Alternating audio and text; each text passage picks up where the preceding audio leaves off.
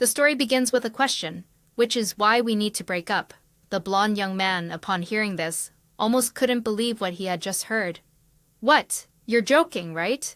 She held out her hand, her brows furrowed in determination. No, I'm completely serious about this. Please accept this. Our relationship must end here. Okay? Ha, Harinis, are you okay?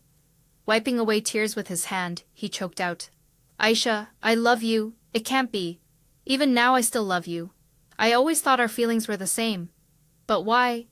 Aisha didn't reply, but thought to herself. Harinas, 20 years old.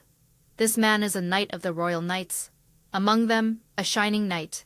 Not allowed to shed blood or tears. And in the life-or-death battle against over 10 million soldiers of the Ganos Empire, he led our empire to victory in the war with only a single suit of armor and a sword. This is the brave man, but now he's on his knees, tears streaming down his face like this. And this feeling is quite good, isn't it? This isn't the time for my heart to race like this, though. I'm supposed to be breaking up with him, Harinas asked suspiciously. Is it because of the status gap between a royal knight and a common physician? I thought you once said that such a gap was meaningless in our love. Aisha, flustered, denied it. He continued to ask doubtfully. Or is it because of my fiancé? When I met you, we had already broken up. She gently closed her eyes, let out a sigh, and replied, It's not that either. Hearing this, he asked, puzzled. Then why? She quickly turned her face away and forced a smile as she answered. Well, it's because I don't love you. Next, she calculated silently in her mind. He'll keep going like this if I don't quickly end everything right now. I should just tell him the truth. After hearing this, Harinas unconsciously took a step back and asked, No, that can't be. After all this, were all the intimate whispers you shared with me lies? Aisha replied somewhat awkwardly. Well, then couldn't help but think with vexation. How can I tell him that he was just a target I needed to conquer? Then she gently bowed her head and said in a low voice, I have no other choice. Ha, you can resent me. It's better that way. From now on, we should part. Before she could finish her sentence, he cried out agitatedly, That can't be. We once made a vow here. Do you remember? Before entering that life-or-death battle, I wanted to see you one more time to swear my love to you, that only death could separate us. After saying this, before Aisha could react, he stepped back and let himself fall. The sight before her left her utterly shocked and stunned. She rushed over, looked down, and cried out in alarm. There's someone fallen down here. Someone quickly call a doctor. No way, it's a lie. Trembling, she looked up at the sky and angrily shouted, Who told you to do this? Come out here, you programmer! Harinis, the one who had just jumped, was the male lead of this game. When did everything start to go wrong? 2 days ago, giving a thumbs up? Kim Hyung-sub, 58, HR manager of League Beta, winked and cheerfully suggested, I know a really good izakaya. We could go there today? The young man next to him said hesitantly. Ah, dinner with everyone from the company sounds great. It sounds good. But... He raised his hand high and continued, grinning. Then let's all go. No one has any prior engagements, right? Anyone who can't go, raise your hand. I'll count from 1 to 3. 1, 2, 3. Quick as a flash. She left her desk saying, I have to leave now. He immediately pouted critically. Ms. Lee, are you leaving right on time again? The young man in the blue shirt quickly gestured. Shh, manager. But he didn't bother to pay attention. Since you joined the company, you haven't once participated in a meal with everyone? What have you been doing? She coolly asserted that leaving work on time was a policy that helped the company grow and eliminate outdated culture. Hearing this, he grumbled discontentedly, pouting his lips. Too rigid. A person should be somewhat flexible, shouldn't they? She calmly reminded him. Manager, you don't want to retire early, do you? So, everyone, quickly clock out and leave for the day. Lee Young, 28 years old, was a dismissal specialist in the HR department of League Beta, a leading IT company nicknamed the Guillotine. As soon as he heard her question, his expression completely changed. Oh my God, now that I think about it, I have a prior engagement. We can arrange a meal later, okay? Seeing his flustered demeanor, she thought to herself. I just said that offhand. Well, thanks to that, she could also leave on time. Around them, colleagues whispered to each other, "She's so cold." She really is. No wonder she's called the guillotine. She seems obsessed with leaving on time, doesn't she? Or does she have a secret boyfriend waiting for her at home? She calmly turned and walked away, the corners of her lips curving slightly, silently admitting to herself, "Yes, I do. Aisha, I've fallen for you. I have a secret boyfriend right here on this screen." Raising both hands high, young Ah joyfully exclaimed, "Ah, ha ha ha, I finally did it. I don't know exactly how long it took me to reach this stage, but I finally completed it. I finally conquered the Kalisha Imperial Knight Legion stage. Ah, no time for silly antics like this. I need to post about it right away. I have been playing dating simulation games for 10 years. A professional in dating simulation games. A guillotine's harem? A dating sim? No, no, no. I am the guillotine. A blogger with a 100% win rate in dating simulation games. My favorite game recently is Kalisha Imperial Knight Legion. This is a dating simulation role-playing game. The player becomes a medic of the Kalisha Imperial Knight Legion, with the goal of winning the war and returning to the Imperial Palace. Wow. Aisha level 999, HP 100, Mana 100, Attack 100, Defense 100, Intelligence 100, Agility 100, Luck 100, Charm 100. Total playtime 1,825. It's truly difficult to get Aisha to reach these maximum stats. After days of grinding and accumulating, I became the first person to conquer Reno. Furthermore, spending war. God, you're amazing, Guillotine. Oh, this isn't your first time playing this stage, is it, Jang Heo? You've already acquired Herinas, Helios, and Reno. Isn't it time to conquer the cold-faced guy? Isn't it time to conquer the cold-faced guy? Finally, this day has come. The cold-faced guy is a stage that no one has ever been able to clear. The commander of the Royal Knight Legion, Ren Brisht. The main course must be served last. To conquer a new male lead, I have to replay everything from the beginning once more. But since he's a character I like, it's fine. Finally, it was my turn. And then the system appeared and asked, "Do you want to log in? The cold-blooded knight? I'll be the first one to conquer him?" The system announced that the server was under maintenance from 1 a.m. to 4 a.m., and young Ah screamed in frustration. No way! Why on earth would they do maintenance on a Friday night? Seeing a cardboard box next to her, she thought to herself, "Ah, I just noticed. I received a package. I completely forgot about it because I rushed home to play the game." To Guillotine, the most outstanding knight of the Guillotine Legion, the first player to conquer Reno, congratulations. You have been selected as a beta tester for the second update of the Kalisha Imperial Knight Legion. If you wish to participate, please sign the contract and log into the game.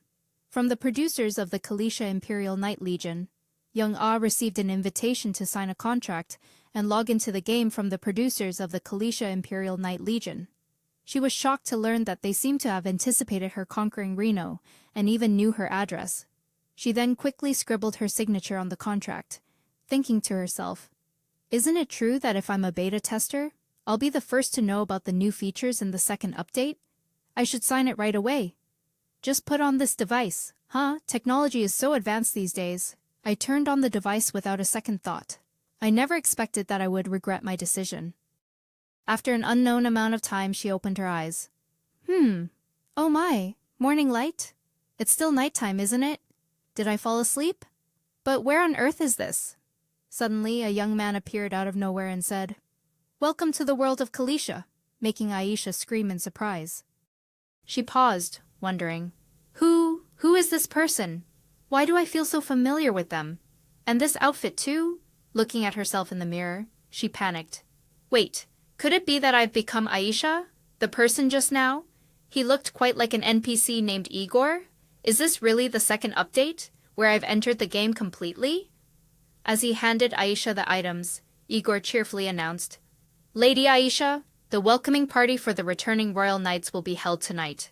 She flinched, turning her head and exclaiming, "Ah," he then added, "Please send your reply to your companions soon," she asked, bewildered. Companions? Who are you talking about? Igor hesitated slightly, replying, "Well, that?" Then suddenly snapped his fingers. Afterwards, pointing to the bouquets of flowers and letters placed in front of her, he cheerfully replied, "It's up to you, my lady." Count Stenbock Fairmore de Herinez, with fervent love. Baron Stenbock Fairmore de Helios, with his sincerity. Count Bertrand Russell Reno, with his reverence. Holding 3 letters in her hand, Aisha's face flushed red, and she shyly yelled out, asking, These letters are supposed to be sent to their fiancés, aren't they?" "Why are they?"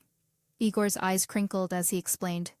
"Because all of them want to attend the party with the young lady.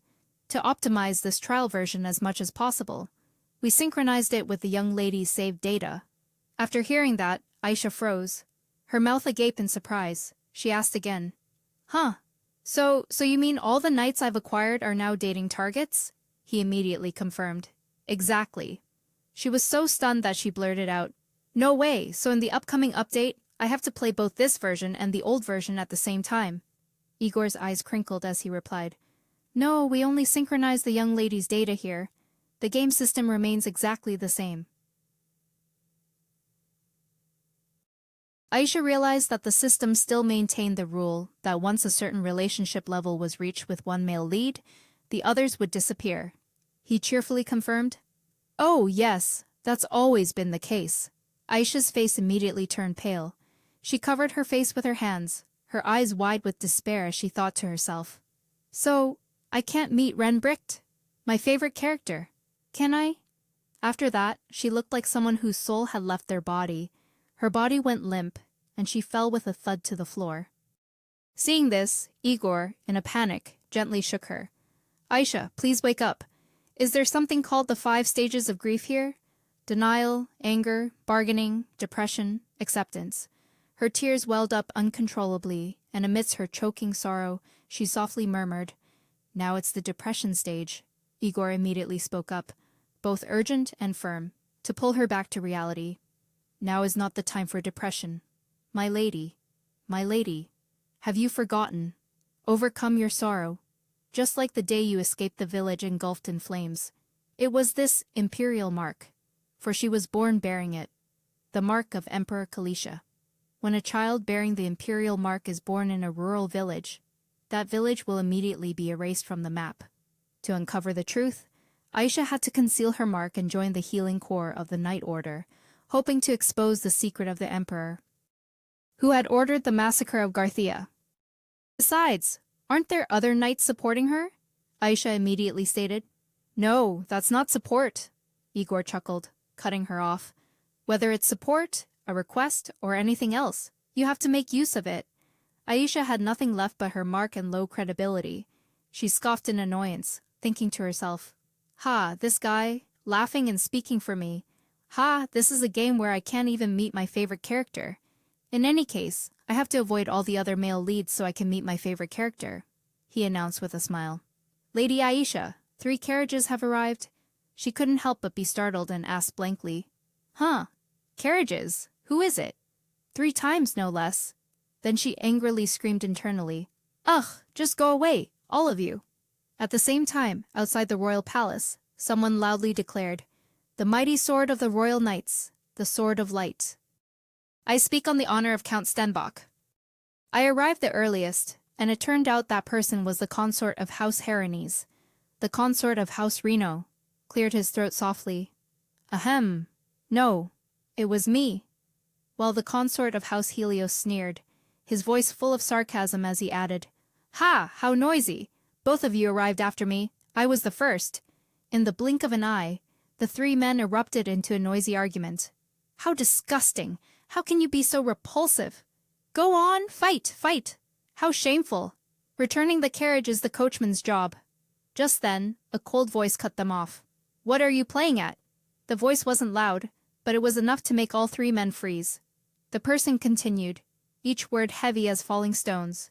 "You are blocking His Majesty's path. Do you understand what that is equivalent to? It's equivalent to the crime of treason? That's what?" It turned out the young man with the cold face was Renbricht, 28 years old, captain of the Royal Knights Legion. The consort of House Herines turned pale, hastily apologizing. Yes, we sincerely apologize, sir. We only wanted to bring the young lady to the party. Ren frowned slightly upon hearing this, his voice still even as he reminded them. You've taken the wrong path.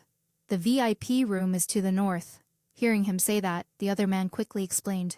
Ah, I see. My apologies, sir. But we came here to meet a young lady. Physician Aisha. Ren didn't reply, only stared silently, his gaze freezing the atmosphere. The consort of House Herines and the consort of House Reno trembled, clutching each other's hands, and simultaneously uttered a soft, ah. Just then, Ren suddenly sneered, his voice carrying a hint of mockery. Ha, all right. I didn't realize those guys had such peculiar tastes. If that's the case, then you're all dead for sure.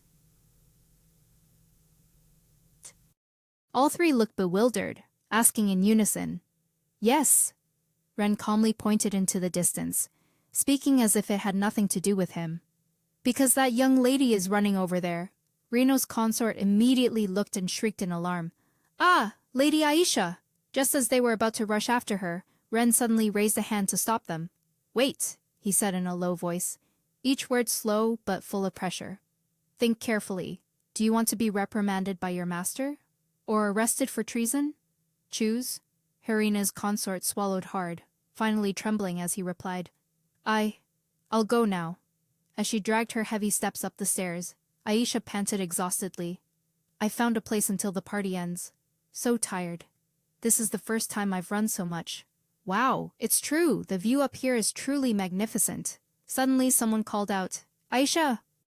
This made her jump and turn around, replying, Huh, Harines? Then she couldn't help but feel overwhelmed, thinking to herself, This bell tower roof? Isn't this where Harines is supposed to appear? Count Harines Stenbock. A target. Because he's so obedient and active, he's the easiest to conquer.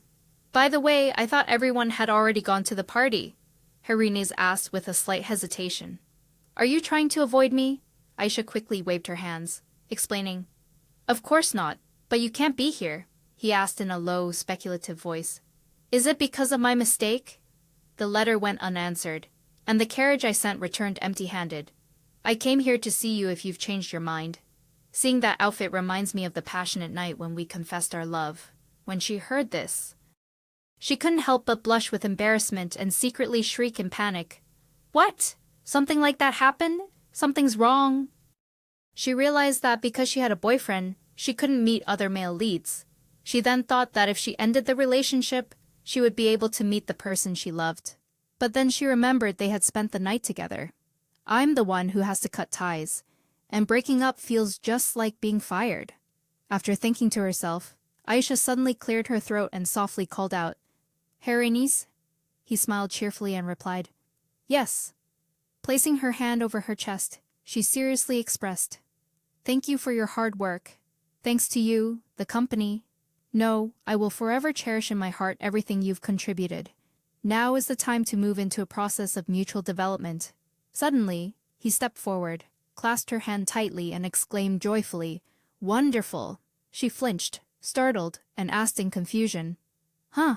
What's wonderful? He joyfully guessed. Are you talking about marriage? She immediately shouted in denial. Oh no, not marriage. Now is the time to live independently. Harines lowered his eyes sadly and expressed, I don't understand what you're saying. Seeing this, she couldn't help but feel agitated, thinking to herself, Oh my God, how awful those puppy dog eyes. Then, calmly and decisively, she made her request. What I mean is, therefore, let's break up. Immediately after, the crowd shrieked in panic. Ah, someone's falling. At that moment, I realized Aisha frantically screamed, Someone call a doctor. Then, I couldn't help but be shocked and thought to myself, a dismissal notice and a breakup notice are nothing alike. They're completely different. Just then, someone unexpectedly approached and coldly demanded, Move aside. Immediately after, Ren quickly stepped forward to assess the situation, then subtly looked up at the towering skyscraper. As soon as she clearly saw his face, Aisha couldn't help but be stunned. Her face flushed with embarrassment, her heart pounding erratically as she thought to herself, Ren bricked? While she was still engrossed in observing those details, Igor suddenly appeared, slapped her shoulder with a loud smack, and loudly reminded her, "Lady Aisha, calm down." She winced in pain, angrily turned around and complained, "That hurt. How did you know I was here?" He immediately replied without hesitation, "Of course, it's because of the tracking spell. Now is not the time to worry about that. Let's get out of here, or he'll think you caused this." "This way?" she asked back, bewildered. "Huh? No." Igor sighed in relief, muttering under his breath. "Luckily, no one has seen it yet." Hearing that, Aisha involuntarily flinched, and a chilling thought flashed through her mind. "That's right, except for one person." She hesitated, then asked, "Wait, why don't we use teleportation?" Igor smiled slightly, turned his head back, and winked as he explained. "Because Kalicia's Night Order wants to provide the most realistic experience for players." After hearing that, Aisha felt tears welling up inside her, resentfully complaining, "I don't have to go all the way just for that purpose, do I?" After walking for a while, she suddenly remembered something, stopped abruptly, and asked breathlessly, "Wait, Igor?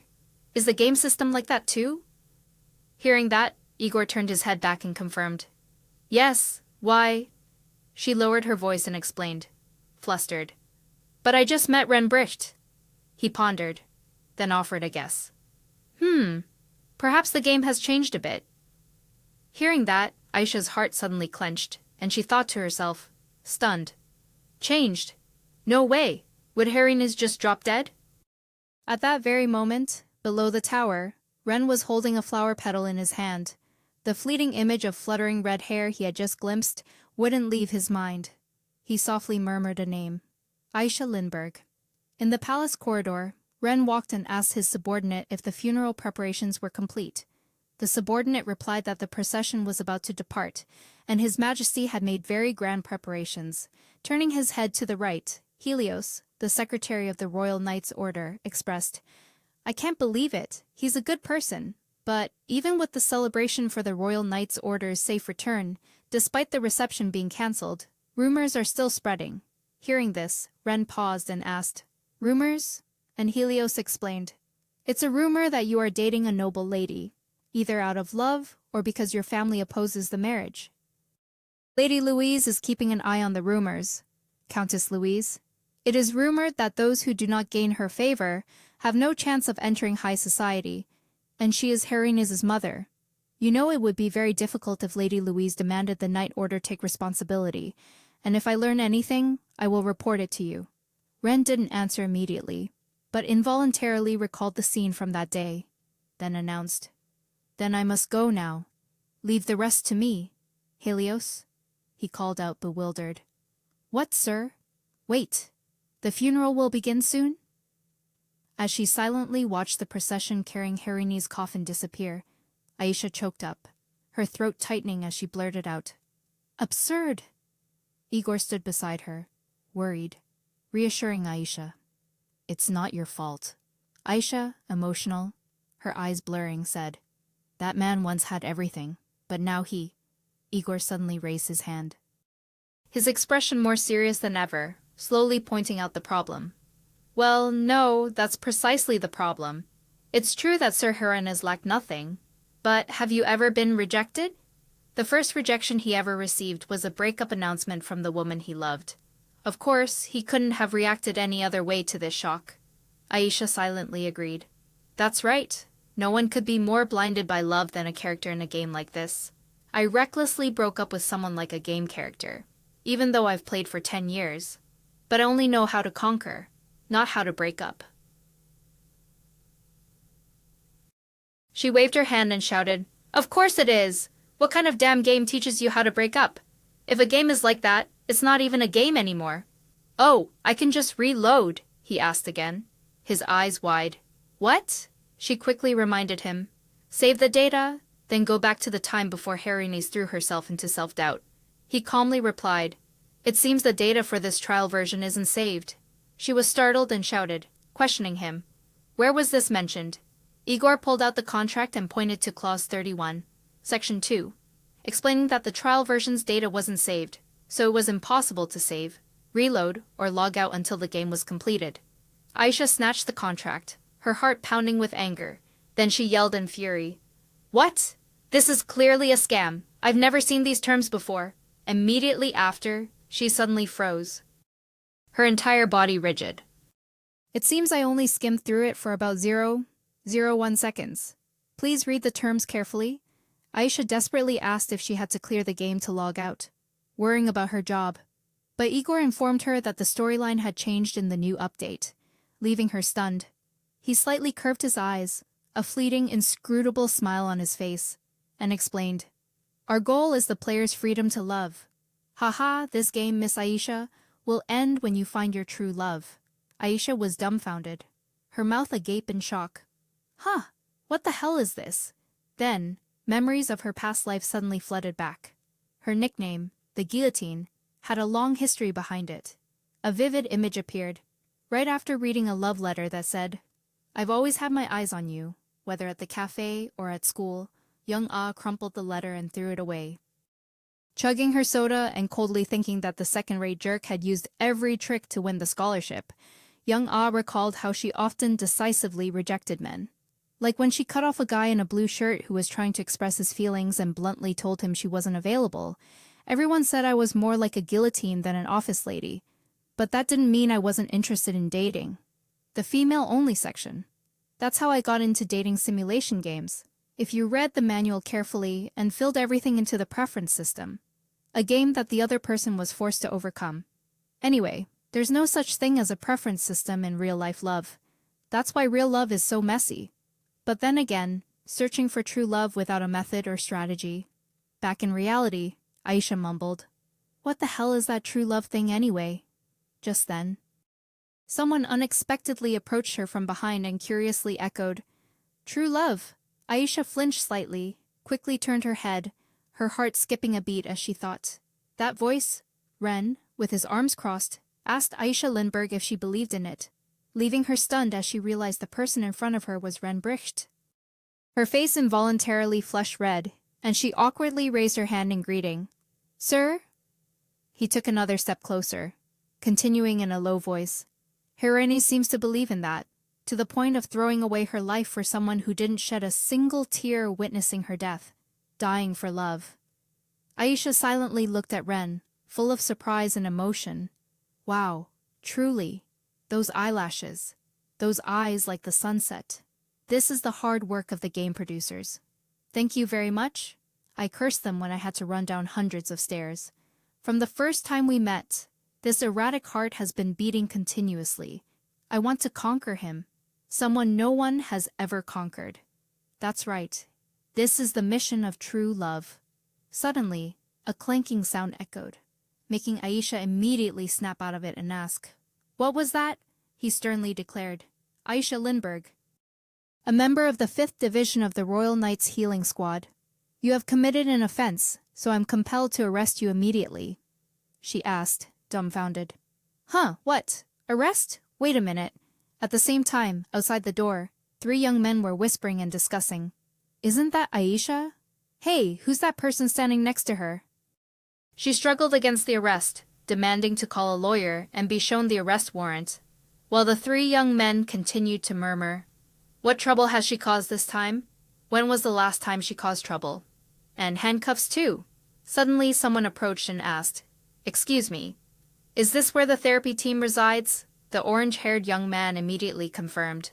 Ah, yes, it is. What can I do for you? He replied. I'm looking for Miss Aisha Lindbergh. She chuckled and explained. Aisha is temporarily absent for a moment. Haha, if you tell me your name, I will pass on your message. Hearing this, he said, Countess Stenbock. Lady Louise? Upon hearing this, she was utterly shocked, and thought suspiciously, No way, is this intentional?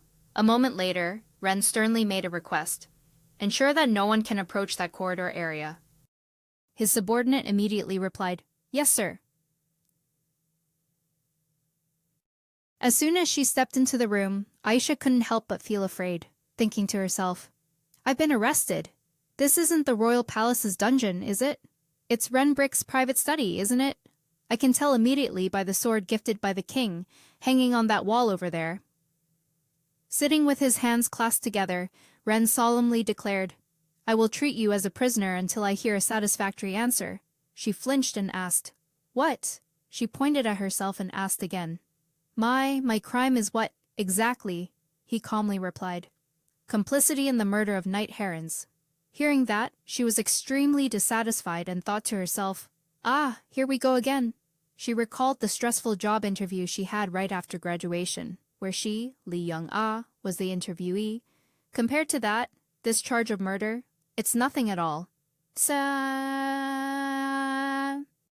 She clenched her fists and asserted, "I'm innocent. I can prove it, so you can question me however you like." Ren was a little surprised and quickly asked, "Really? Then why?" She asked blankly. "Huh," he said in a low voice, assessing. Although Herines held a noble status, he always treated everyone equally. He was the type of man who couldn't love just one person. She paused slightly upon hearing this, thinking to herself, "It's just like the Harini strategy I once posted. The prey cannot be conquered by conventional methods." He said in a low voice that Harinis and others were not the type to cling to love, so he didn't understand why Harinis loved her and was willing to risk his life for her. Hearing this, Aisha gave an awkward smile and thought to herself, "It's because I worked day and night to establish it. I can't answer like that. I need to find a different answer, and it must be the answer he wants to hear." The only answer I could give was one that only he would understand. The Countess, who was completely opposite to Harines's gentleness. Harines both loved and hated his mother, who was always scheming and doing all sorts of things for him. There was one person who helped Harinas escape her control, and that was Aisha. Having thought it through, Aisha immediately gave her answer. "I helped him as a member of the therapy team so he could accept his shortcomings. I know that even such a brave royal knight has weaknesses." Of course, the captain was the same, even though he was called the Knight of Slaughter. Upon hearing this, Ren, for some unknown reason, suddenly chuckled and asked, "Weaknesses. During a blizzard, with dwindling supplies, the Royal Knight Brigade marched through Are? Is that truly the weakness of a formidable army? If what you say is true, then prove it. Prove that there are still weaknesses in their strength. If you cannot, you will face an additional charge of slandering others." Aisha suddenly grew anxious at his agitation, her heart pounding erratically, then unexpectedly asked Ren if he knew Garthia. Ren replied that Garthia was a village erased from the map 10 years ago. Aisha understood it was punishment for a rebellious village, and bitterly thought that the one who ordered the massacre was the very emperor Ren served. She still remembered Aisha's story from the game's prologue. In any case, the punishment for this village, which had plotted rebellion, had failed because I'm still alive," she then declared loudly. "The rebel who threatened the king's life is still alive. We must return to the imperial capital of Kalisha at once." Upon hearing this, Ren couldn't help but flinch, his eyes wide with shock. He suddenly drew his sword, pointed it directly at her throat, and, with a stern frown, commanded, "If it is true, you must truthfully report that rebel to me." Seeing Ren suddenly point his sword at her, Aisha showed not the slightest hint of fear. Instead, she chuckled. With an unhurried demeanor, she spoke. "Oh, I apologize for my untimely laughter. But look, see how enraged you become when His Majesty's safety is touched. That is precisely a weakness that prevents you from making the most rational and reasonable decisions. Could this not be considered proof?" Suddenly, the handcuffs clicked open. While she still stared blankly at her hands, his cold voice rang out, "I will overlook this disrespectful attitude for now. But, in the future, it would be best to be careful when speaking such nonsense about His Majesty." "You should leave." Hearing him say that, she thought, puzzled. Is his attitude like that just because I'm here? This game must be bugged. That person is still alive, isn't he? That traitor wasn't wiped out in the Garthia massacre after all. With that thought, she walked over and slammed her hand on his desk. In the silent room, she firmly asserted, "These aren't just baseless claims. It's the truth. That traitor is still alive." He didn't refute her, but simply said, "Continue." She said, "I won't provide information for free." Then she thought, "That's right. There are many ways to stand by someone." Len probed, Asking what the price of that information was, Aisha remained silent, secretly thinking that they could become comrades in arms or build a friendship. She suggested, "Please come with me to the welcome party," she thought. Business partners, or, in some cases, enemies? The climax of the game is the royal ball, where Aisha will reveal the secret of the Garthia massacre. And the ending depends on who she brings to the party to pledge eternal love. She looked at him intently and thought, although we need to be lovers to go together, Igor said the story could change depending on unexpected developments. So, please accept my offer, Len. He looked at her and asked, "Do you know what the purpose of that ball is?" She replied, puzzled. "Huh. It's a ball, isn't it? Of course, we're going there to dance." He sighed, immediately enlightening her. "Even noble ladies must be educated on the strictest rules of etiquette before attending. And one more thing, do you know how to dance?" His question made her gape. "Now that I think about it, the last time I danced was in middle school." Seeing her reaction, he sincerely advised, "It's best if you stay away from parties," she asked, puzzled. "Why?" He said something that made her freeze. "Lady Louise will be there waiting for you," Aisha thought. With all the rumors circulating, she must know everything by now. Who knows, she might bury me alive somewhere in the palace. Seeing him place his hand on the table, she stammered, "Oh, still," he stated frankly, "as the Grand Master, I prioritize the Queen's safety above all else. If you agree, you can join me." She felt like she'd been struck by lightning. This was not good at all. Just then, someone walked in and asked, "Why are you two meeting alone here? What if people start spreading rumors about you two? You even sent everyone else away. You can't arrest a member of our knights without following standard procedure. I can't let that happen, even if you are an old friend." Seeing him, she silently called out, "Reno, Count Bertrand Russell. Reno, he was one of the figures in the Kalisha Knights, and now I had made up my mind about him. He was my enemy, appearing at the worst possible moment." Ejiha trembled with anger. Ren retorted, "I thought I had forbidden anyone from setting foot inside."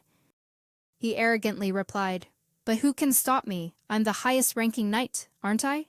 With that, he took her hand and unexpectedly placed a kiss on it. "Good afternoon, Lady Aisha. I was quite shocked to hear of your arrest." After saying that, he turned to Ren and asked, "So, have you cleared up this misunderstanding?" He replied, "A little." Then he exclaimed, "Oh, how wonderful! I think half-hearted measures are quite enough. They make relationships all the more interesting." Then, turning to her, he expressed, "I've been looking for you all day." This made her exclaim in surprise. "Oh," he continued his flirtation, "my dearest Aisha, please allow me to accompany you to the ball." Seeing this, Ren immediately asked, "Why don't you accept? Didn't you say you wanted to go?" Hearing him ask, Aisha cried inwardly, thinking, "No, going to the party isn't the main issue, you idiot. I want to go with you." She tried to calm herself down. "Calm down, Aisha. I can politely refuse."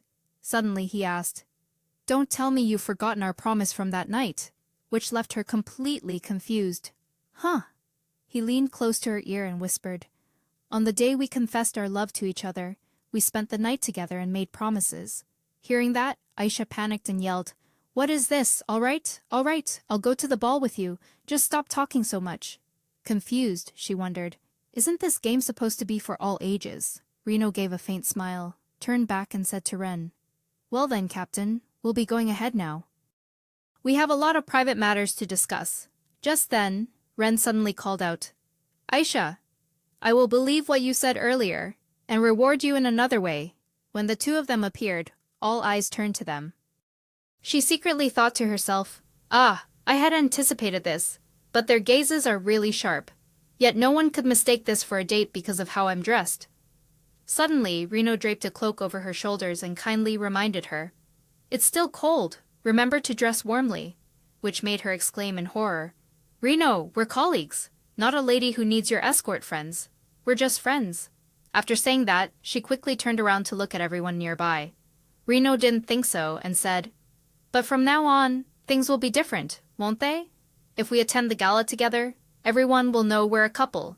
Aisha seriously questioned, "Reno, you're doing this on purpose, aren't you?" Reno didn't deny it.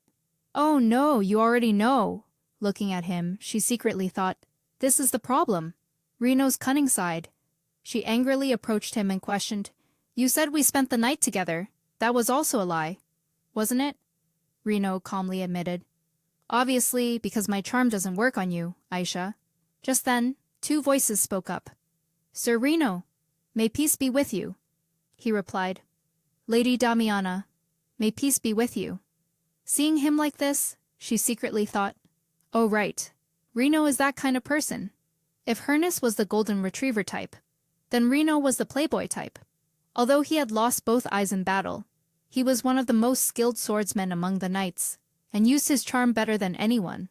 Aisha thought that although he was likable at first, it was very difficult to fall in love with him. She had to use many strategies to succeed and never thought she would meet him this way.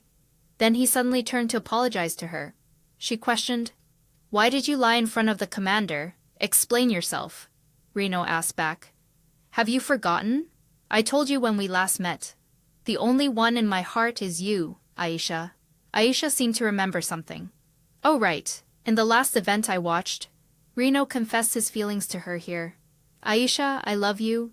Back to reality, Reno expressed his feelings to her. I must prevent you from going to the ball with another man at all costs. Whether it's my friend, my superior, the commander of the knights, or even the man you love. Hearing him speak, she felt confused. Excuse me, what are you talking about? She thought, even though Ren is her favorite character. Reno asked, you're just pretending to listen to my confession, aren't you? She stammered awkwardly in response. Yes, that's right, Reno continued. Those who reject my confession are all people who already have someone they love. Just like you, Aisha. She wondered, where does this confidence come from? Suddenly he said, you can love him. Aisha was startled. What? Reno continued. I have no way to stop a lady from loving someone. But if I can say one thing, I'd be happy to help her. Because I understand what unrequited love feels like, he proposed. Make a deal with me. If you go to the ball with me, I will help you. Aisha looked at him and thought to herself, there are some methods you can use to try and build a relationship with someone. I just thought of that a few minutes ago. This man, as expected, is also a master strategist like me. Seeing the room full of luxurious jewelry, splendid dresses, and exquisite shoes, Igor couldn't help but exclaim in amazement. Wow, is all of this from Reno? Aisha put a hand to her head, sighed helplessly and replied, no, it's not. The servants enthusiastically presented precious silk dresses, handcrafted embroidered shoes, and pearl necklaces to Aisha, even as she bewilderedly tried to stop them. Finally, Aisha couldn't take it anymore and angrily shouted, stop! Who brought these people into the royal palace? Igor then casually replied with a smile, why, it's just because you're very beautiful. Aisha was skeptical. What's the use of this blinking light? I don't even have any abilities. He just chuckled and asked in return, guess who isn't a guillotine? I was very surprised when the manager called. She thought Miss Aisha's identity had been revealed. By the way, she has returned with Sir Reno's bodyguard. Reno approached Aisha with a calculating smile and offered a deal. If she accompanied him to the ball, he would help her. Hearing this, Aisha couldn't help but frown and ask, how? Reno signaled that he couldn't disclose it yet. He said if Aisha came to the flower garden tomorrow morning, he would tell her. But first, she needed to send a few people because they would require extensive training. Recalling everything, Aisha sighed and gave a bitter smile as she realized. So that's what preparation truly meant. Aisha suddenly spoke sternly. If you keep going out like that, then tell him I've already made up my mind. Igor, get ready to go out. Hearing this, Igor immediately grinned happily and replied, yes, sir. Meanwhile, Reno was leisurely drinking tea, maintaining a calm demeanor in the quiet space. Not far from there, two noble young ladies looked at Reno and whispered that he was the Knight of the Sky, the one who had once refused Lady Herwin's invitation and was so famous that many young ladies wanted to confess their feelings to him. By the way, the Count is waiting for someone. He always appears later than the young ladies. What kind of woman is she? No sooner had the young lady in the yellow dress finished her whisper than a hand suddenly emerged from the nearby bushes, breaking the curious atmosphere. Immediately after that, Aisha slowly stepped out. a hint of doubt in her voice, as she softly asked, "What is it? Isn't this the entrance?" As she walked, she secretly sighed, thinking it was indeed not easy to find since she had only seen the path on the map.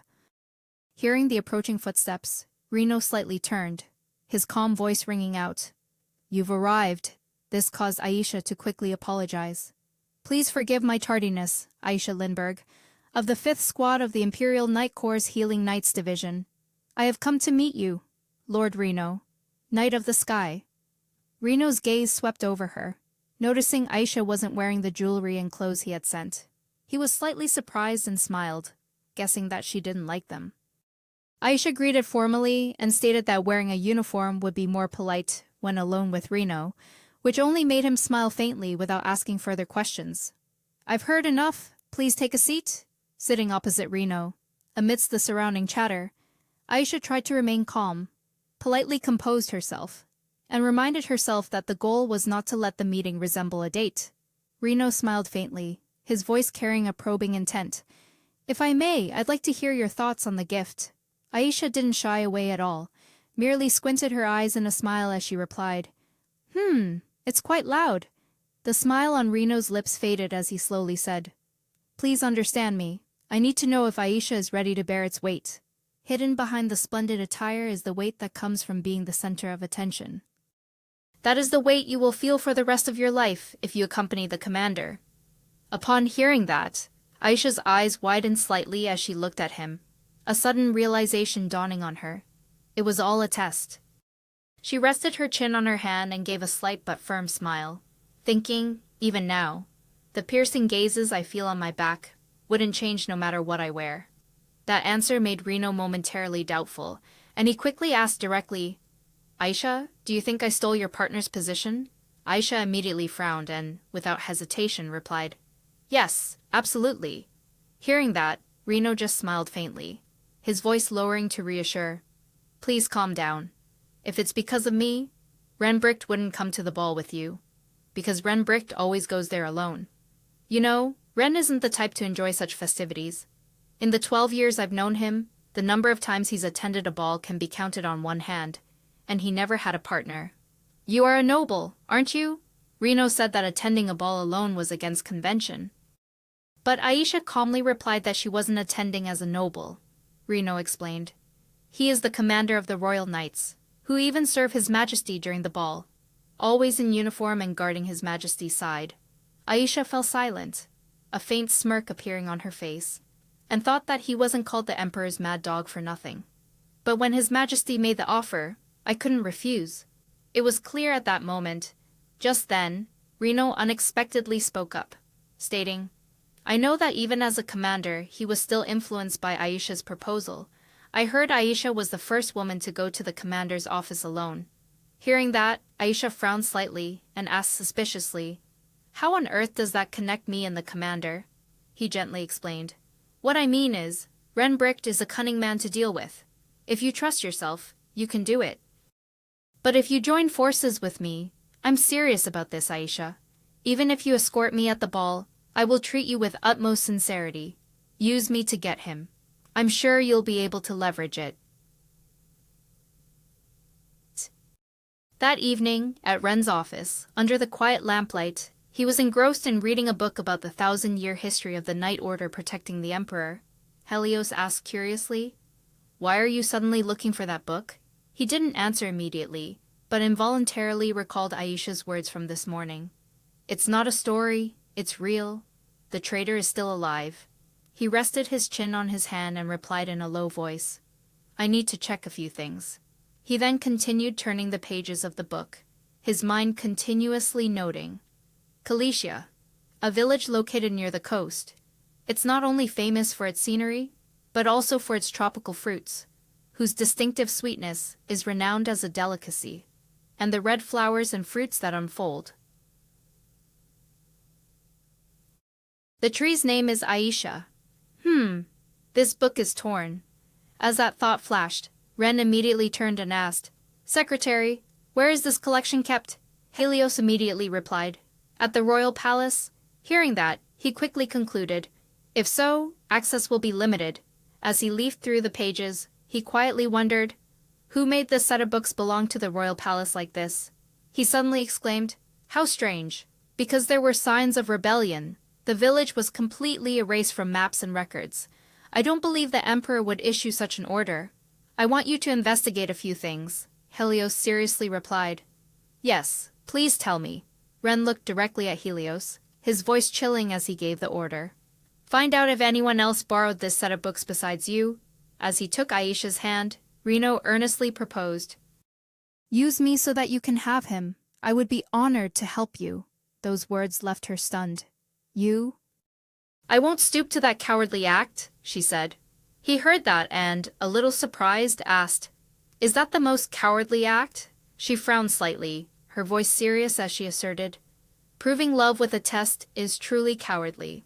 Immediately after, she realized that even though she was referred to as the guillotine, there were still rules she had to follow, and all strategies had to be devised by herself, as her pride wouldn't allow her to ask others for help.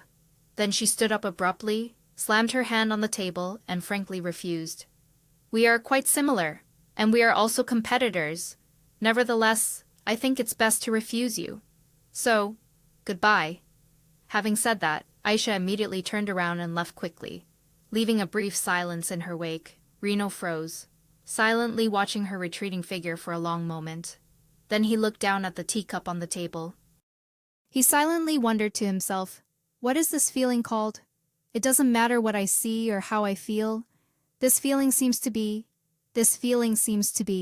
Thinking that, he suddenly let out a self-deprecating laugh.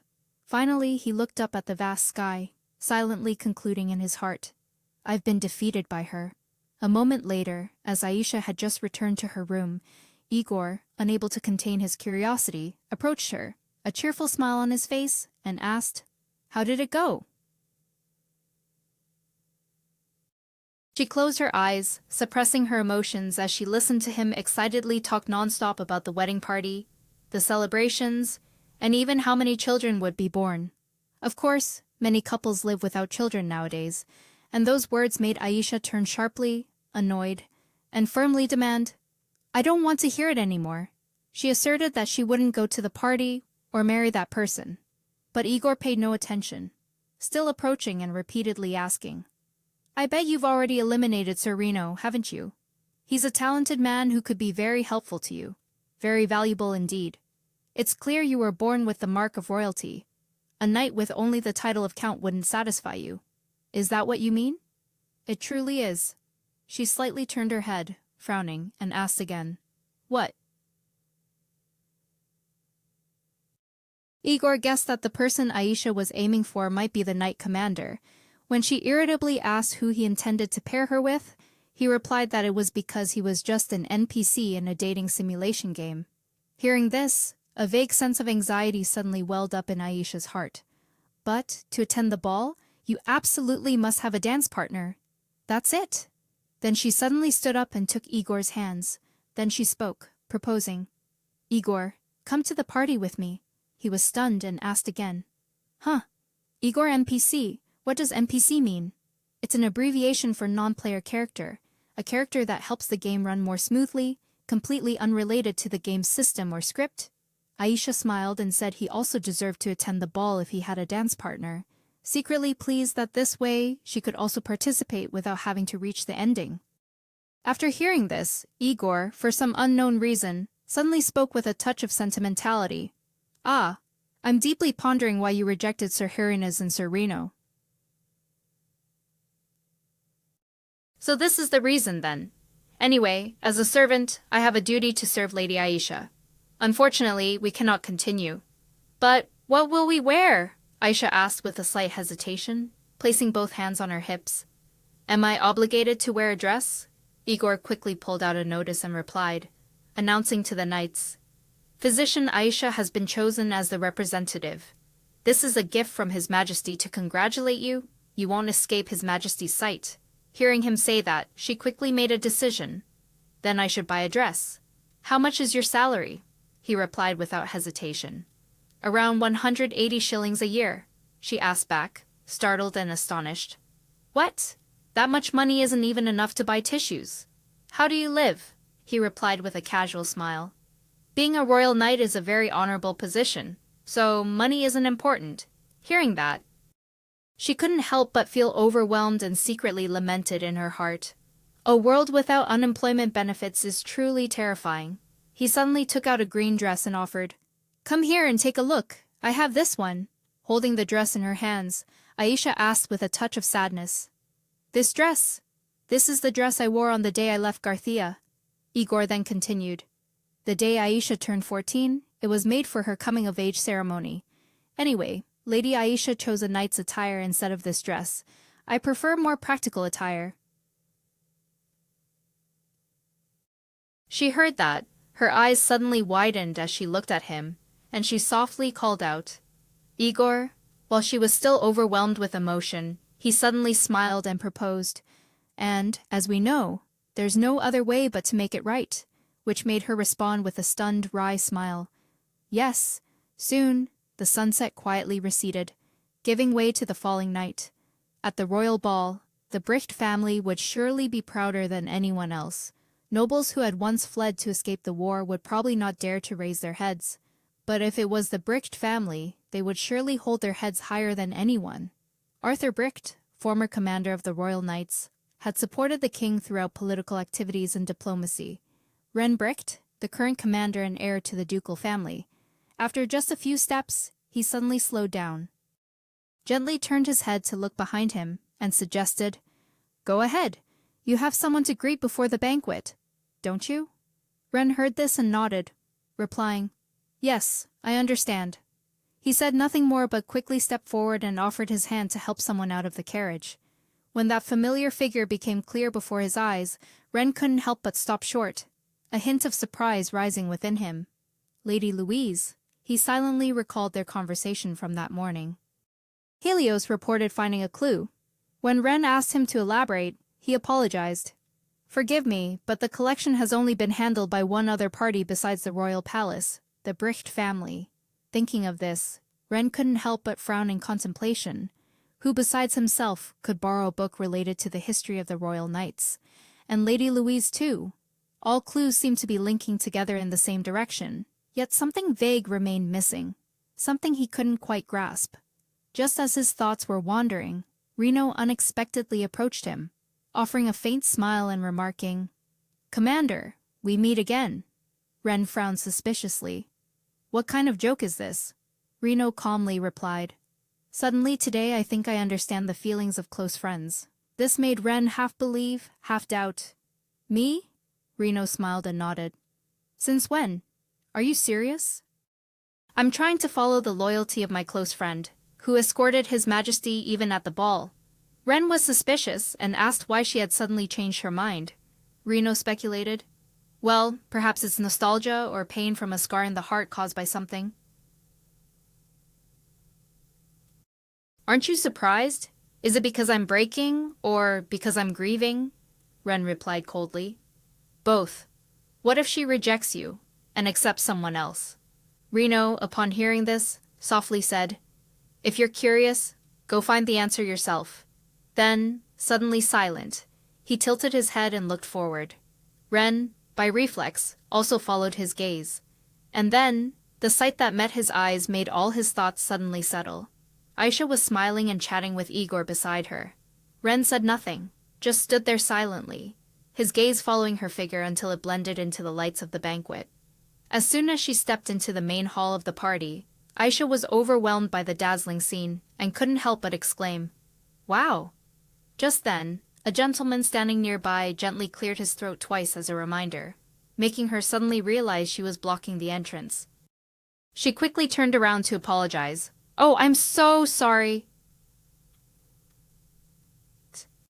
Aisha looked around, searching, a hint of concern stirring within her. He was just here. Where could he have gone? No sooner had that thought crossed her mind than, from the foot of the stairs, Igor suddenly waved his hand and called out loudly, "Lady Aisha?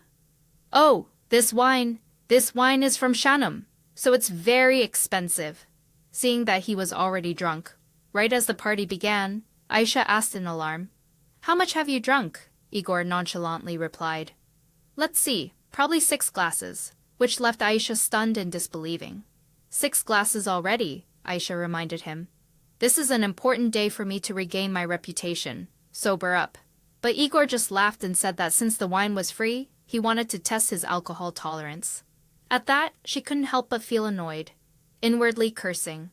I shouldn't have trusted this fellow. Just at that moment, a lady wearing a black veiled hat unexpectedly approached Aisha in a sighing, suggestive tone. My dance partner is truly terrible. The words made her heart clench. Aisha gasped, alarm bells ringing in her head. Oh, this is a big problem. Igor should have warned me if anyone was going to strike up a conversation with me. Regaining her composure, she cautiously asked, But, who are you? The lady gently lifted her veil, then offered a polite smile, mixed with aloofness. Forgive me for not introducing myself earlier. I am Countess Stenbock.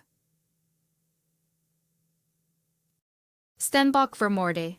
Louise. People usually call me Lady Louise. Upon hearing this, Aisha couldn't help but shiver, a sense of unease quietly rising within her. She had already seemed dangerous from the very beginning.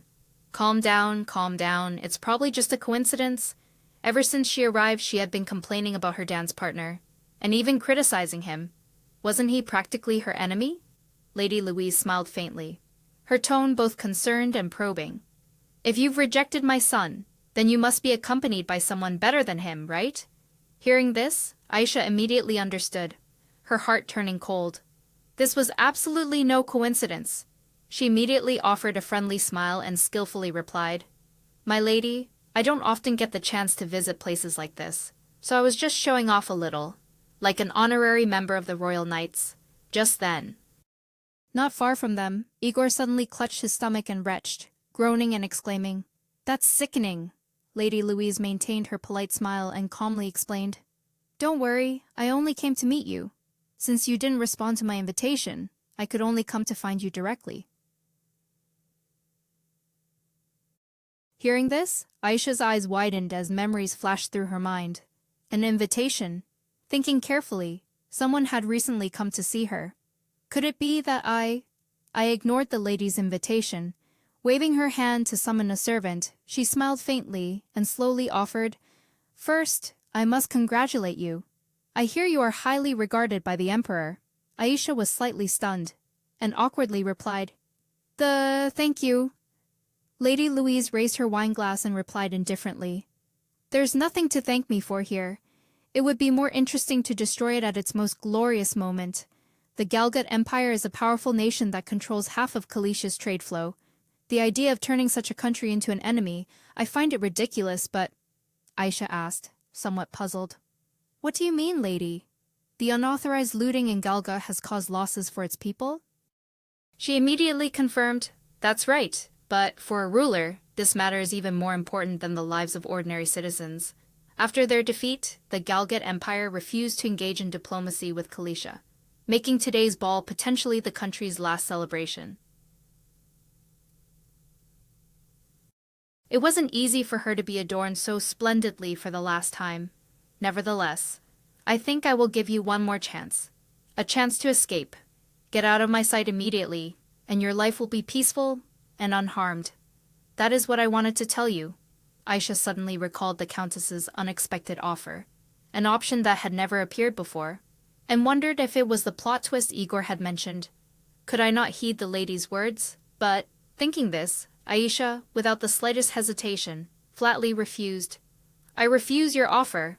She asserted that the knights and nurses all fought for the people, and her dance partner, though ridiculed by Lady Louise, was still a hero who saved many, so she didn't care about his background. I represent my colleagues in receiving recognition for our recent efforts, and I'm ready to bear the burden of that honor. After hearing Aisha's words, Lady Louise was stunned and looked at her for a longer moment. Then she gave a slight, mocking smile that held a hint of nostalgia. She wistfully confessed, Looking at you reminds me of when I was young. Though I didn't live in any prestigious family, I feared nothing. I fought for what I believed was right, and many people followed me. If it weren't for my son, I would truly cherish you. Let's end this. With that, Lady Louise raised her glass and gently clinked it against hers. as if in a ritual to close out all tension. Yet she didn't drink a single drop, merely placing the wine glass back on the server's tray. Then she turned and left, her demeanor nonchalant, yet decisive. Standing alone, Aisha couldn't help but be stunned, an indescribable sense of relief welling up within her. An end in peace, a burden lifted. Now I feel like I can do anything. As he spread his arms to hug the nearby pillar, Igor let out a silly laugh.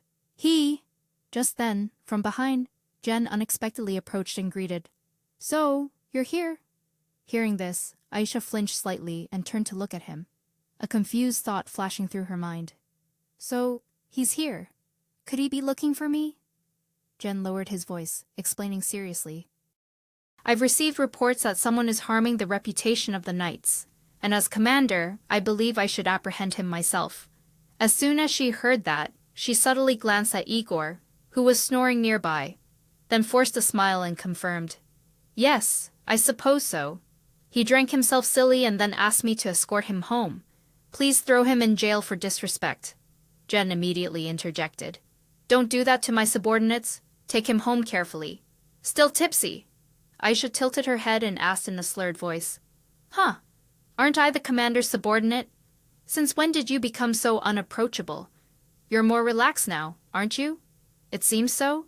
Come to think of it, neither the commander nor I have a dance partner, he acknowledged in a low voice. It seems so. The moment the familiar notes rang out from the musician's hands, Aisha's heart gave a slight tremble.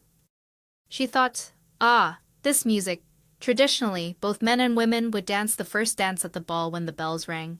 Is this a trick of fate? Right here in front of me? Am I perhaps drunk? As soon as that thought ended, she spoke up, proposing. Commander, would you like to dance a dance with me? Do you know how to dance? Ren replied almost immediately, his voice calm and certain. Of course I do. Hearing this, a sudden smile bloomed on her lips, and half jokingly, half seriously, she continued. Would you like to see my dancing skills? Dance with me? She simultaneously thought to herself. Of course, my skills aren't great, but I don't want to miss this moment. My physical ability, as well as my dancing skills, I'll have to use all my luck not to step on my partner's feet. That was all I could think of when faced with this difficult situation, now that I'm here as Aisha. Just as that train of thought concluded, a solemn voice echoed through the grand hall. A star of Kalisha, bearing the mark of a great queen, holy and noble, the 27th Queen Catherine de Gemmoaz Amidala. Express your reverence to Her Majesty. The welcoming trumpets blared vibrantly, and immediately after that, the 27th Queen, Catherine Sejeno Watts Amidala, appeared amidst the dazzling lights, offering a friendly smile and gently waving to the guests. Aisha noticed Ren's gaze fixed on that figure, which startled her, and she quietly uttered, "Ah." Then, suddenly letting go of his hand, she hastily said, "The Queen is coming, Your Excellency. Please go quickly." Ren did not reply. He simply turned silently and walked away. He had only taken a few steps when Aisha's hand unexpectedly grasped his from behind. He turned back in surprise to look at her. She slowly asked, "Commander, do you remember what you promised me? The traitor is still alive? And even if it comes at a cost, this game is about to end. It doesn't matter if it's the first, second, or third time. But please dance with me one last time. This is the condition." Having said that, Aisha couldn't help but wonder anxiously if he would be surprised, or if he would laugh in her face and leave. Ren didn't reply. Instead, he unexpectedly took her hand, then bent down and gently placed a kiss on the back of it, making her look at him in surprise. While Aisha was still stunned, he turned and walked away. Watching his retreating back, she softly murmured, "Only on a few rare occasions has he attended a ball, and he has never gone with anyone." That night, I finally understood what Reno meant. Ren's dance partner, from the very beginning, had been none other than the Queen. No sooner had that thought ended than a soft sound suddenly echoed from outside the window. A bird, for unknown reasons, flew straight into the palace and collapsed. The brown-haired attendant saw it, quickly picked it up, and exclaimed with sorrow, "Oh no, a bird!" The tiny bird trembled and let out a faint chirp. He immediately turned and called out, Your Majesty. Catherine said nothing, merely extended her hand silently. Immediately, a surge of power enveloped it. In just a moment, the injury vanished, and the bird swiftly flew away. The great hall immediately erupted in applause. Catherine turned, smiled serenely, and said, "May peace be upon all of you." Aisha watched the scene, a difficult-to-name feeling of envy rising within her. That was the power of the king's bearer. She had also used that power to become a nurse, but she had never let anyone see the mark, to conceal her identity. But the queen didn't need to hide. Her power was a symbol of her authority. She was the light, and Aisha was the shadow. Thinking this, she silently clenched her fists. In another corner of the great hall, seeing Reno standing alone, a noble lady with purple-brown hair approached him, asking kindly, "Oh my, Lord Reno, why are you standing here alone?" "At the very least, I could accompany you," he smiled politely, replying in a calm voice. "That's a kind offer. But I'm fine. I'm just waiting for someone." As soon as he finished speaking, his gaze suddenly fell upon Aisha's familiar figure. Without hesitation, he immediately walked towards her. However, as he drew near, he saw Aisha huddled, her head bowed, hugging her knees tightly. Seeing her like that, he gave a faint smile and asked, "What's wrong? Heartbroken already?" She didn't answer, only let out a soft sob. Reno gently placed a hand on her shoulder, calling softly, "Aisha?" Suddenly she sprang to her feet, her hands clenched, tears streaming down her face, but her eyes blazed with determination. "I won't lose. There's no way." She quickly wiped away her tears, a torrent of thoughts swirling in her mind. Igor said that being herself could change the story's trajectory. Herene's was dead, and Lady Louise came looking for her. She had even met Ren, which was originally impossible according to the game's rules. He even kissed my hand. However, his very loyalty made his heart inviolable. But I won't back down. Nothing is inviolable, and no one has ever touched Ren's heart. Once I expose the truth about the queen, I'm certain Ren will no longer be loyal to her. To confront the king, what I need is more allies. The more the better, she thought. Then turned and dragged Reno. "I need your help." Hearing those words, Reno paused slightly, then unexpectedly took her hand and sincerely said, "For you, my lady, I am willing. Tell me what you desire. My title, my honor, my heart, all belong to you. So we can consider our contract signed, can't we?" Aisha blushed deeply and awkwardly asked back, A contract for what?"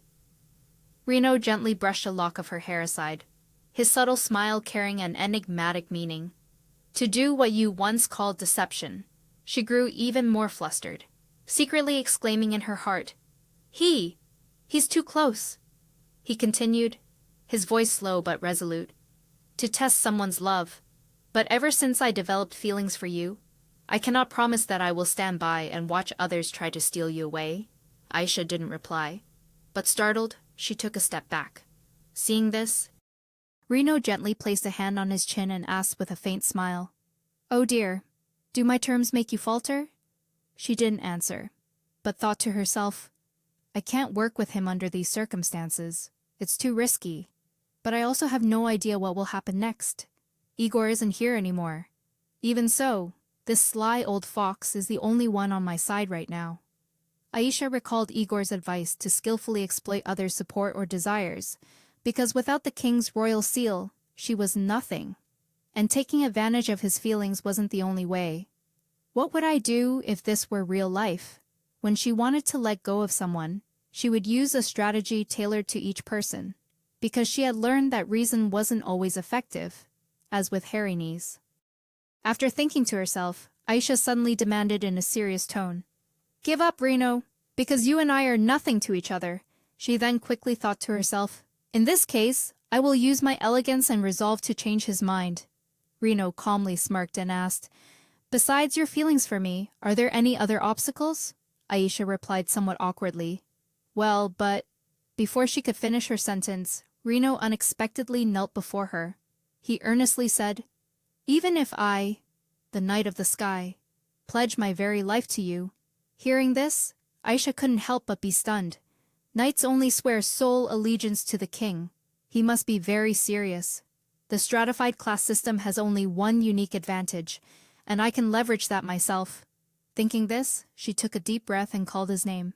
Reno. I told you that you and I don't belong together, because I am the queen, whom you must protect as a royal knight.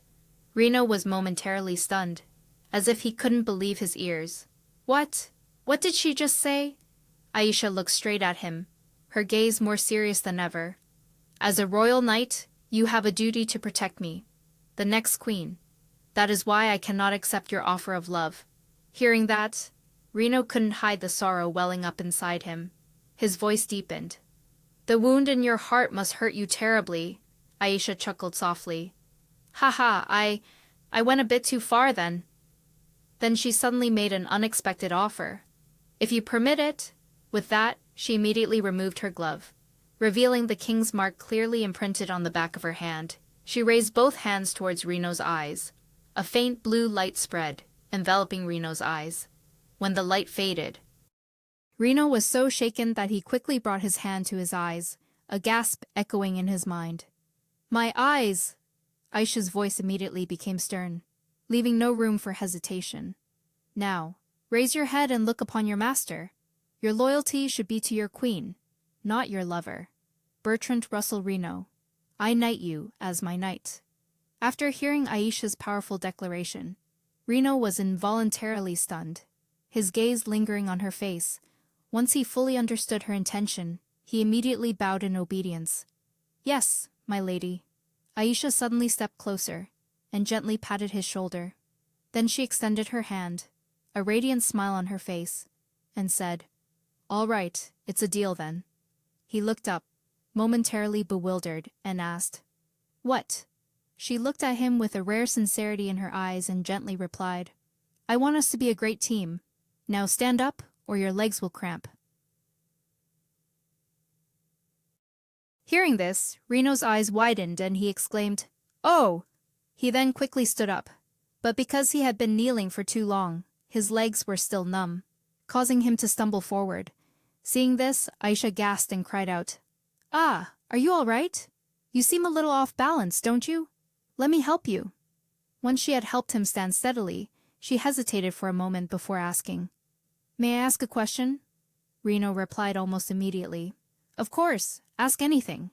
Hearing this, Aisha felt a little awkward, but decided to speak frankly. I know you've attended many balls, but you've never had the chance to dance at any of them, have you? So, if you don't dance, what do you go for? Reno paused in thought for a moment, then gave a faint smile. Well, I just see them as opportunities for social interaction. That answer surprised Aisha. She immediately took his hand, a bright smile lighting up her face. Then I invite you to dance the first dance with me. Reno was a little flustered, stammering. My lady, but... Aisha's eyes crinkled in a smile, her voice full of encouragement. It's all right, it's not that terrible. At least you won't draw as much attention as I do. Saying this, she placed her hand on his arm, then gently pulled him into a spin with the rhythm. In that moment, Reno softly confessed, My lady, you have stolen my heart. What more can I do for you? Aisha smiled resolutely. I do not need your love as a man. I want your loyalty and respect as my knight. I wish to utilize your abilities to my advantage, because I'm about to start a rebellion. Hearing that, Reno was momentarily stunned. Then he let out a faint, honest laugh, saying, Forgive me. But my lady will not find any allies at this ball. Aisha tilted her head slightly, smiling teasingly at him. But I've already found you, haven't I? No sooner had the words left her lips than she unexpectedly slipped, crying out in alarm. Ah! By the time she reacted, she had already fallen into a nearby bush. The two exchanged speechless glances, then she looked up at Reno, bursting into joyful laughter. Ha ha ha ha, what is this? Someone who always acts so arrogant, yet you can't even lead yourself out of a paper bag. Not long after, seeing Reno still with the cloth covering his eyes, Aisha couldn't hide her confusion. Do you really have to wear that again? He smiled gently and replied, I have been friends with darkness for 10 years. Returning to a life burdened only by sighs is no great challenge. But a rebellion must be carried out discreetly, and in a way no one expects. Therefore, I must ensure that no one knows I have regained my sight. So, my lady, are you ready to enter now? With that, the two linked arms and proceeded into the brightly lit grand hall. Leaning against the corner, Reno was still reeling. I can't believe the queen did that in Kathia. Words cannot fully convey my regret. Beside her, Aisha unconsciously touched the mark on the back of her hand. A worry welled up in her heart. Would Ren be shocked to learn the truth? She wondered what kind of expression he would make when she showed him her seal. Just then, Catherine's voice rang out.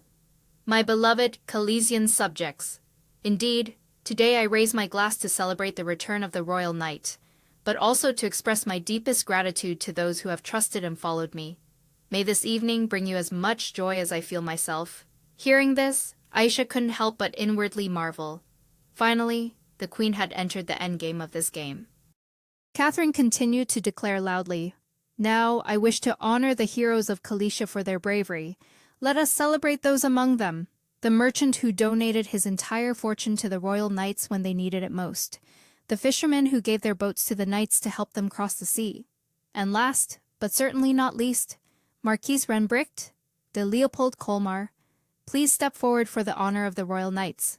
Hearing this, Zen quickly stepped forward, heading straight to the high platform to receive the badge of honor from Catherine. As soon as the ceremony concluded, she continued to declare loudly, And please step forward for the honor of the Royal Knights Healers, Aisha Lindbergh. As soon as she heard her name echo through the great hall, Aisha flinched, letting out a startled, Huh? Her heart pounded, her mind a whirlwind for a moment. Right after Zen. Why me? Why now? Reno immediately leaned close to her ear, reassuring her in a low voice. It's okay. Just go up. I'll take care of everything here. Hearing this, she could only take a deep breath, reluctantly stepping onto the high platform, muttering to herself as she went. All right, I can do this. It's just a small fuss. Nothing major. Just as she placed her foot on the first step, Zen also left the platform, descending on the opposite side. Aisha paused for a moment, turning her head to look at him. At that very moment, Catherine's voice rang out again, calling, Aisha! Making her jump and quickly reply, Yes, yes. She smiled gently, her eyes crinkling kindly, then gently suggested, Please come a little closer. I cannot bestow the badge upon you if you stand like that. Aisha said nothing, only quietly stepped forward. She couldn't help but think to herself, Finally, we meet, my enemy. As if sensing her tension, Catherine chuckled softly, her voice reassuring. Relax, don't worry. Aisha suddenly froze, stunned, thinking to herself, But wait, I didn't know the queen had such a beautiful smile. Just hold still. And the moment Catherine raised her hand, preparing to pin the badge of honor, the back of Aisha's hand suddenly glowed. The unexpected light startled her, and she quickly covered her hand, her mind in turmoil. Why is it glowing? But her expression, she definitely noticed. Suddenly, she had a premonition that danger was about to strike in an instant. Without thinking, Aisha lunged forward, using all her strength to push Catherine to the floor. Just a few seconds later, an arrow, seemingly from nowhere, whizzed through the air, embedding itself squarely in the forehead of a knight standing near the dais, and killing him instantly. The scene immediately erupted into chaos.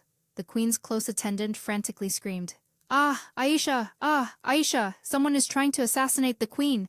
Amidst the chaos, Aisha stood frozen in shock and bewilderment. What the hell? What's happening?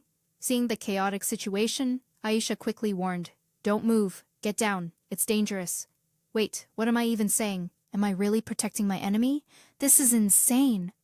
Just then, Catherine's voice rang out, leaving her dumbfounded. Was that you? She excitedly grabbed Aisha's hand. You finally came to save me. She looked bewilderedly towards the panicked crowd fleeing below. What do you mean? Aisha suddenly noticed Louise among them, Lady Louise. A memory from before suddenly flooded back. The warning from that day, Leave the place where I can see you. Only then will your life not be ruined, and will be much more peaceful. Only now did she understand that Lady Louise had known this would happen. She had predicted they would act the moment Aisha stepped onto the platform. But why was even Queen Catherine dragged into this? Aisha then remembered an important point. If she died in the game, what would happen to the unsaved data? She imagined meeting Ren. Aisha blushed shyly. Could it be even this? Even their holding hands, even what was happening now? The thought of the moment he kissed her hand also disappearing. She couldn't accept it, only screaming inwardly. Will everything not be saved and then disappear completely? I'd rather be destroyed than that. Suddenly, something tore through the air, hurtling towards Aisha. She immediately turned, pulling Catherine down with her. Ducking. A gentle voice echoed in Aisha's mind. Goodbye, Aisha. Please take care of my backup data. Everything I experienced here, I will never forget. After a moment, she was surprised. She felt no pain at all. Turning back, she saw that Ren had shielded Aisha with his own body. Seeing him hit by an arrow, she rushed forward in a panic to support Ren. My lord! He decisively broke the arrow on his shoulder with his bare hands. Once done, Ren immediately reminded Aisha, You must get the queen to safety as quickly as possible. She replied, stunned. That path leads straight into the forest. Catherine rushed over in a panic, asking, Ren, are you all right? He tried to suppress the pain. I'm fine. What's more important is that you must get out of here immediately. Follow us. Just like that, Aisha and Ren together protected her from the rain of arrows. The three quickly left the palace, blending into the forest under the dark night. The pursuers were still hot on their heels. They went that way. We must catch them. She noticed Ren's condition was a bit off. Commander, are you all right? Aisha supported him, secretly speculating that if it was an assassination attempt, the arrows would surely be poisoned. She looked at Catherine, who was also helping Ren, and thought Catherine was also worried, so she didn't dare to run too fast. At this rate, Aisha could only sigh. It might sound ridiculous to say she was worried about Queen Catherine, but remembering Harini's, she made up her mind that since it was her choice, she couldn't let anyone else disappear. Aisha directly asked her, Your Majesty, do you trust your humble servant? Meanwhile, the knights continued their search through the forest. The priority was to capture the queen alive, and Marquise Renbricht, who was with her, also had to be captured alive. As for the red-haired girl, she could be eliminated. The captain waved his hand, signaling the knights to stop. He happened to spot Ren and her walking together. Stop, Queen. If you obediently come with us, your life will be spared. Drop your weapons and raise your hands. Aisha supported his back. She swiftly drew the sword tucked at Ren's waist. Aisha smiled confidently, pointing the sword at him. Gotcha. He was not to be outdone, grabbing his own sword and yelling, What a foolish act! If you had escaped alone, you might have kept that pathetic life of yours. It was then that Aisha remembered the original owner of this body only knew how to use a magic staff. Thinking back, Aisha was originally a healer, not someone who ever used a sword. She despaired, tears streaming down her face. Was she really about to face a deadly end right in a dating sim? Suddenly, someone spoke up, interrupting the tense atmosphere between the two. Stop! Aisha turned around and was surprised to see Arthur. That face, she had seen it somewhere before. He tried to support his body, staggering to his feet. Father! She was bewildered as she realized everything. Her father, the former Knight Commander Arthur Bricht, and the soldiers wore the uniforms of the Brick territory. What? He couldn't accept his father doing such a thing? This is treason, he calmly replied. You're wrong, my son. This is called a revolution. Arthur stepped forward, stating that in this country, anyone with a crest could ascend to the throne. Meanwhile, Aisha rushed to support Ren, while he mentioned the Knight Order that had once loyally protected him. Until he launched that foolish war, Arthur persuaded. Come home. You are my right-hand man, and the one who will rule this country with me. Ren clutched his wound, gritting his teeth as he retorted. So what if a few hundred lives were lost? Yet he resolutely grasped the sword on the ground. Ren pointed his sword directly at him. Was Garthia also decided by your judgment, father? His words astonished Aisha. I've always wondered, how could Queen Catherine, who started a war to save a few hundred lives, order the massacre of an entire village for the sake of a single rebel. It was only when I realized that this happened, when you were still the knight commander, that I truly understood. You were the one who caused that massacre. Why, after all, no sooner had Ren finished speaking than he swiftly struck him with a sword. She was stunned and quickly covered her mouth. Aisha frantically ran to support him. Arthur lowered his sword. If only you had been obedient and listened. Feeling Arthur approach, her entire body stiffened. Don't worry, heir to the throne. It was then that he turned his attention to Aisha. You didn't think I'd forget about you, did you? Even with gloves to cover your hands? You can't escape my notice. If only you had died in silence that day, you wouldn't have had to witness this scene. She looked up at him in horror. Aisha couldn't believe it. He was the one who had caused the Garthia massacre. He asked, I only want to ask one thing. Where is the queen? She was bewildered when she heard Arthur shift the topic so quickly. Aisha tried to keep her composure, smirking. While you all were chasing the cloak, she was already long gone. Serves you right? He was unfazed by these words. Wrong, fine. I will personally go find her, Arthur said, raising his sword threateningly, and then force you to face the fate that is rightfully yours. She was terrified by this. Aisha bowed her head and embraced him, closing her eyes, waiting for the sword to descend. Catherine didn't want the two to sacrifice themselves for her, so she stepped forward and stopped. Seeing her determined expression, Aisha thought in surprise. Catherine, I told you to run, so why? She placed her hand on the tree trunk, her voice ringing with resolve. Duke Arthur, our queen is here, so release them. He contentedly sheathed his sword. Indeed, a noble person, one who would never flee when others sacrificed themselves for them. She directly moved past the two. Forgive me, Aisha.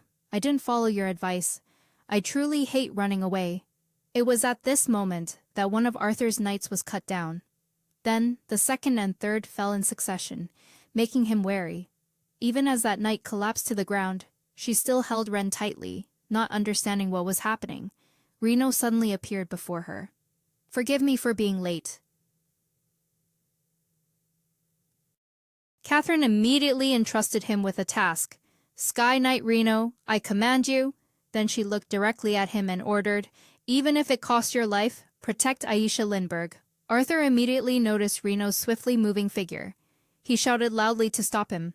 Stop! Next, Arthur used Catherine as a threat. That action startled her. Catherine?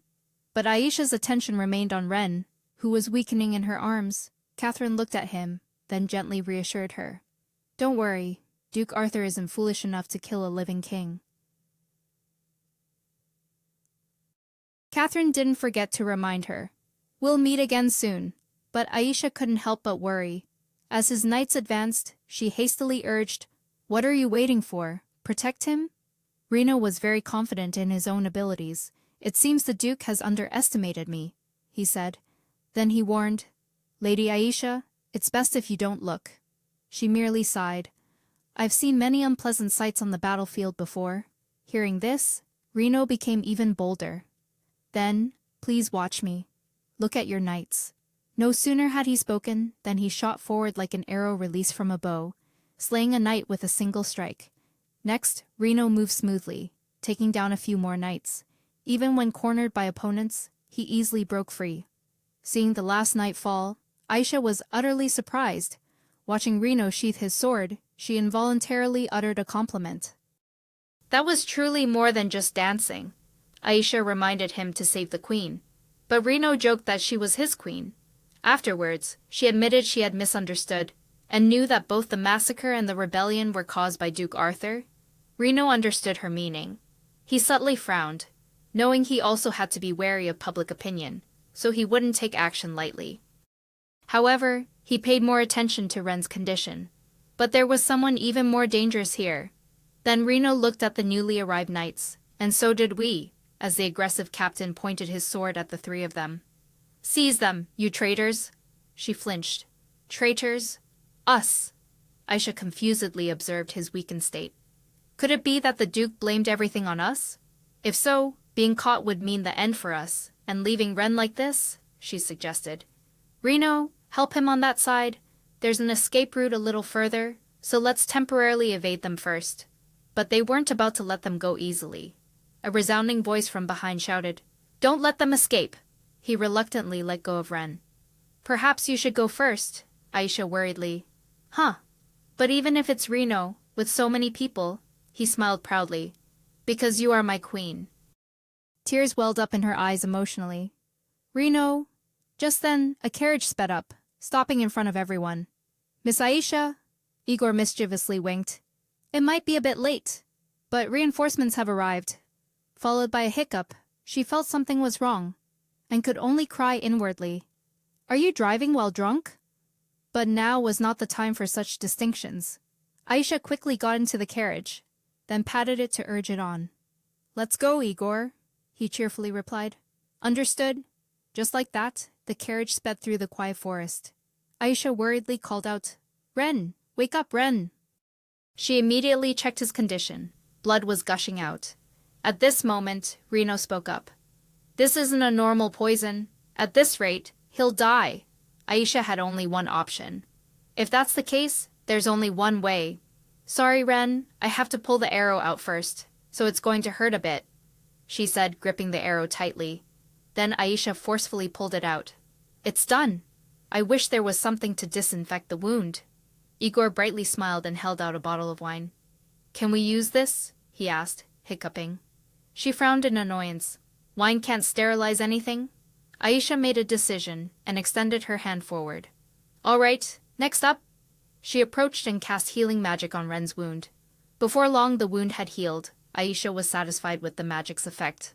"All right, you'll be fine." Seeing him lost in a deep sleep, she instinctively called out, "Ren!" It was then that Aisha suddenly realized. Ren, he was no longer breathing. Reno was startled. "What?" He became panicked. "Oh my God, damn it, what do we do now?" She ran her hands through her hair, equally distraught. "Oh God, wait a minute. I'm trying to remember the first aid course at work." Reno didn't understand. "Work!" Aisha laid Ren down, first making sure he was lying flat. She tried to recall the instructor's words. "When the victim stops breathing, speed is of the essence. Tilt their head back, lift their chin to open the airway, pinch their nose, and blow air directly into the victim's mouth." Aisha moved forward, reassuring herself. "This is purely for the mission. Because I'm an emergency nurse, there's no other way." She brought her face close and blew air into his mouth. After doing so, Aisha scrambled up. "Please. He can't die like this." Next, she lifted Ren's chin and blew air again. While Aisha was deep in thought, he suddenly opened his eyes wide. "The character I like most hasn't even been won over yet. How can I die like this now?" As soon as she saw Ren wake up, she hastily backed away in a panic. "I'm sorry." He slowly sat up, wiping his mouth. "What? What are you doing?" He awkwardly covered his face. "While I was unconscious, you dared to do such a depraved thing." Aisha was dumbfounded, not understanding what she had done wrong. After a moment, she finally understood.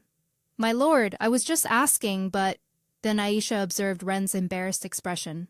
Could it be? Was this his first time? Ren's face was gloomy, his whole being exuding an aura that warned strangers to keep their distance. As he sat with his chin propped on his hand by the window frame, Aisha whispered to Reno, "Hey, Reno, didn't his lordship used to have an ex-girlfriend? Or rather, a fiancé or something?" He'd happily tell a few stories, but I've only ever heard about a few marriage arrangements, never about him actually dating anyone. Ren is naturally a rigid person. Reno also revealed another piece of information. There's even a clause in the Royal Knight's law about maintaining one's purity. She couldn't believe it. Maintain purity. Aisha recalled meeting Ren in his office. Thinking back, the office was simple. And he worshipped the queen like a deity. In her imagination, Ren had transformed into a pure, unblemished person, untouched by worldly dust. She understood now, like a priest. He noticed the two of them. "What are you two talking about?" Aisha startled and turned to him. "Oh, nothing," Ren said seriously. "I have a question. Is the queen currently safe?" She awkwardly ruffled her hair. "Well, she wasn't injured, but she was taken by the Duke," he asked. "As a knight whose mission is to protect the queen, Did you just stand by and watch her being captured by rebels? Ren waited for Aisha's excuse. I'm very eager to hear what reason you'll use to defend yourself. She had no intention of defending herself, calmly stating, I have nothing to justify. He was surprised. What? Then Aisha calmly replied, Nurses always prioritize caring for patients in the most critical condition. I'm just doing my duty. Ren silently scrutinized her. He then touched the wound on his chest. It no longer hurt at all. She flinched. Ren sadly clutched his shirt. Did the queen sacrifice her life force? He wearily blamed himself. To save his subordinates? I couldn't even protect my master, Aisha thought to herself. So you thought Catherine was the one who did it. Thinking back, she didn't know why she felt relieved. If he knew she had once wanted to overthrow the queen and take the throne herself, she wouldn't dare to guess Ren's reaction. She immediately moved closer to him. We have two of Kalisha's strongest swordsmen, you know. Ren closed his eyes and relaxed his mind. Impossible. We won't even make it out of the palace before we're surely caught. If Duke Arthur planned this, then by now he would have already announced a bounty for us everywhere. At this rate, Aisha immediately cut him off. Oh my, hey, don't say such discouraging things anymore. She clasped her hands tightly, trying to persuade him. My lord, you've survived even a plague, haven't you? Your exploits as a knight couldn't be recounted even in 3 days. You even defeated Galgut's army of tens of millions. Aisha tried to encourage Ren. And now you're afraid to run from a mere duke. You can do it. He was a little surprised. I didn't expect you to know me so well, she casually stated. I've memorized the character setting book. After all, let's work together to save Queen Catherine. Aisha smiled brightly. I have a plan. When the carriage rolled up to the soldiers guarding the city gate, the coachman pulled down his hood. Thank you for your hard work, a soldier spoke up. We'll need to check your papers. Then they peered through the window. Igor pressed his face against the glass, giggling. Hick! Oh my, who do we have here? My lovely lady. Lady Bianca, it's been so long since we've had a passionate embrace. Come here, the coachman awkwardly explained. Well, my master has had a bit too much to drink. Please forgive him. The soldier stepped back in surprise. The smell of alcohol. The coachman chuckled in response. We got lost, so it took us a while to find our way out. The soldier reluctantly let the carriage pass through the city gate. Ah, all right then. Hurry along. Aisha relievedly took off her hat. Oh my, she was scared out of her wits. She snapped her fingers, signaling Igor in the carriage. All right, everyone can sit up now.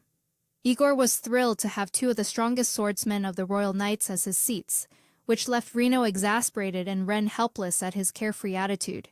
You truly have no shame. Aisha was secretly glad Igor wasn't exposed. While Igor praised her, Lady Aisha, I didn't realize your acting was so good. Then he asked for his cloak back because he was too cold, and only then did she remember. Ah, right. Ren remained aloof, resting his chin on his hand, gazing at the scenery outside. Aisha turned to the side and called, Igor. He was focused on driving the carriage. Yes, she asked curiously. The storyline of Knight Kalisha was supposed to end at the ball, wasn't it? What's going to happen now? He carefully recalled, Let's see, from now on, the story belongs to you, my lady protagonist, Igor cheerfully continued. The storyline is reacting to the variables you've introduced. Hearing this, Aisha was quite puzzled. What do you mean? Igor explained. Because Harini's died, his mother, Lady Louise, hates Aisha. Duke Arthur was also displeased when the queen rewarded a commoner like her. So the two allied with each other. Igor also proposed a theory. If everything had gone according to the original, Harina's wouldn't have died, and Aisha wouldn't have received the medal. Then this rebellion wouldn't have happened. She understood his point, which is why Igor chuckled and continued. This is the disaster you yourself created. She was so annoyed she wanted to punch him really hard. This was like the butterfly effect. Just a small flap of a wing could cause a storm. Just a small flap of a wing could cause a storm. Just a seemingly small change could lead to unforeseen consequences. Aisha's mood became sad, and she felt extremely worried. She recalled the surprising moment she met Katrina, and when Katrina joyfully held Aisha's hand, never expecting it was all because of her.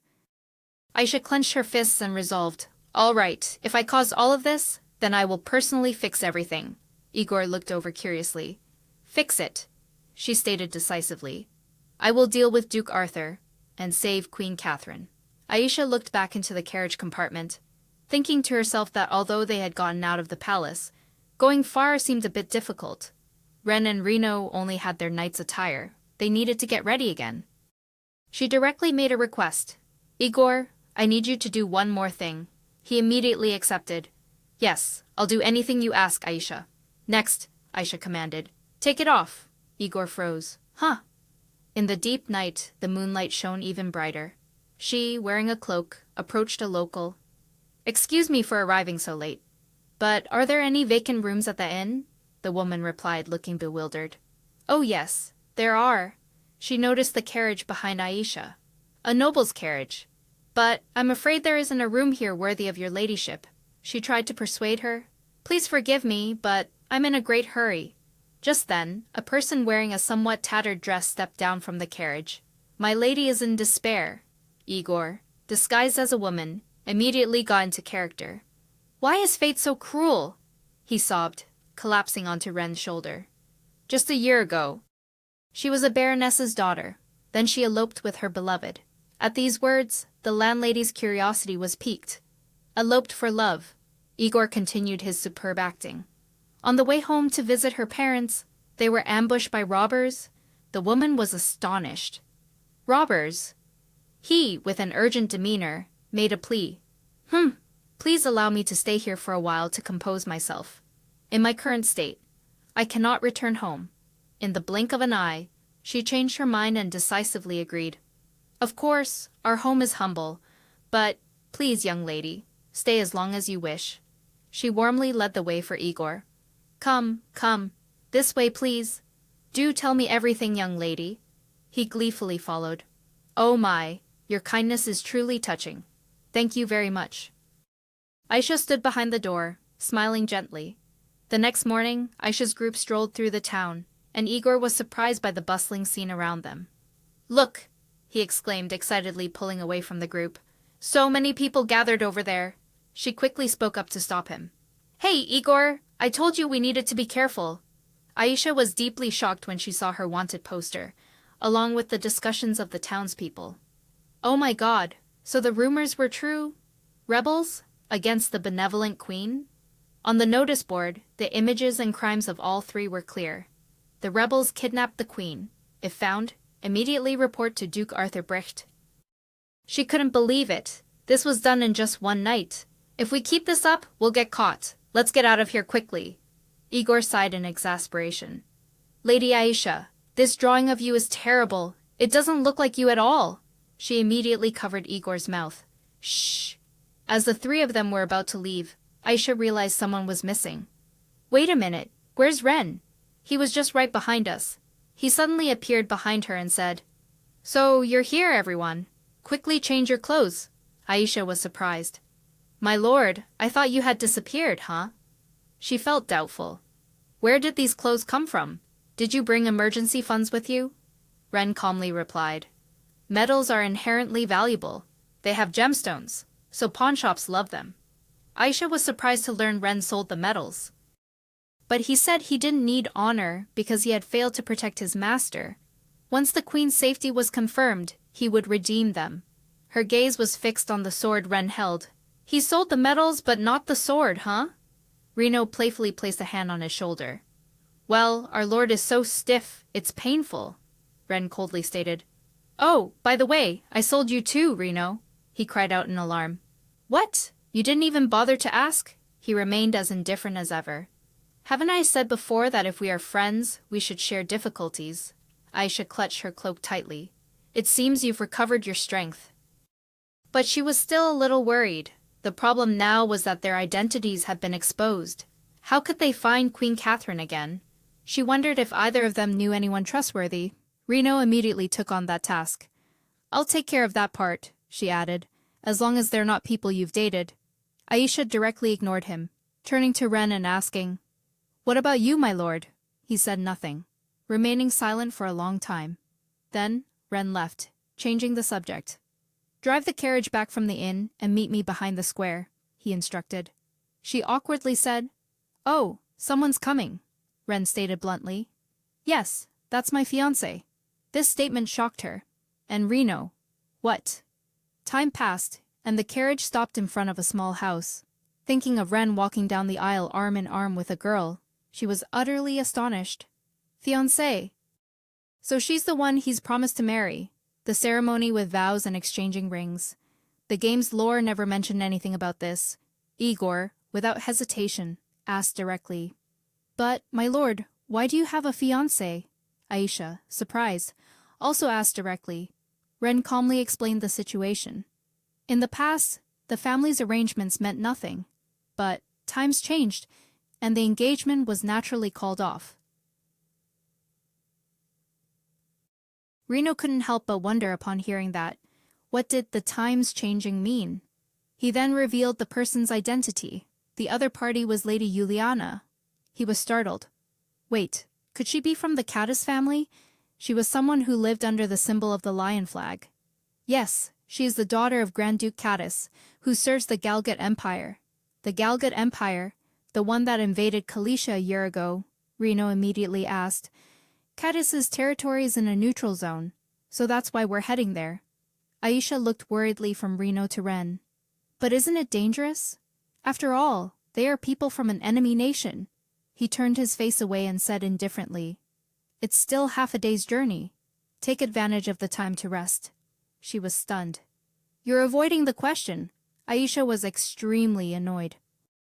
Who could possibly sleep when we're about to enter enemy territory? Not long after, she was leaning on Ren's shoulder, fast asleep, truly sleeping soundly. Suddenly, his gentle voice rang out. "Wake up, Aisha."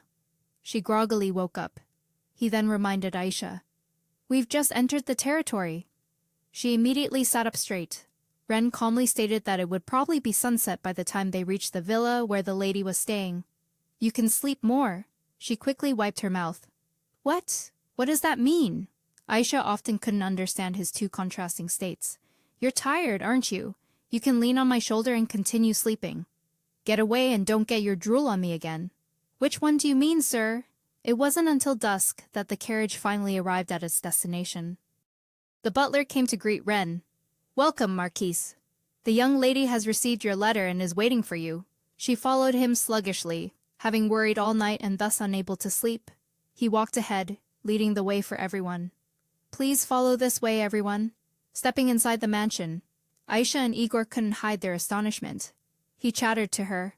"Look, Lady Aisha, this silver candelabra alone is worth a lifetime salary for a nurse."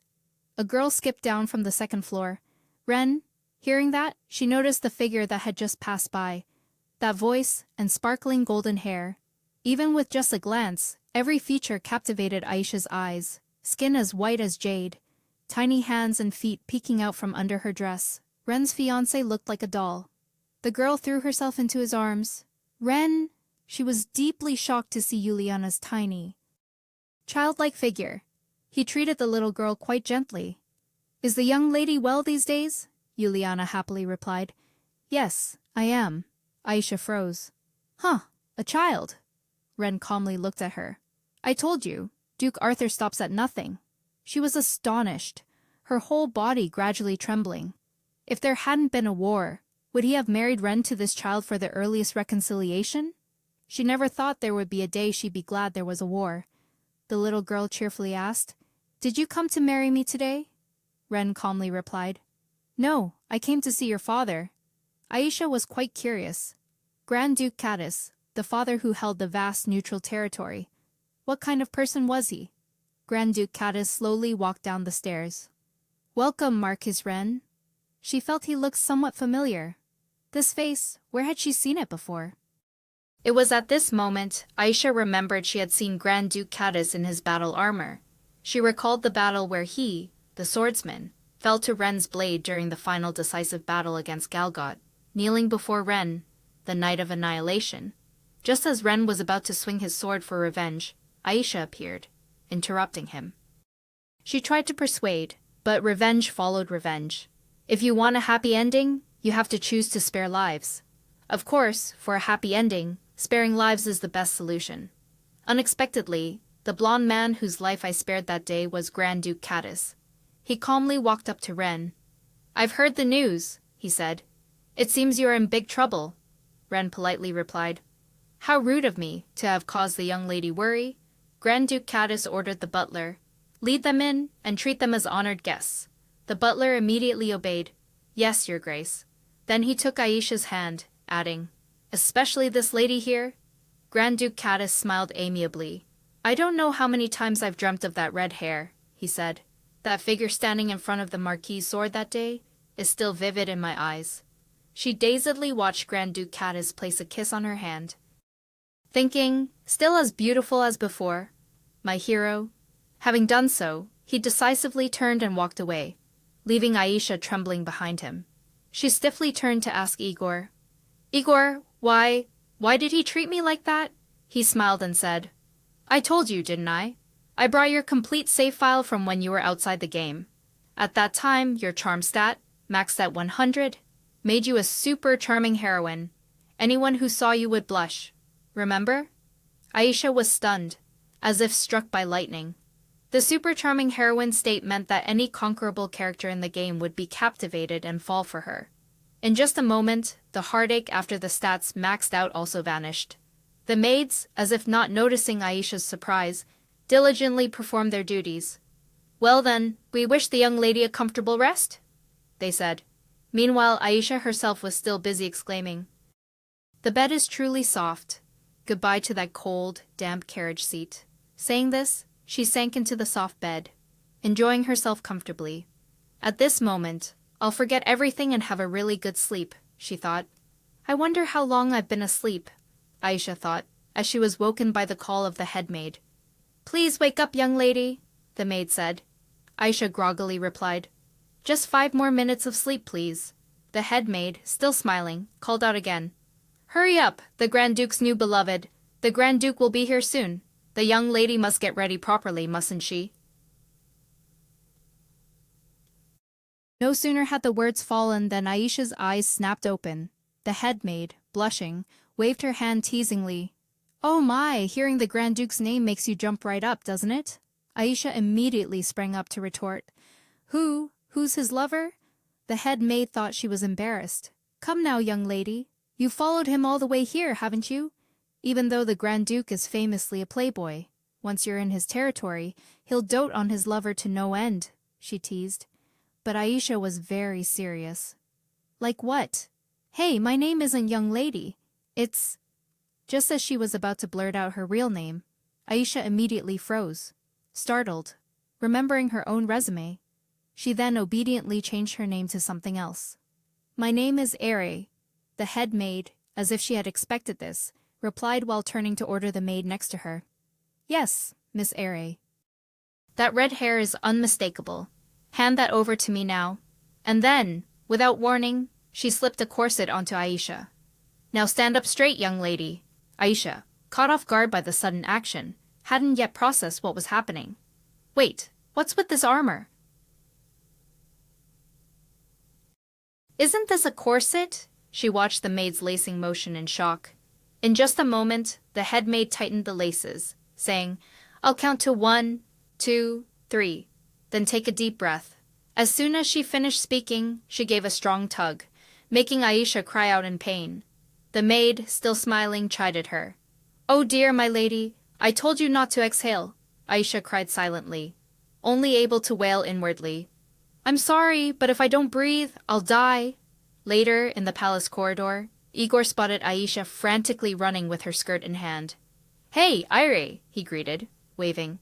"Do you perhaps enjoy running around everywhere in your nightgown?" he teased. Aisha, as if finding someone to complain to, immediately grabbed Igor's collar, her eyes darting as she lamented, "People keep thinking I'm Grand Duke Caddis's mistress."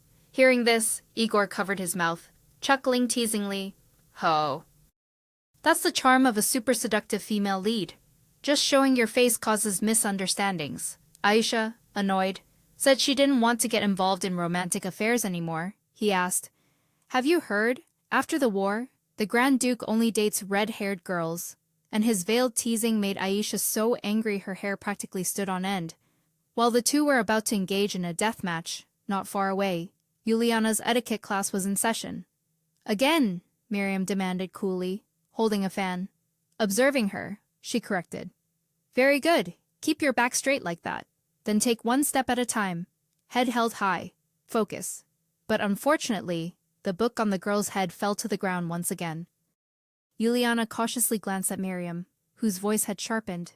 "Young lady," she sternly lectured, adjusting her glasses. "A lady must be proper, always proper. If you can't even manage this little thing, you'll become a disgrace in front of the Grand Duke later." Hearing this, Juliana childishly pouted, and Miriam immediately corrected her. Expressing emotions is also not the business of an exemplary young lady. While distracted, Juliana caught sight of the great battle between Aisha and Igor. The little girl spoke up to ask, "Miriam, you said young ladies shouldn't run and jump, right?" Miriam replied, caught off guard. "Of course, I'm thrilled that the young lady remembers even one thing." But the very next second, the little girl pointed towards Aisha and said, "But that girl over there is running around happily, always in her pajamas." Miriam looked over and was startled. "Huh?" Juliana pressed on with her questions. "And I'm not allowed to raise my voice, am I?" "Oh, her face is steaming with anger, and she's even hitting a man," the little girl recounted innocently, pointing at the two people. It wasn't until Miss Miriam collapsed unconscious that the little girl noticed. "Huh." But that didn't stop Juliana's admiration and curiosity for the chaotic scene in front of her. The most unbelievable thing was that the little girl looked at Aisha with fascinated eyes. "That lady, I really like her," preoccupied with punching Igor. Aisha only then noticed the commotion nearby. When she turned to look, the first thing she saw was Miriam being half supported, half dragged away by a servant. "Huh, what's going on?" Although she didn't know the full story, based on her own recent experience, Aisha made a prediction. "I heard that noble ladies tend to faint because of their dresses." "Wearing something so tight and revealing, it's no wonder you'd faint, Aisha," Juliana had approached without her noticing, surprising Aisha a little. "This girl." Then, as if just realizing something, she hastily corrected herself. "Ah, young lady, if you don't mind, you can call me E." "All right?" Juliana innocently asked. "Why, is Aisha a rebel?" Aisha, seeing how much the girl knew, became flustered. Who said that?" But Juliana calmly rested her chin in her hand. "Father said so, but Aisha is father's hero, and he said you were wronged." With her identity revealed, Aisha didn't bother to explain. Instead, she quickly changed the subject. "Hero, that sounds quite honorable, doesn't it? But are you drinking tea this early in the morning?" Juliana turned to pick up a book and replied, "No, it's an etiquette lesson. It's probably finished for today." Hearing that, Aisha was very surprised. Etiquette lessons, so early. Juliana said she had been studying since she was 4, which surprised Aisha. 4 years old, and studying from morning. "But you still need to play." Juliana remained silent. "Is there anything strange about that?" Aisha tilted her head and admitted, "Of course it's strange. I was 10 and still neglecting my studies." At this point, Juliana's demeanor completely reverted to a quiet, emotionless state. "But I'm not allowed to live like a normal person. Because I'm a precious asset of the Cadiz family. I must guard every word and action, and absolutely must not do anything that would disgrace the family." Every word the girl spoke left Aisha stunned. She hastily asked, "Young lady, who told you those things?" Juliana honestly replied, "The etiquette teacher." Aisha bent down, frowning and bad-mouthing. "Honestly, that person is really mean," Juliana warned. "Young lady, you shouldn't say that." Aisha chuckled. "I'm no lady, I'm just an ordinary person. Don't forget, before being a noble young lady, you're still just a child," she playfully clarified. She suggested, "Today is so beautiful it's almost dizzying. Not playing on a day like this would be a failure of childhood." With that, she casually picked up Igor, who had just been roughed up, adding, "Once you're done studying, come play with us, okay?" "Hide and seek would be perfect right now," Aisha coaxed, though a girl as restricted as Juliana naturally had no idea what such a game entailed. Aisha explained the rules. One person closes their eyes and counts to 30 while the others hide. then the counter has to find everyone. Even Igor seemed interested upon hearing it. Oh, that game is a lot of fun. Casually, Aisha immediately decided Igor would be it. Igor, you're the counter for the first round. Okay, start counting 30 seconds. Hearing this absurdity, Igor got angry. Why me? That's not fair. But of course, no one cared. Come on, Aisha teased, pulling Juliana's hand and running away.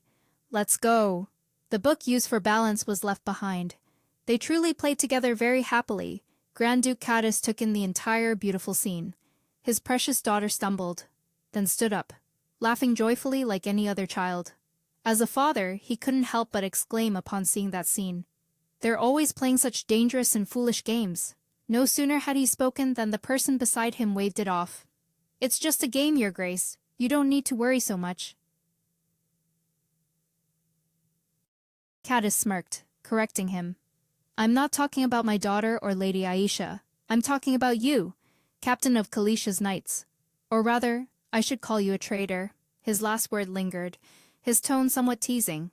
Cadiz then sighed, as if for Ren. It's truly surprising, for having crossed swords with you. I know you're not the one responsible. But, can I trust you, and entrust everything to you? Ren didn't answer, but turned his head to look straight ahead. There Aisha and Juliana were still engrossed in play, rolling around on the ground, creating a truly idyllic and beautiful scene. He replied, What I believe in is your knightly spirit, Your Grace. Looking at Juliana's smile, he changed his tone, half mocking. Clearly there's still a worthy place to return to, yet you claim you must atone for failure with death, for a self-respecting knight. That debt of life is truly the greatest disgrace. Ren spoke as if rebuking Cadiz to his face. I'm ashamed to have to repay that debt in this manner, but I ask for your leniency. Catching the derision in the other person's words, Cadiz, on the contrary, wasn't angry. He merely smiled and offered, That debt from that day still haunts me every night. Come to my salon. A concert is about to begin. Ren immediately understood that if it was a concert, it was actually the secret casino in the Grand Duke's private salon. He flatly refused, as gambling was strictly prohibited within the knight's order. This time it was Cadiz's turn to mock. I knew you'd say that. While people like you hesitate, others have already taken what they want, just like your father did back then. It's better if you don't trust me, Marquis Ren, because just as you once lost your master, you could lose many more things. He left behind a cryptic remark before leaving. As the child's father, Cadiz's sudden appearance before Aisha and Juliana was not unusual, seen from a distance. The two of them were as close as if they were truly a happy couple, and Ren took in that entire scene. He frowned and asked Reno if he had investigated.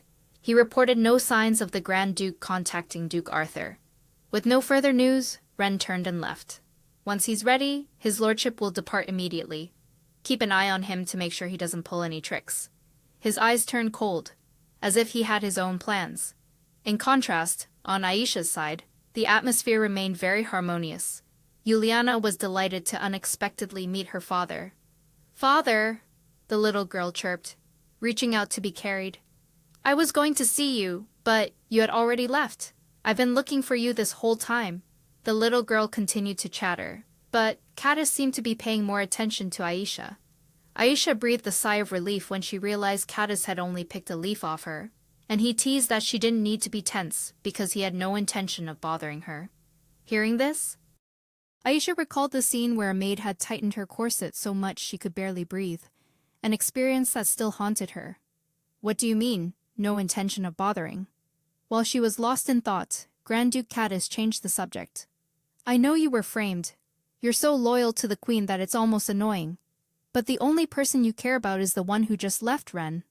Don't tell me you've been watching him this whole time. If someone were to misunderstand, anyone looking would think we're being intimate. Startled, she unconsciously blurted out, Huh, that's not it. Cadiz, still with his polite smile, tilted his head and asked, Not what? Realizing her blunder, Aisha quickly waved her hands. This is about me staying here. If it's discovered that your grace is sheltering us, it would be a huge bother. I'll leave immediately. Hearing about her leaving, Cadiz, on the contrary, remained very calm. When Aisha grew more flustered. That, we'll see, as long as it doesn't bother the Grand Duke. But Caddis pressed on. And where will you go? Aisha was speechless, her body backing up until she hit the edge of the pond. Caddis's oppressive aura enveloped her, but his voice remained steady. You've been a disturbance. Thanks to you, I couldn't sleep last night. Desperate, Aisha used Juliana as a shield. My lady, you must prepare to have some private time with the Grand Duke. I shall take my leave now. But fate had other plans. Juliana extended an invitation. Don't go, Aisha. She was momentarily stunned. Pardon? Juliana smiled and expressed. I really like it this way, father. Aisha and I are just like a family. But when those words reached Aisha's ears, they turned into, wait, that 100 charm points? Even a 10-year-old child is affected by it. So, in a way that was voluntary yet forced, Aisha still attended Juliana's tea party. No, Aisha, when pouring tea, you shouldn't bend over, the little girl corrected Aisha in her childish voice. See, you moved. That's why the tea spilled onto the table. Hearing the scolding, Aisha smiled helplessly. How did things turn out like this? But I have no other choice. When pouring tea, you must place the cup close like this. Juliana continued to instruct enthusiastically. Seeing the little girl's focused expression, Aisha's heart softened for a moment, thinking, so cute. And she unconsciously obediently replied, yes. Also, while she wasn't paying attention and tea water got on her hand, Grand Duke Caddis thoughtfully wiped it for her. Oh dear, is the water hot? Aisha was startled. No, it's fine. When she composed herself, what caught her eye was Caddis's extremely polite smile. And without warning, he suddenly asked, how do you plan to survive when you're being hunted like a traitor? You know better than anyone what kind of person Duke Arthur is. He said, perhaps staying here is the safest for you. He expressed this sincerely, completely oblivious to his daughter who was struggling to make tea. Aisha understood what he was saying. Do you mean I shouldn't go anywhere? She asked, secretly annoyed, then replied, on the battlefield, I have never faltered because of danger, Caddis retorted. For you, lady, this is also a war. In that case, this time I want to stand by your side, he declared. To be more convincing, Caddis analyzed, you already know. Duke Arthur is placing all the blame for the war on Queen Catherine. Because Gelgot was not the one who invaded without reason, I know the real reason the war broke out. And that is also how you, lady, can clear your name. He spoke as if he himself was directly involved in that crisis. But just then, the butler unexpectedly interrupted the conversation. Grand Duke, excuse me. A guest arrived, and as soon as he heard, Caddis immediately stood up and left. We'll talk later. But to her surprise, Aisha quickly stood up. Wait. She understood clearly that even if it was just a probing remark, if it was true, she asked seriously, so when is later? Seeing her expression, Grand Duke Caddis Raver was very pleased. Tomorrow evening, I will arrange a meeting. Will you come, young lady? Aisha was a little startled.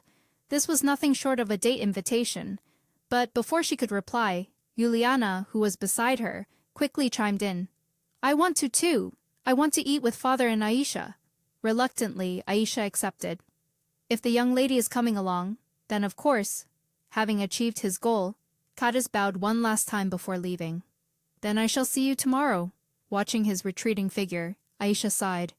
The Grand Duke is always so busy, isn't he? Juliana nodded, sipping her tea. Yes, he only returns to his domain for a few months a year. Mentioning Grand Duke Caddis, the little girl's voice became noticeably sad. There are many important matters to handle. The last time he went to battle, he told me not to wait. If he didn't return, it would be an honorable death for a knight. For him, honor is the most important thing, Juliana recounted, lowering her head. When mother passed away, he also told me not to cry, but in truth, he was the one who cried the most. Someone like father wouldn't have returned if it weren't for Aisha, and I want to thank you, the little girl spoke with utmost sincerity, which quickly melted Aisha's heart. Milady, she added, but if Aisha becomes my stepmother, I'd be very content. That suggestion sent shivers down Aisha's spine. Don't say such terrifying things, even if you're just joking. That evening, in his study, Caddis sat in silence. His conversation with Ren that afternoon kept haunting him. "What I believe in is still your knightly spirit." "A knightly spirit!" Caddis blurted out, startling the butler who was giving his report. "Sir!" He quickly waved it off. "It's nothing. Continue your report." The person beside him continued. "It seems Duke Arthur has been preparing for a very long time. Most of the nobles have already sided with the Duke. The Queen's current disappearance has also caused the reputation of the royal guard to plummet, as Renbricht is being blamed as the mastermind." Caddis seemed surprised to hear this. "But I heard he used his own body to shield the arrow," his subordinate explained. "They say he saved his lover who was standing on the platform." It was Aisha Lindbergh. The name made Caddis flinch slightly. After a moment, he covered his face and chuckled. "It seems their knightly spirit is even stronger," the butler beside him continued. "They say the two even met secretly in the office, not bothering to hide anything. They're causing such a ruckus because their marriage is being prevented due to their differing statuses," Caddis stated confidently. "It must be the Countess behind these rumors." Saying this, he reached for a piece of paper on the table and ordered, "Find nobles with territories, but not overly prestigious families." The butler wondered, "Shouldn't we give them to Duke Arthur? He could use them to produce an heir?" Picking up Aisha's profile, he smiled and said, "Given the current situation between the two countries, taking risks is impossible. I don't need anything more." Saying this, he burned the paper and said in a low voice, "What I want is already firmly in my grasp." Caddis released the ashes, leaning back in his chair. Behind him, a portrait of a red-haired woman, identical to Aisha, hung with great solemnity. Under the tree, Reno stood with the maid who had woken Aisha up. She probed, "That person is the Grand Duke's capable right-hand man, yet he had to travel all the way to the capital, Kalisha. What do you think it's about?" Reno looked down at her, raised an eyebrow, and smiled, replying, "Who knows?" Hearing this, the maid covered her mouth and chuckled, lightly hitting his shoulder as she said, "Oh, stop pretending. It's all because of our handsome traitor, isn't it? Just listen to the rumors swirling about you in the capital." At this, she dropped her smile and looked at him seriously. "I hear they're searching for nobles with territories near the capital. Heavens, if these things slip out, heads will roll." Suddenly, Reno reached out and caressed her face, leaning in close and saying seductively, "Lose such a beautiful neck as this. What a waste." Reno leaned even closer, his voice cold as he warned, "Your words won't get out, as long as you know how to keep your mouth shut for me." Looking at his handsome face so close to hers, the maid shyly pushed him away and chuckled. "Oh, really? You certainly have a way with words." Reno smiled and asked, "So, the Archduke will be absent tonight, won't he?" The maid replied without much thought, "Yes, it seems he has an appointment." Hearing this, Ryan secretly analyzed that if he wanted to know more about the nobles, with territories near Kalisha, that was the only way. Thinking so, he linked arms with the maid and returned to the palace. "Shall we go then, lady?" Elsewhere, Aisha and Juliana were playing tag in a field of flowers. Aisha smiled brightly as she chased after her, calling out, "Wait, lady!" Juliana, too, smiled brightly in her heart right after. She quickly caught the girl, hugging her happily and saying, "Got you."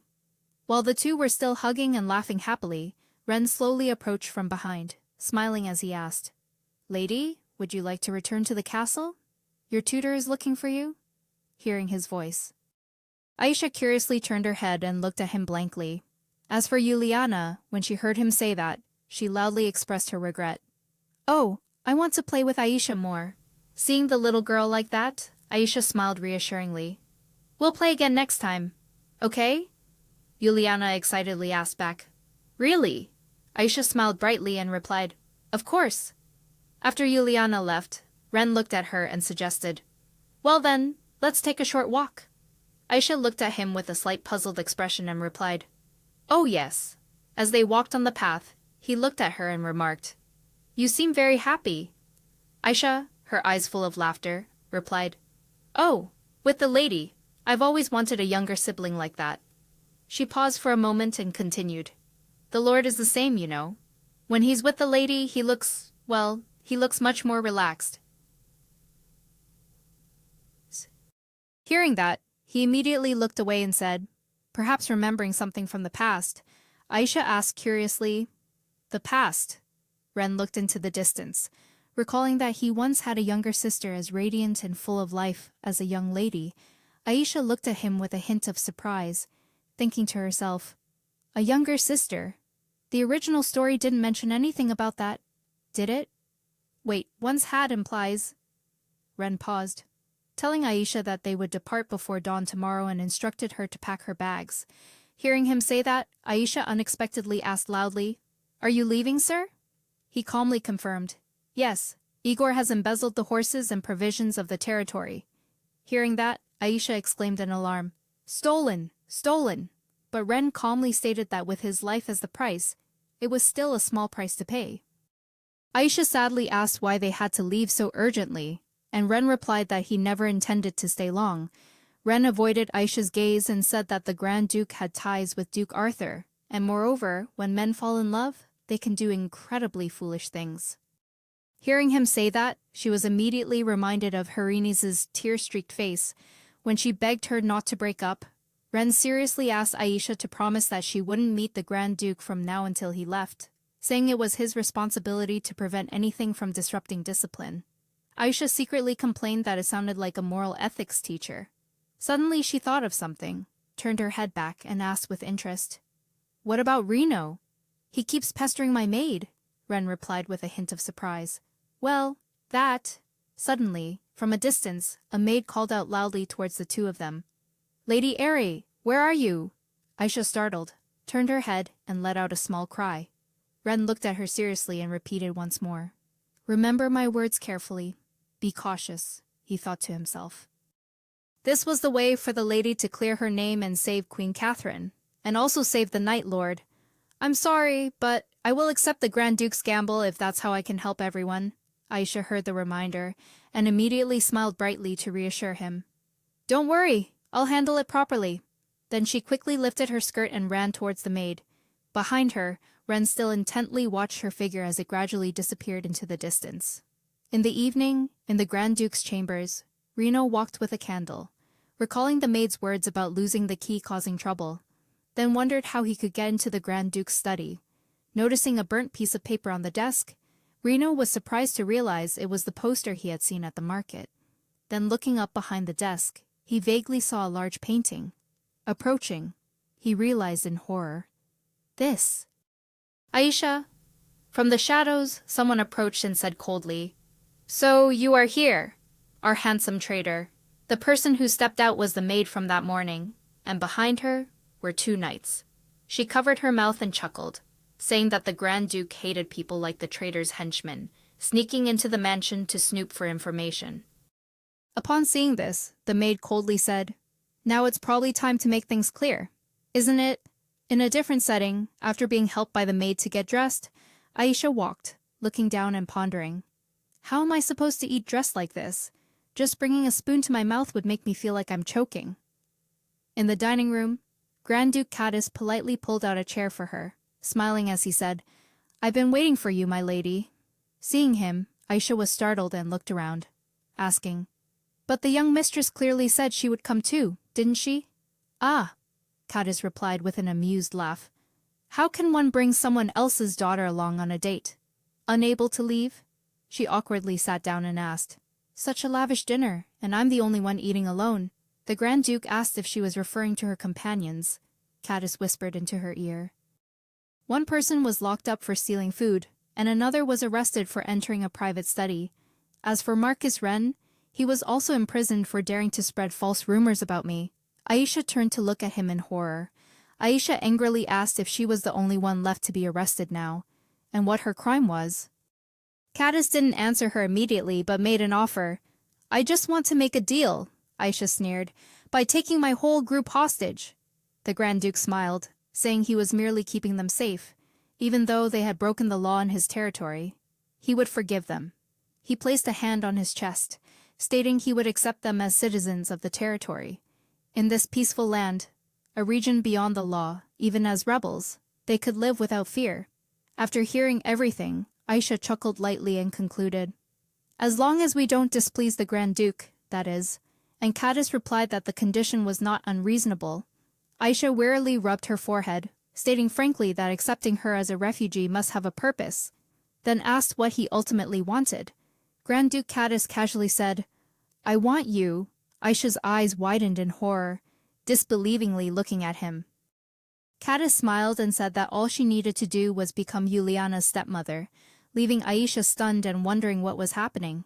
Seeing Caddis smile, Aisha tried to compose herself, reminding herself to think rationally because she was a modern person and couldn't use her fists against someone who called threats a negotiation. A pre-modern individual. Aisha reluctantly smiled, saying that given Grand Duke Caddis's status, a knight of the Galgut Empire, this marriage was no trivial matter. Caddis casually stated that in his territory, outside gossip held no meaning because he was the law there. This made Aisha uncomfortably think, "So, you mean you can do whatever you want?" Caddis, seemingly oblivious to her thoughts, continued to speak with relish. "Of course, your comrades' lives might be difficult to sustain, but what if I say they are newly recruited servants? As for the Slaughter Knight, with his strength, he'd surely be suitable as a coachman. Oh, and as for you, I will treat you as the mistress of this place."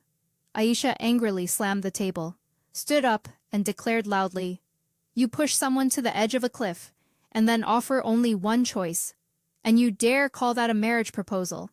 I'd rather live the rest of my life in prison. Isn't that answer clear enough?" The moment she finished speaking, Grand Duke Caddis's face darkened, and he said coldly, looking at her, "You still have a chance to retract those words. I will not show leniency a second time. Sit down." Aisha angrily walked straight up to him, slammed her hand down on the table, and yelled, "Leniency, that's utterly shameless!" Facing his threatening gaze, she continued defiantly, "Leniency is only used when releasing enemies on the battlefield." It seems the Grand Duke learned no lesson from that leniency. 2 knights from outside, hearing the commotion, immediately entered and seized her arms. Only then did Caddis speak coldly. "Perhaps this proposal is a bit too sudden." Caddis stood up and looked down at Aisha, threatening to take her where she wanted, telling her to think carefully if she was truly ready to live the rest of her life there. Reno was sitting pensively in a corner of the prison cell. He immediately looked up when he saw Ren.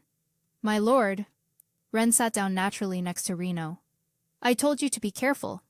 Reno chuckled and asked, "Then why were you arrested and brought here, my lord?" Ren replied, "Because I didn't know where you all disappeared to, and they seemed like they would lead the way, so I just followed." Reno burst out laughing. "You speak so casually, but Aisha is nowhere to be seen. We can't let her be alone with the Duke. It's very dangerous. I've been to the Duke's private study, and there's a very large portrait hanging there. It's a portrait of Aisha. My lord, your future father-in-law is not normal at all." Ren gently reassured Reno. "Aisha will be fine, because I've witnessed it. I understand that clearly. Unless she angers the Duke to the point of being expelled, that's different." Reno flinched at the casual remark. "Ren, how can you still joke at a time like this?" Ren bowed his head and lowered his voice. "Now that I've found you all, I should also rest a bit. The night is still long. You should also rest like that person." Referring to Igor, who was sleeping soundly beside them, Ren closed his eyes and thought, "Yes, she'll be fine. I know it, because I've been watching for a very long time." Memories of the past suddenly flooded back. Harina's had once said, "Clearly, the enemy is deliberately trying to draw us into a war of attrition." Reno continued, "Prolonged engagements with the enemy are causing troop morale to gradually decline. Kalisha and Galgot, the third Great War." Harines agreed. "I agree with Sir Reno's assessment. The collapsed mountain range has cut off the supply lines, making it extremely difficult to secure rations." Ren thought pensively. "In this unfamiliar land, there is no way back. We have had to maintain a state of vigilance against surprise attacks for several days straight. Just then, Helios rushed back from outside. "My lord," Ren sternly reminded Helios, "you instructed that no reports would be received during the meeting," Helios said softly. "I apologize, but this is an urgent matter. Critical by the minute. Perhaps you should go and see for yourself." The matter became clear. The urgent issue concerned Aisha, ensuring hygiene and safety. She was up in a tree. Continuously ensuring hygiene and safety, Helios gaped, while Ren quietly asked, "What on earth is she doing?" He replied, "According to what they themselves said, it's called high ground defense," Ren repeated, puzzled. "High ground defense," Helios explained. "They requested to isolate the wounded soldiers to prevent infection." Ren glanced at Helios, thinking that was a reasonable request. "Is that all?" Helios awkwardly said. "There's more." They also proposed deploying soldiers awaiting orders to do laundry. Everyone present was shocked by Aisha's proposal, Helios explained. Apparently, this is a task no less important than caring for the wounded. If, in an isolated situation, pathogens spread, they would be completely helpless. But it seems there's a severe shortage of manpower. Harenes volunteered to participate first to set an example for the members, and Reno also asked to join, preferring to have something to do rather than stand idle. Although there was no immediate combat, this was still wartime, where the situation could change at any moment. Nevertheless, it was a rare day when everyone looked up together to admire the beautiful sky, something they had long forgotten. This became a strange anecdote in the Third Great War between Kalisha and Galgut. Galgut soldiers surrendered proactively for the first time, and a massive amount of laundry dyed the entire river red. Throwing diseased animal carcasses into enemy territory was a long-standing tactic, so the Galgut soldiers downstream thought their position had been exposed and raised the white flag the next day. Any royal knight, no matter how fierce the wars they had experienced, would burst into laughter when recalling the story of that day. That stream of memories was interrupted by a sound caused by Grand Duke Caddis in the present. Ren opened his eyes and listened as Grand Duke Caddis said, "Escort the rebels back to Kalisha. Get up. It's still a long way." Ren looked up at him. "What about Aisha?" Grand Duke Caddis replied. "That's not something you need to know." Ren sneered. "I can tell just by looking at your face. She refused the offer. Didn't she? I'll tell you why Aisha refused the Grand Duke's offer. Because my members are not afraid of defeated foes." Grand Duke Caddis was stunned. "What did you say?" Ren continued. "I already told you. Aisha only survived thanks to the enemy's pity, so she isn't afraid of the words of someone who merely scrapes by." Caddis angrily scolded him, saying he didn't know his place, was just like a stray dog that had lost its owner, and even if he returned to his homeland, he would only be waiting for death. Ren remained calm to respond to Grand Duke Caddis's provocation. "You must have been looking forward to this. When the only swordsman who ever made you taste defeat vanishes, that indelible shame will also be erased. But is that truly the case? No, you will forever be the defeated one." Grand Duke. Caddis gritted his teeth and ordered the soldiers to untie him and take him to the arena. The soldier hesitated for a moment. Grand Duke. However, he didn't care what the soldier wanted to say. For someone who didn't know his place, he needed to be taught a clear lesson. Igor could do nothing but shout Ren's name. "My lord," Ren reassured him. "Don't worry, in another cell." Aisha was also being held captive. Sigh, oh heavens. Aisha sarcastically remarked that a land-owning, widowed nobleman, obsessed with her to the point of infatuation, had fallen into this game of imprisonment. An indelible shame for the past 10 years. Aisha thought to herself that since Caddis had captured Ren, Reno, and Igor, there was no way to escape. Just as she turned her head, Aisha heard someone shout, "Young lady!" It was Yuliana's voice. "Get out of the way!" A soldier blocked the girl from entering. "No, the Grand Duke has ordered that no one is allowed." The girl immediately kicked his leg. "Ow!" Aisha softly called out. "Young lady," Yuliana loudly declared. "When my father is absent, I'm the master of the Caddis family, so anyone who dares to block my way must get out before being punished for treason." After saying that, the girl quickly approached the cell door and called, "Aisha!" Juliana apologized, saying she hadn't expected her father to do something so foolish. While Aisha quickly reassured her that it wasn't her fault, Juliana shook her head, her eyes welling up with tears. "No, it's my fault, Aisha. I said I wanted you to become my new stepmother. I accidentally said that, so—" Aisha froze. "My lady?" Juliana wiped away her tears and quickly told Aisha to run. "I've already prepared the carriage. You'll reach the town by day, so—" Aisha smiled, thanking Juliana for her concern, then apologized to the girl. Aisha said she couldn't escape alone, and asked Juliana if she knew where her comrades were being held. Juliana led Aisha, explaining that there was a dungeon to the north, where they were likely being held. Aisha nodded. "Then let's head that way." As soon as she looked down at the training ground through the window, Aisha was startled. Aisha gasped when she heard the clang of swords. Looking closer, she saw Ren and Grand Duke Caddis fighting each other. Ren coldly stared at his opponent.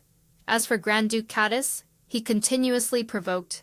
"There are no rules in this arena. There is only one thing. The match won't stop until someone dies." Ren showed no fear or hesitation at the threat. As for Grand Duke Caddis, he continued with all his belligerence. "Finish him, Renbricht. If you have enough courage." Caddis's words made Ren's blood boil.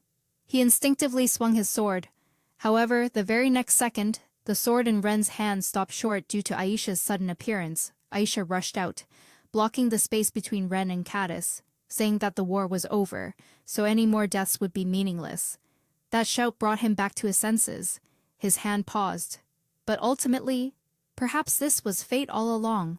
Because war could never be taken away from this person. Grand Duke Caddis glared at Ren, saying, "Fighting like this, it'll be hard to survive. Try a little harder, Knight of Slaughter. Now there's no one to pour cold water on your head anymore. If it were Reno, he'd probably find a way to escape from prison himself." Thinking of that, Ren seemed to gain strength. He swung his sword down, aiming directly at Grand Duke Caddis. But Caddis dodged and counterattacked unexpectedly. Ren said coldly, "Fighting like this, it's hard to win, Grand Duke." Caddis was defeated by Ren. He trembled and fell to the ground. Then I just need to buy time until then." Suddenly, a piercing scream echoed from somewhere. "Stop!" The very next second, cold water poured down from a high floor, drenching both men below. Ren seemed to have experienced this before, but Grand Duke Caddis was completely the opposite. "Ah, it's so cold. What the hell is this?" From a castle window, Aisha shouted down, "Snap out of it, both of you." "The war ended ages ago. What are you still fighting for?" Both looked bewildered. Ren stared at her in shock. "What?" Aisha became flustered. "Is it too far to hear clearly? Have you two forgotten everything? The war ended a long, long time ago." Ren casually replied. "Excuse me, but I didn't quite catch that," Aisha yelled again. "Talk. Use your mouths to converse." Finally, Grand Duke Caddis understood Aisha's meaning. He grinned. "Knights converse with swords," Aisha thought irritably. "What the hell are they saying? You're a Grand Duke, aren't you ashamed?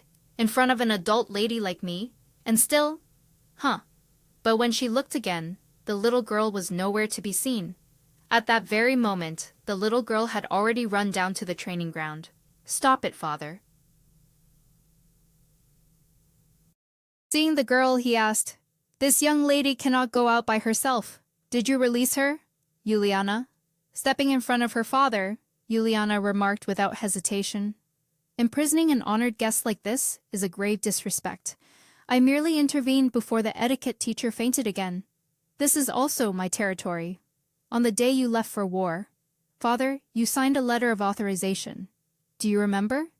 You also said that if anyone dared to disrespect me in your absence, they should be immediately executed on the spot." Hearing that, Aisha's heart pounded. "No, this cannot be," Juliana warned. "If you continue to fight and damage the honor of the Caddis family, I will send a letter back to the homeland, requesting a trial." Grand Duke Caddis interrupted Juliana. "Listen, daughter. On one side is a knight of the Galgut Empire concealing a rebel. And on the other is a knight who personally beheaded a rebel as an example. Whose honor do you think will fall to the ground?" Saying this, He pointed his sword towards Ren. This battle is for the glory of the Caddis family. Come, continue. Marquis. Seeing that the situation was not looking good after her earnest persuasion, Aisha immediately shouted, Wait, stop right there. Wait for me to come down. As soon as she reached the ground, she said, The proposal you made last night, I accept. Caddis was delighted by Aisha's announcement, but she suddenly added, However, let's gamble. If I win, you must release everyone. No need for swords. We'll decide the victor with the Duke's favorite betting game. Okay. Duke Caddis led everyone to the card room reserved for the elite. Please, have a seat. This place, known as the Noble's Lounge, was in fact a recreational playground for the affluent nobility, or, to put it bluntly, a casino. While Aisha was still pondering, Duke Caddis quickly pulled out a chair for her. Milady? Aisha glanced at Duke Caddis for a moment, then casually walked around him to sit in the opposite chair. Caddis cleared his throat and introduced the Imperial Licensed Notary Public, who was there to preserve evidence and ensure the winner's rights. Aisha confidently stated she wouldn't go back on her word, and the notary invited everyone to begin. Just then, Caddis's soldiers brought Reno and Igor in. Aisha turned her head to look at him with sorrowful eyes. Duke Caddis began to introduce. Originally, a concert requires 30,000 gold in sponsorship, but considering your current situation as fugitives, I will be flexible and overlook it. Yuliana, standing nearby, was also worried for her. 7 poker is a game where 7 cards are chosen from among the poker variants. Hearing the rules, she secretly smiled. A mini-game in the Knights of Kalisha, only appearing at special events. I've played it a few times to earn extra money. Caddis said that, according to Aisha's suggestion, the bet would not involve money. If he lost, he would release one person, and if Aisha lost, she would become Yuliana's stepmother. Aisha nodded, confirming she had promised as such. Caddis thought that was unfair, considering she was only betting herself. While he had 3 hostages, Aisha retorted loudly, Who said it was a single game? Each time I win, you release one person. That's all. And as you said, my stake is only myself. So I will voluntarily give up my advantages one by one.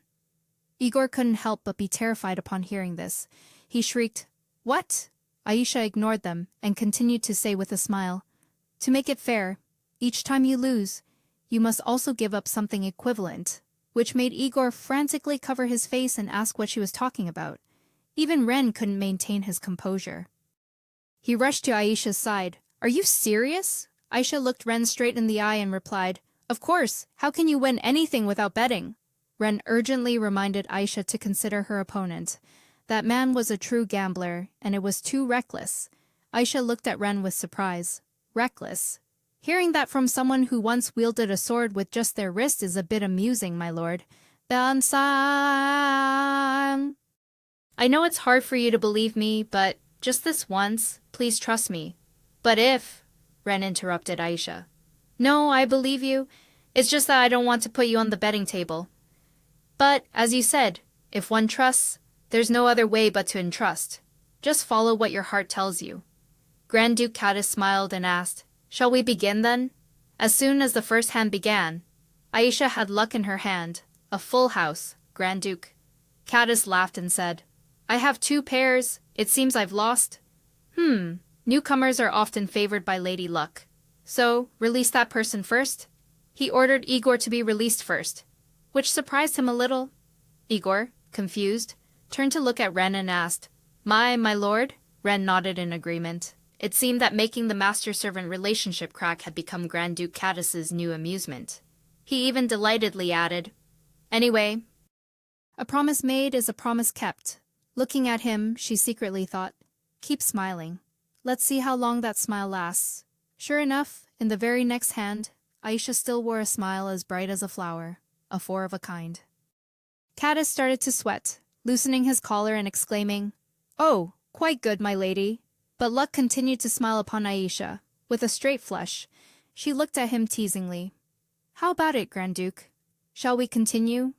Despite grimacing from the loss, Caddis tried to save face. Let's continue. Aisha, smiling brightly, thought, That's more like it. I've been waiting for you.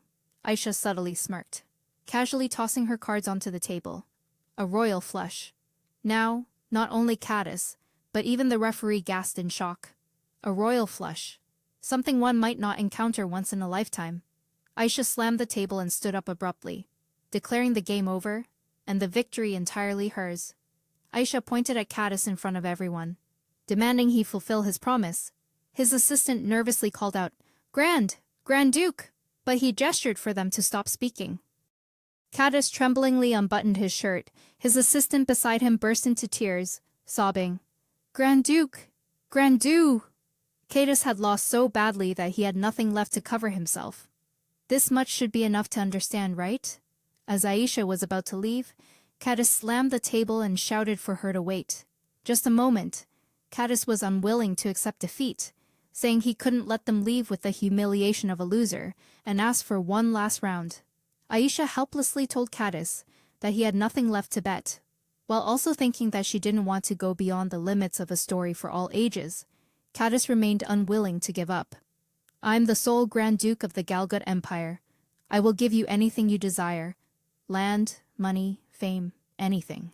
Aisha secretly glanced towards Juliana, who was looking sad behind her father. Aisha reluctantly agreed. All right then. You said you'd give anything, didn't you?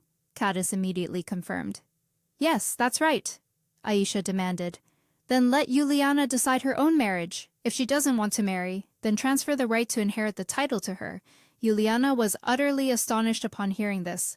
Aisha slammed the table and asked, Notary, has it been recorded? The notary replied, Yes. Then the final round begins. Caddis trembled as he held his cards, unable to hide his fear, then asked Aisha, Well, do you want to continue? Aisha smiled and replied, Of course, raising the stakes isn't bad, is it, Grand Duke? She didn't forget to taunt. It's rude to keep a lady waiting, which made Caddis curse under his breath in anger. He slammed his cards onto the table and declared he was folding. At this moment, the notary announced that Caddis had a 3 of a kind, while Aisha only had trash cards.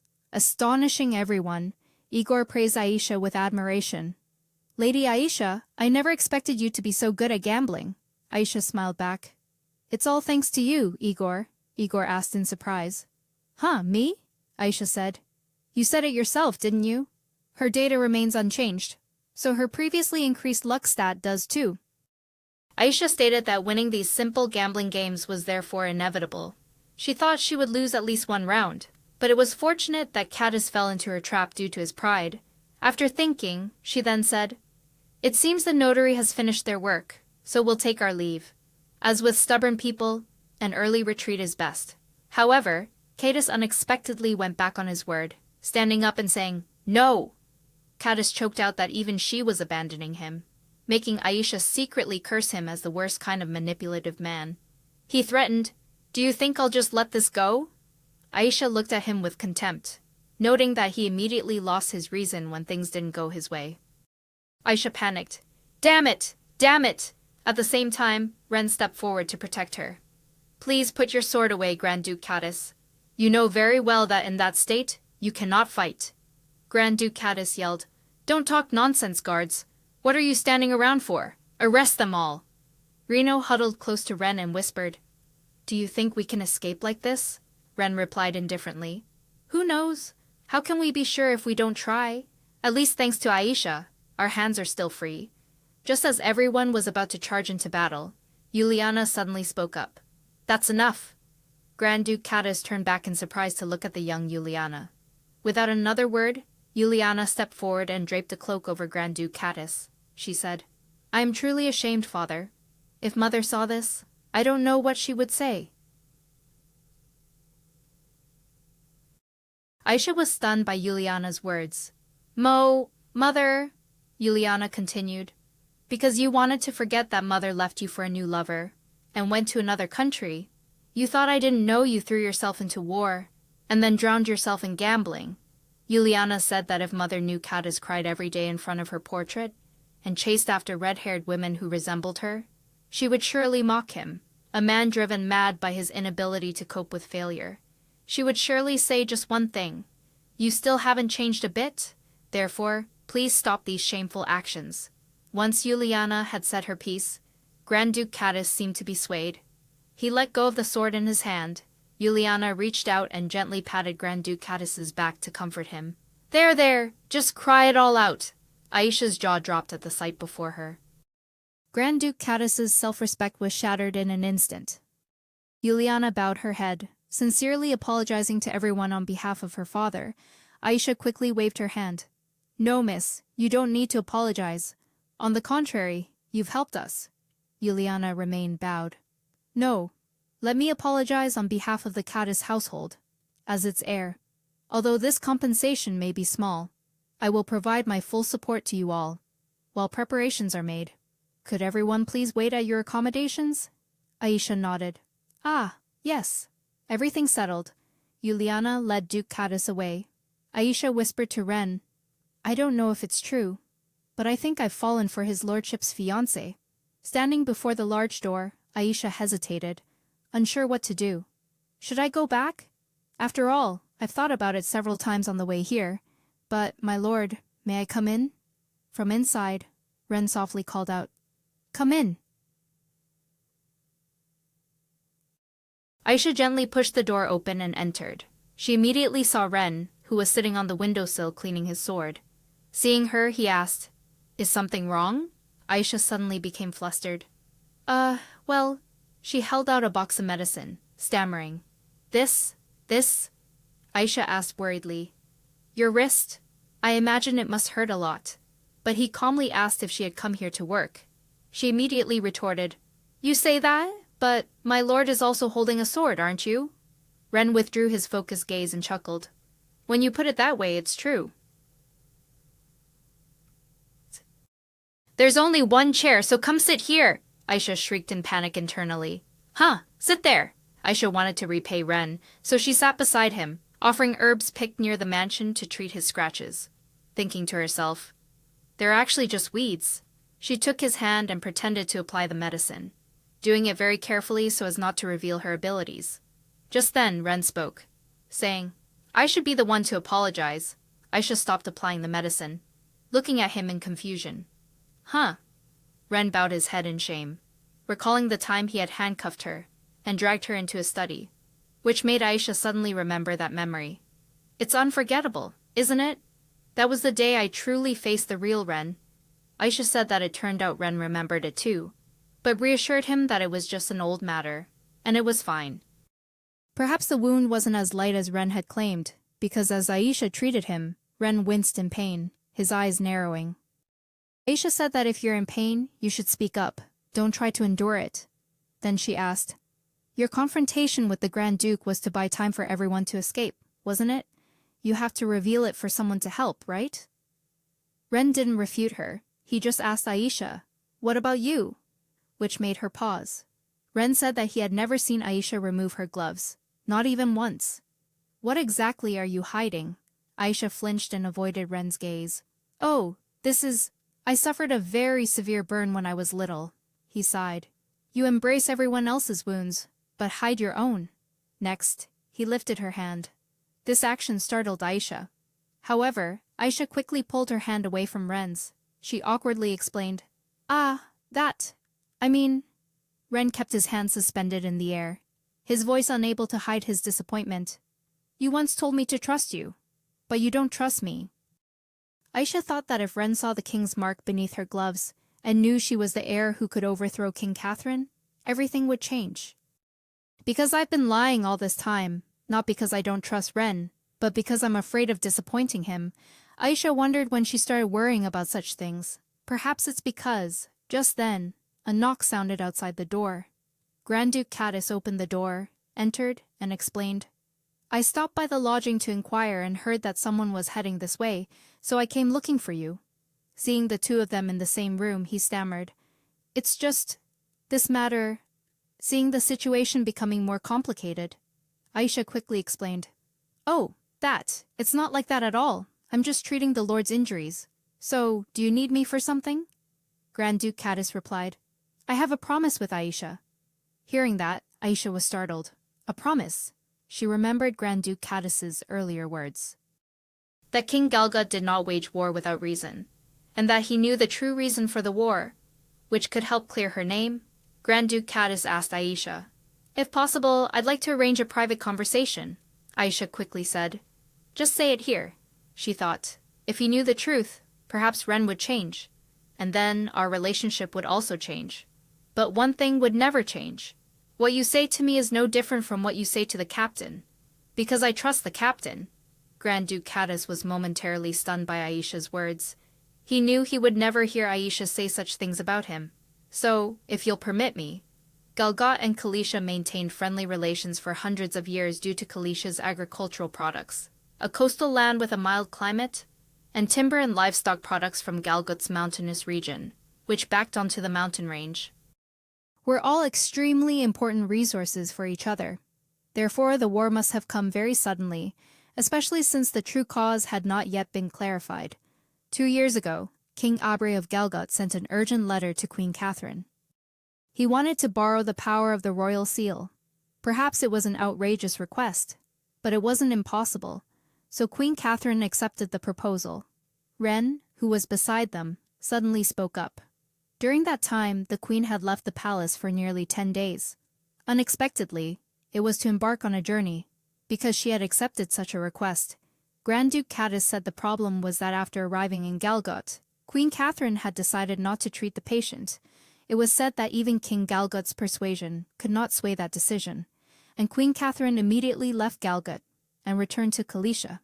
Aisha thought to herself, that benevolent queen, captured by Duke Arthur, so that we could escape. Cadiz sighed, saying that was the whole truth of the war that year. If that were true, then Queen Catherine couldn't prove her innocence, because the war truly originated from her decision, Ren coldly retorted. Lies, Grand Duke Cadiz calmly replied. What reason do I have to lie, Marquess? Ren frankly stated. I will not stand by and listen to such baseless accusations. Grand Duke Cadiz sneered. If you don't believe me, just ask the Queen directly. Oh, wait. Queen Catherine is currently imprisoned, isn't she? By her own father? Aisha immediately turned and gripped Ren's hand in a panic. My lord, our goal is to save Her Majesty. Don't let those words sway you. I will listen to the rest of the story. In the meantime, please rest. Aisha and Grand Duke Cadiz departed. Ren was left alone in the room, his mind filled with a jumble of thoughts. 2 years ago, Galgut's invasion had no prior warning signs.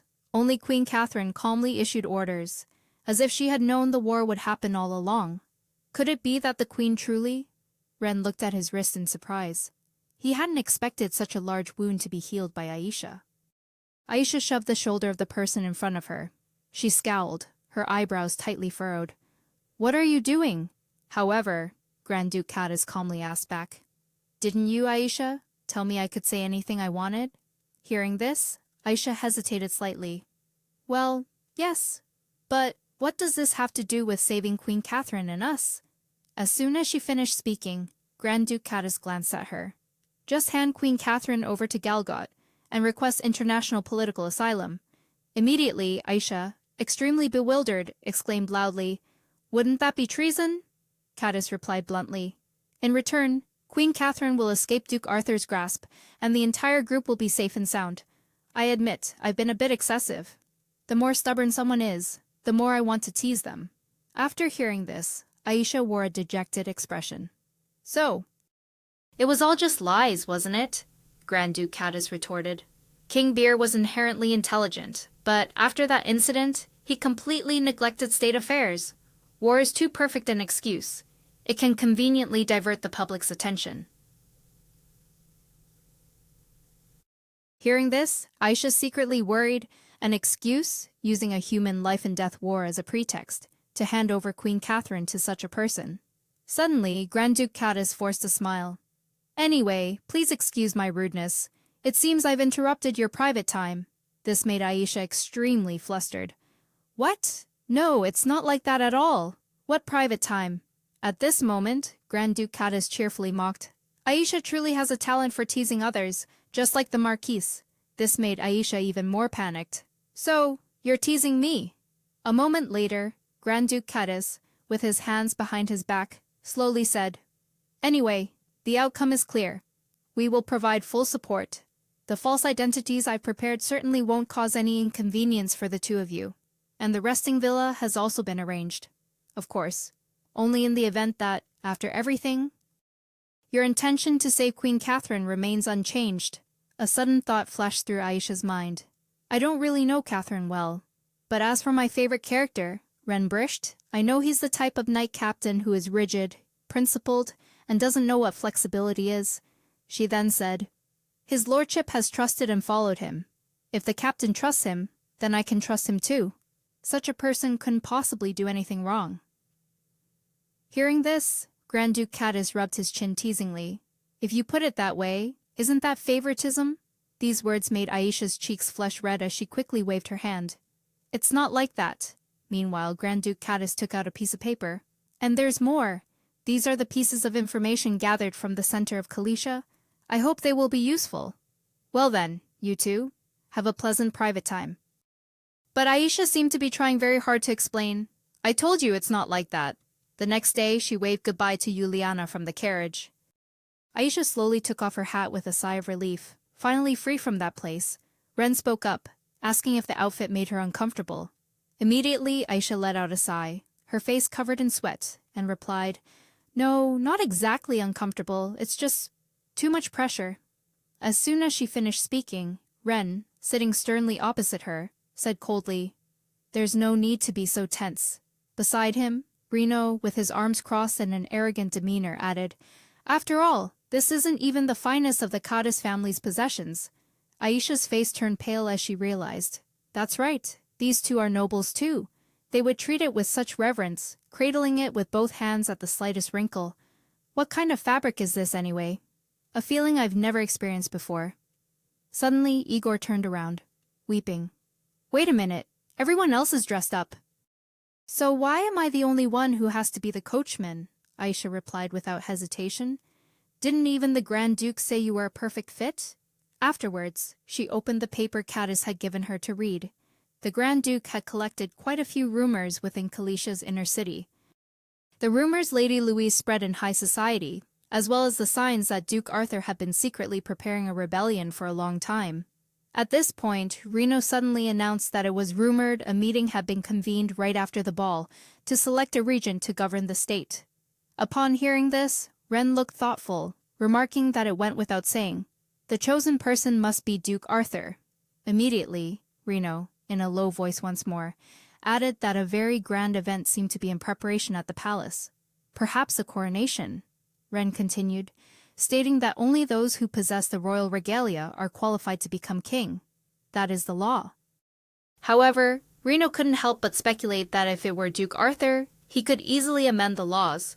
More importantly, no heir bearing the token had appeared yet. To curry favor with the nobility, the Duke seemed to host parties every day. Aisha sighed, wishing she knew the whereabouts of Queen Catherine. Reno, sitting opposite her, spoke up. I believe the villa arranged by Grand Duke Caddis is located in Mimai, in the inland region of Galgot, nearby. There's the mansion of a marchioness I know. When we arrive, we can visit her to inquire about news. Suddenly, Igor's face lit up with excitement. Over there, I see the large lake. We're almost there. Looking outside, Aisha smiled in awe. Is this truly the legendary villa complex of Grand Duke Caddis? A man respectfully opened the car door. We have been waiting for you. Aisha stared, stunned, at the black-gloved hand before her. Then she looked worriedly at Ren. That's right. According to my fake identity, I'm a noble lady. And for a noble lady, being escorted is only natural. The servants, lined up in 2 rows, said in unison, Welcome, Count Ren and Countess Ren. The man with the sideburns also added, It is our great honor to accompany you on this joyous occasion. For the Count and Countess. During your stay we will serve you wholeheartedly. These words confused Aisha. Wait, husband and wife. This joyous occasion? Could it mean? The other party, overjoyed, spoke up. Yes, after a rare romance among the nobility, the two families officially became in-laws just yesterday. The letter, recounting their passionate and intense love story, moved everyone deeply. I promise this will be the most wonderful honeymoon. Could it be, Aisha thought, looking at the dress she was wearing in a panic, that this white dress was actually a wedding dress, A moment later, the bearded man led the way. First, please allow me to escort you both to your room to rest. Meanwhile, Aisha felt like she was collapsing. A wedding night. I'm so embarrassed I could die. Suddenly, Ren came over and supported her. My lady, are you all right? This utterly astonished Aisha. How could Ren be so adept at this? Of course, my lord. No, my husband. At the same time, two maids looked on in awe. They excitedly said, We didn't notice anything, ma'am. But in their hearts, a thought arose. How could we not notice? Tina was the first to speak. Countess, there's something we absolutely must tell you now that we've met you, Aisha stammered in response. Whoa, what is it? At this, both of them simultaneously exclaimed loudly, Your love story. The bearded man quickly stopped Lena and Tina. My apologies, Countess. For these two girls being overly excited after hearing about Grand Duke Caddis's letter, Lena then pouted. But really, it truly is the love story of the century. The girl intertwined her fingers and recounted. 2 years ago, just before the war broke out, when Count Ren had to leave for a distant journey, he put on the pendant that the Countess had inherited and promised that. Tina approached, her face serious. I will return safely and live the rest of my life with you. Please wait for me. Immediately, Lena, with a similar expression, continued. But what returned was only their engagement token, the pendant. Yet the lady waited, and waited, until half a year later, the Count finally returned. As soon as the words were out, Tina was incredibly excited. Love that had overcome war and death finally came true. After 2 years. After that, Lena looked at Aisha. If you feel too pressured, just answer one question. When did you two fall in love? Aisha was startled. When? When was it? I can't possibly say it was from when I was browsing a blog and accidentally made eye contact with a standing CG.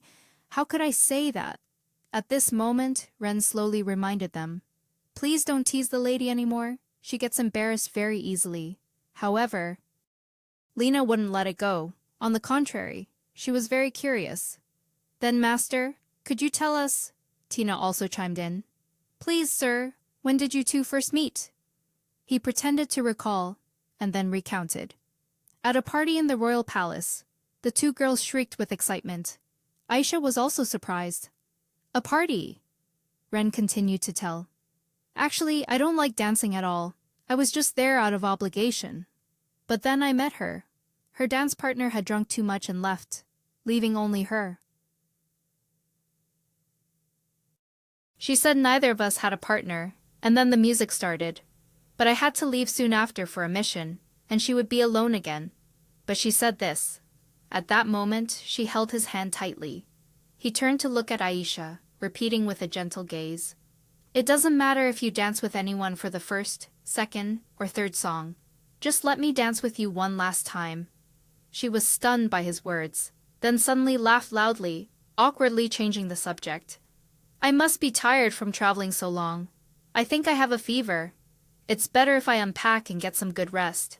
However, she froze, speechless. After seeing the heart shape on the bed, Lena seemed quite amused as she reminded them. After hearing your story, we tried our best to decorate this room. The two of you should enjoy your time together. The room door then closed, leaving only Aisha and Ren inside. And she couldn't help but silently scream, Time together for what? He didn't pay much attention and walked over to draw the curtains. Ren carefully looked through the still partially open window. Considering Reno said he would visit the Marchioness immediately, we should think about how to return to Kalisha. When she didn't answer, he turned back and called, Aisha? Startled by the sudden call, she stammered that although returning to town wasn't too troublesome, due to Grand Duke Arthur's power, they needed to choose a route that would avoid prying eyes. He agreed to take a detour even though it would take time. But thanks to the fake identity arranged by the Grand Duke, it was difficult to be discovered. But I thought you were going to unpack and rest. Aisha, caught off guard by the question, had to admit honestly. Things like this feel a bit awkward. The dress, the room, and then our identities too. Your acting is truly superb. It surprised me, Ren expressed. Please forgive me if I made you uncomfortable. But she just scratched her head and denied it. No, not at all. Everyone knows you never attend with a partner. whether it's a festival or a party, so it's truly a special honor to be escorted by you. And I didn't think you'd still remember what I said at that party. I thought you wouldn't pay attention to those words." Yet he replied as if it were obvious. "Of course I remember, because I promised you." He unexpectedly extended his hand towards her. He solemnly asked, "Has your dancing improved?" She was surprised. His smile was definitely Renbricht's, not Count Ren's. Perhaps that's why her heart was pounding so wildly. No, it must be because Ren, not understanding why she suddenly lowered her head, immediately called out, "Aisha!" She suddenly noticed her dress, and with difficulty, she patted herself, exclaiming, "I feel like I'm about to die." Aisha knelt down, silently questioning in her heart, why now? Seeing she wasn't well, he called out loudly, a little flustered, "Is anyone there? We need help." But Aisha, without thinking, reached up and pulled at her dress. "No, at this rate, I'll suffocate to death." The dress pulled too hard, then tore. Just then, Tina also entered the room and asked, "Yes, what did you call for, sir?" When she saw the scene in the room, she exclaimed with a gasp, "Oh my goodness, sir! How strong are you?" She could only silently cry and justify in her heart, "It was me, not him." Not long after, Aisha was strolling around the lake. A voice suddenly came from behind her, reminding her, "Be careful, you don't want to fall here." She looked displeased that Ren was following her again. "I told you I wanted to be alone," he explained reasonably. "It would be strange if I didn't go look for my beloved wife." Look, everyone was watching. Near where they were talking, two maids were hanging clothes there. Aisha sat down on the grass, helplessly scratching her head. What had happened in the room was already strange enough. Ren turned his face away, trying to hold back his laughter. Seeing this, she quickly reminded him. "Don't laugh at me," he sincerely expressed.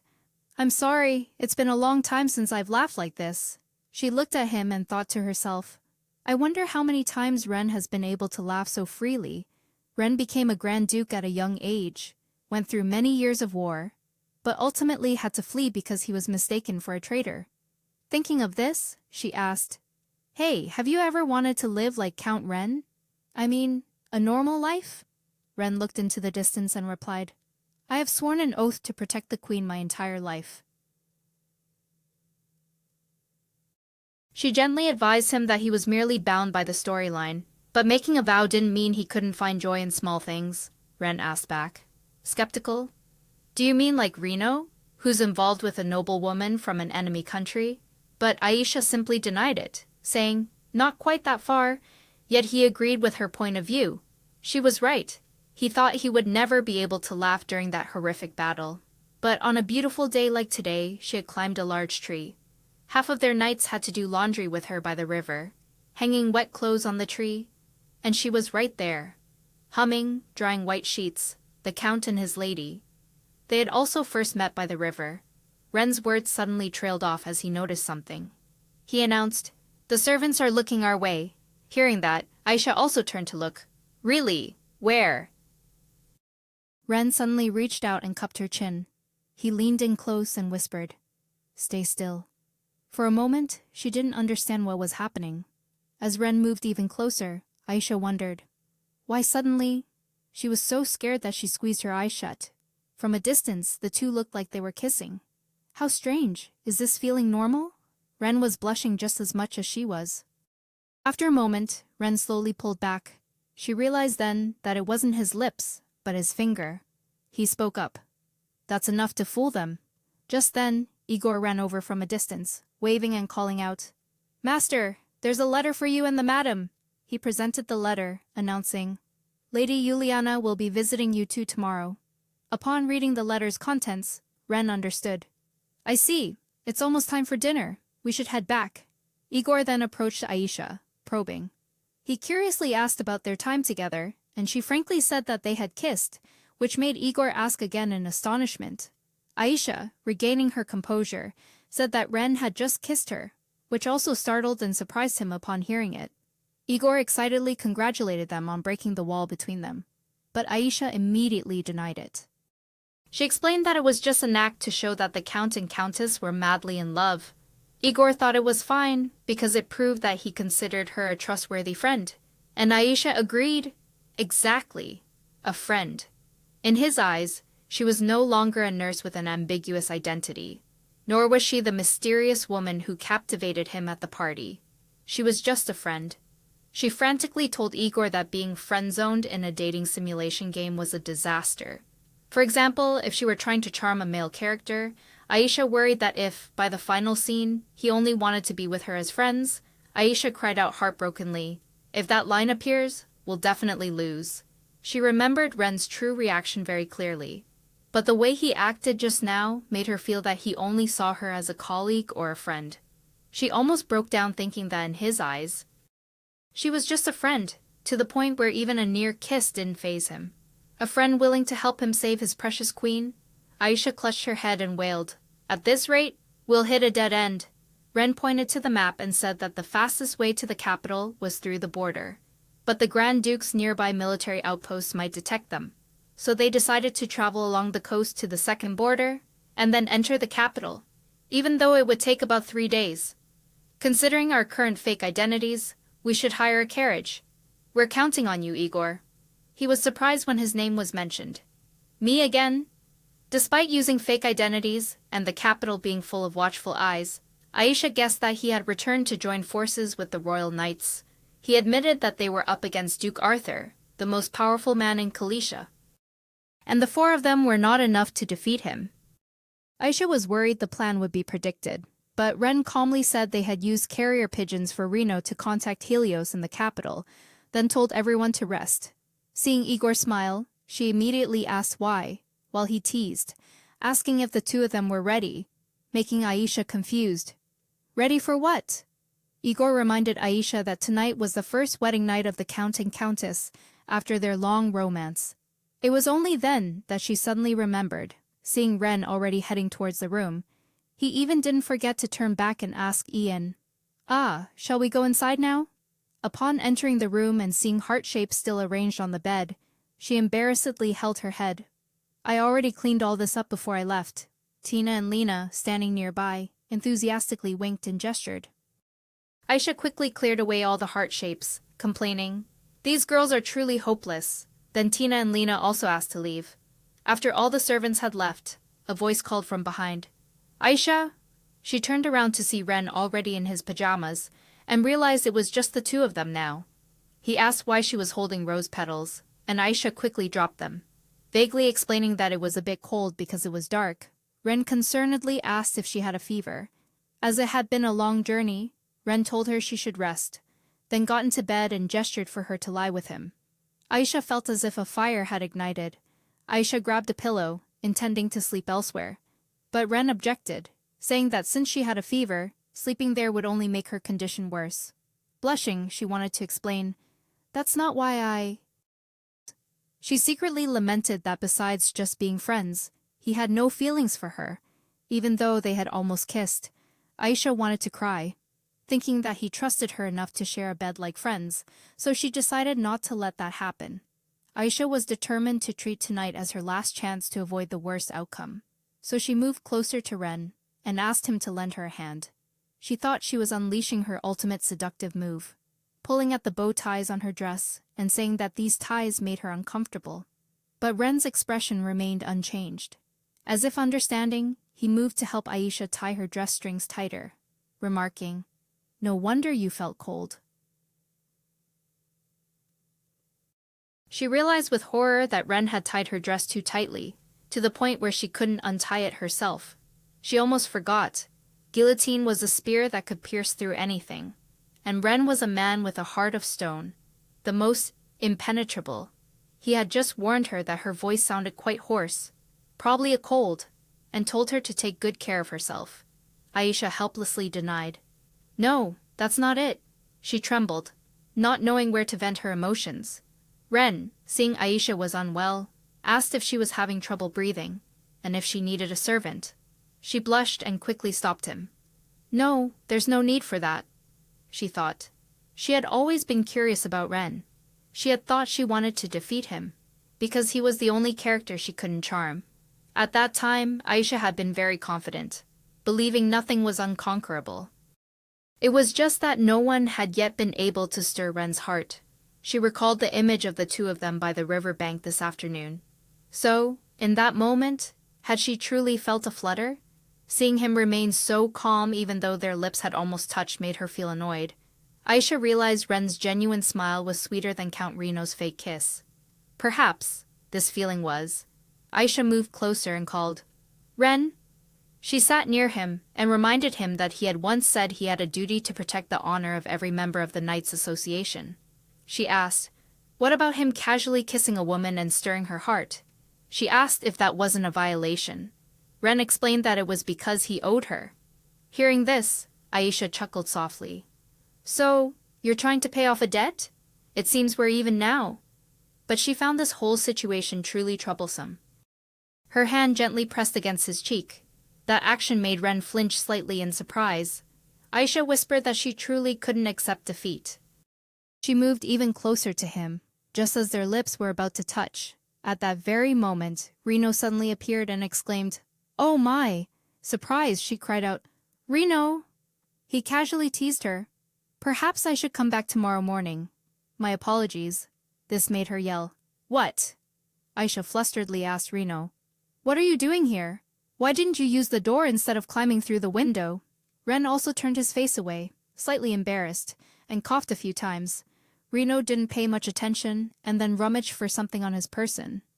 "I'm just following orders. Sir Ren said it would look suspicious to enter a newlywed couple's room in the middle of the night." Reno handed Ren the sealed letter signed by Helios and confirmed it hadn't been tampered with. He opened the letter and read it, while Aisha curiously asked what it was. She leaned in to read along. The letter began with greetings and stated that there was some good news to report. Helios wrote that he was about to leave the royal palace because all the knights in the capital had been ordered to withdraw, and he would get in touch again once he knew his destination, hoping to meet soon. After finishing reading, Aisha looked up in surprise and asked, "Reno, what is the meaning of this letter?" But at that moment, she suddenly realized how close they were. Aisha lowered her head in silence, while Ren turned to Reno and said that if this news was true, no one would be allowed to leave the capital. She frantically recalled her recent actions, wondering, What did I just do?" Reno explained that members who opposed the parliament's decision had seized control of the palace. In retaliation, Duke Arthur had decided to expel all members of the Knights Association. But of course, this was no surprise, as Duke Arthur wanted to become king. What truly concerned them was that Duke Arthur intended to break the tradition of the Knights Association to crown himself king, which made both listeners become serious. The next day, a group of people gathered in front of a mansion. Louise, passing by in a carriage, was surprised to see a group of people and recognized them as members of the Knights Association. They had sent soldiers to search the traitor's office, but it was said that those fools had been quicker and had already occupied the place. The palace. Truly, the traitor's subordinates were something else. Just then, she noticed a group of soldiers approaching. The soldiers surrounded the knights and announced that this was the final letter from Grand Duke Arthur Bricht. "The knights and medics of the Royal Knights Association have obstructed the search for the past 10 days. If you lay down your arms and leave immediately, I will acknowledge your past merits and grant you amnesty." The brown-haired one immediately retorted upon hearing this. "But where are we supposed to go? This is the palace we've protected since the war, and it's our only base." But the blonde scoffed. "What's there to care about a few soldiers who've lost their commander?" The brown-haired one couldn't help but warn, "Slandering our commander is an insult to the entire association." The knights asserted they were fighting for Kalisha. The Duke might not know it, but everyone among the common folk does, refuting the kidnapping accusation. "Kidnapping? That's absurd. Aisha might be eccentric, but she would never do such a thing. And there's no way our commander is dating Aisha." "I'll eat my hat if they actually are." They claimed the Duke had set a trap to become the imperial regent, after swaying his faction in parliament. "It's clear he wants to be king, and don't you dare think we're fools." Arthur stepped out from behind the soldiers and asked if he truly wanted to be king. "How dare you imply I'm a traitor? I cannot continue to sit idly by and watch you make such ridiculous accusations." The orange-haired one couldn't help but flinch at his appearance. Arthur declared he would severely punish the knights for occupying the palace for 10 days, and they realized that punishment meant execution. Louise's voice rang out from the crowd, asking everyone to stop.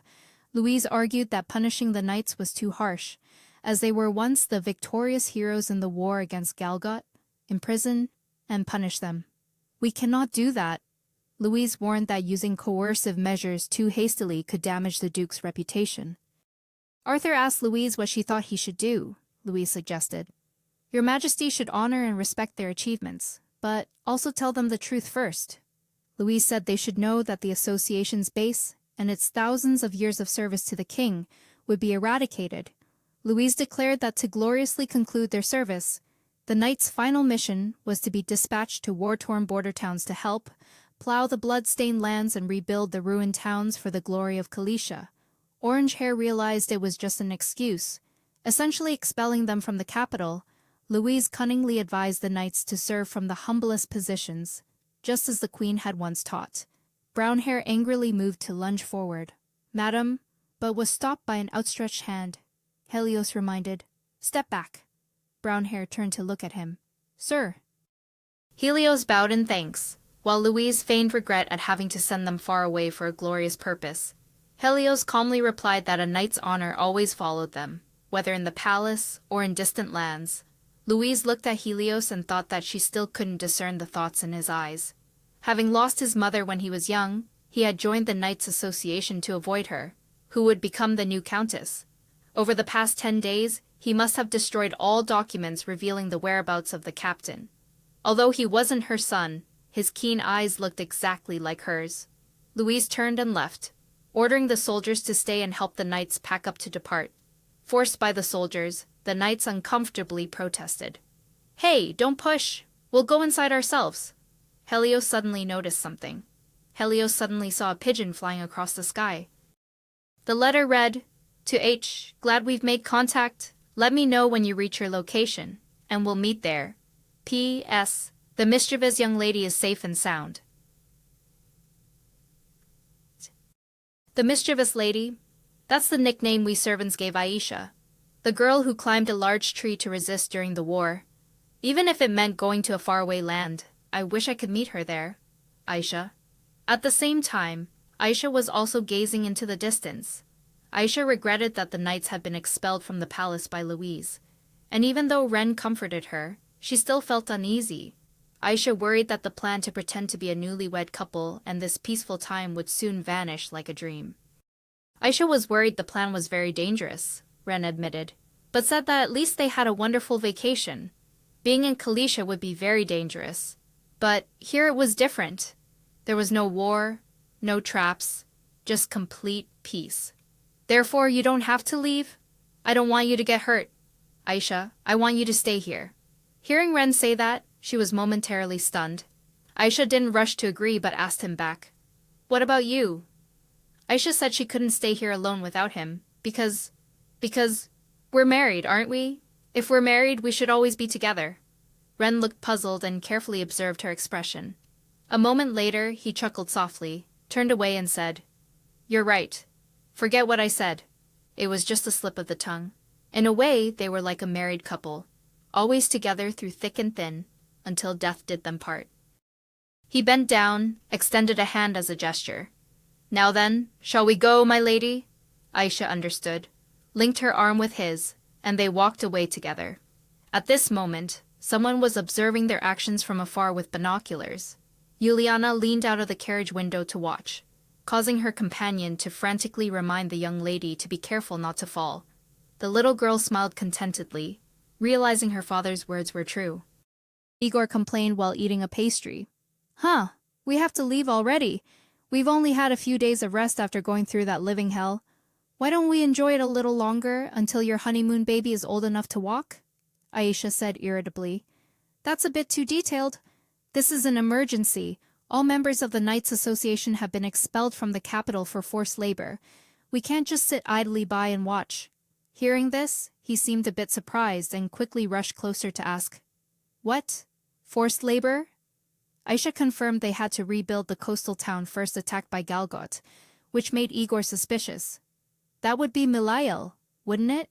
That's the town right next to Garthia. Your hometown?" She herself now suddenly remembered this. Knowing this, Igor immediately excitedly packed his bags. Good heavens, there's no more time to waste. You haven't been back there in years.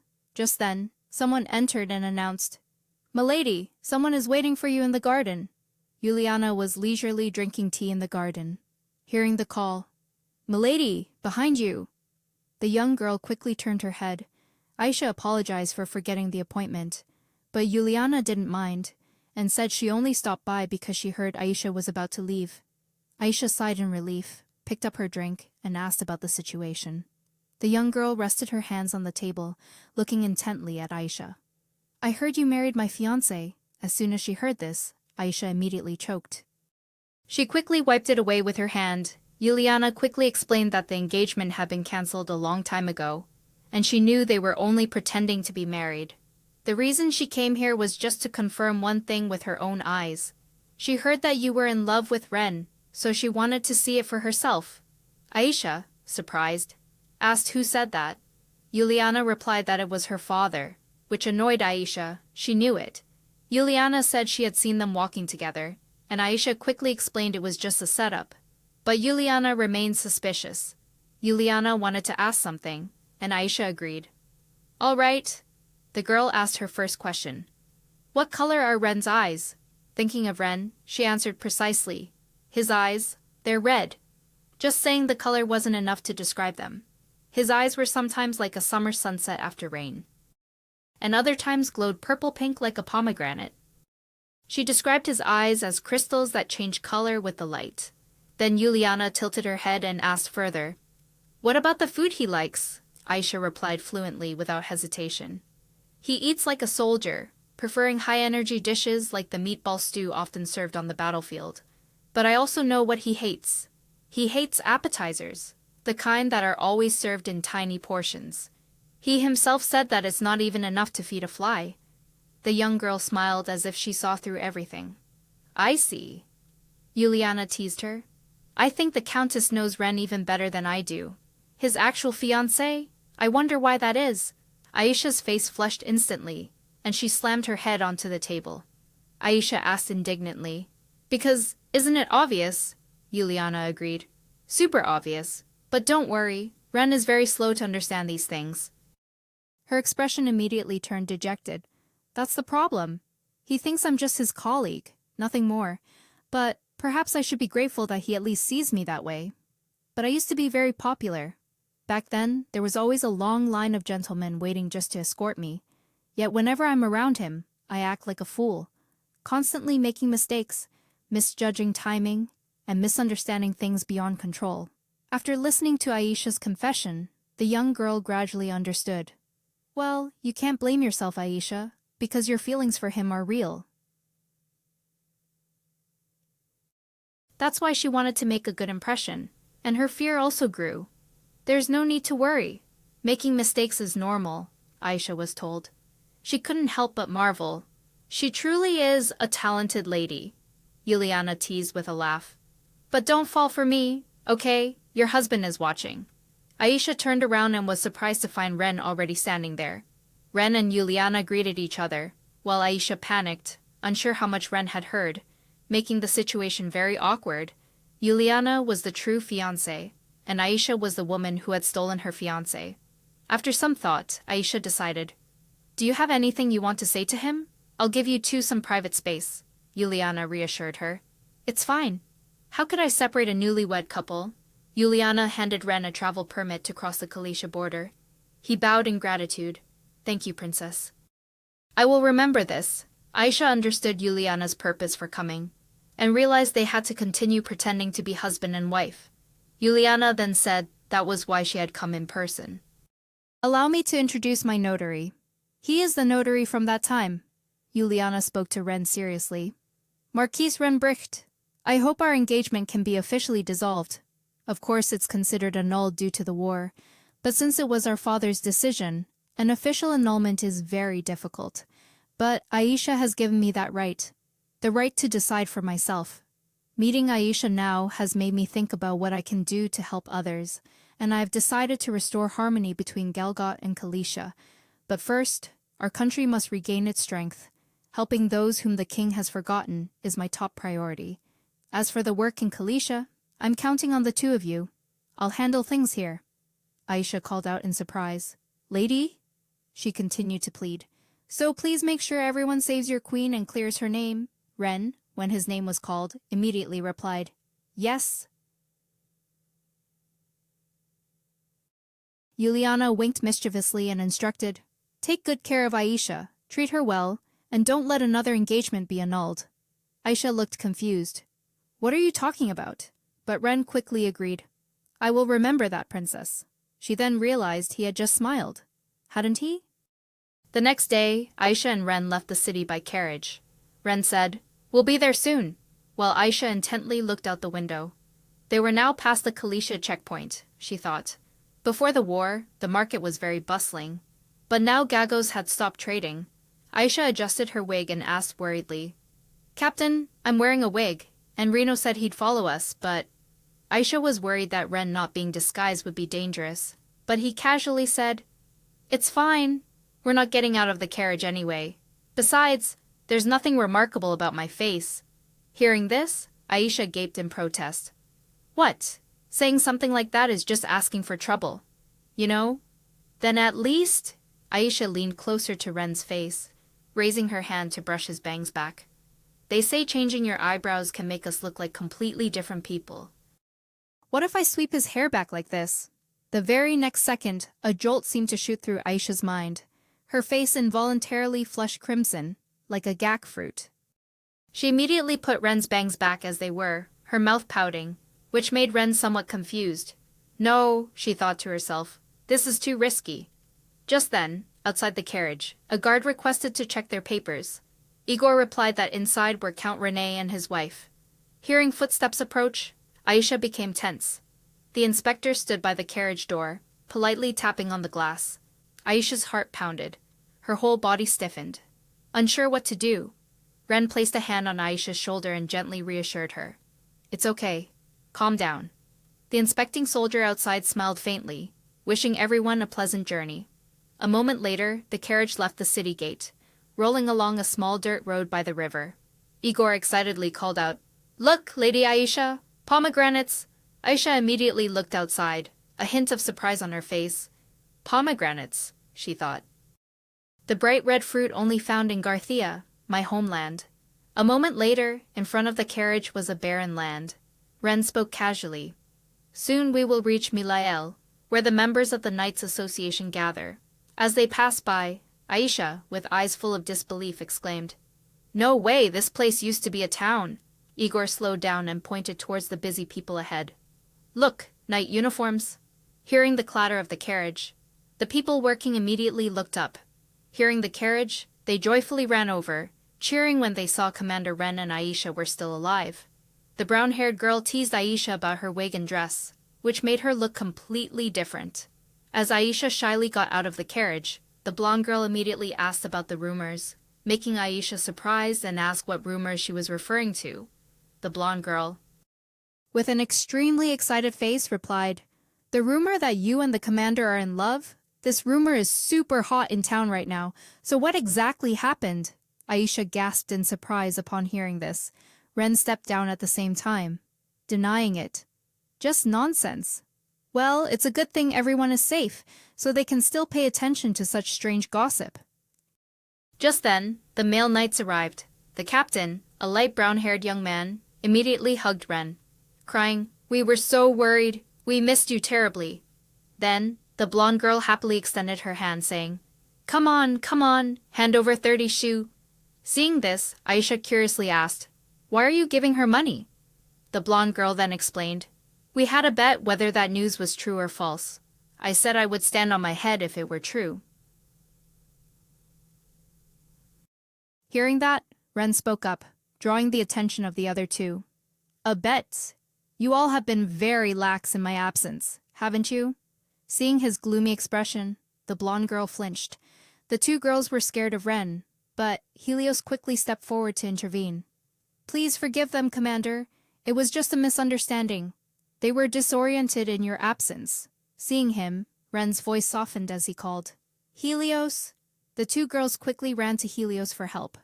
"Oh my God, save us. We don't want to come all this way only to have the commander take our heads," Helios awkwardly reassured them. "Now calm down, rest assured. How could he do such a thing, right, Commander?"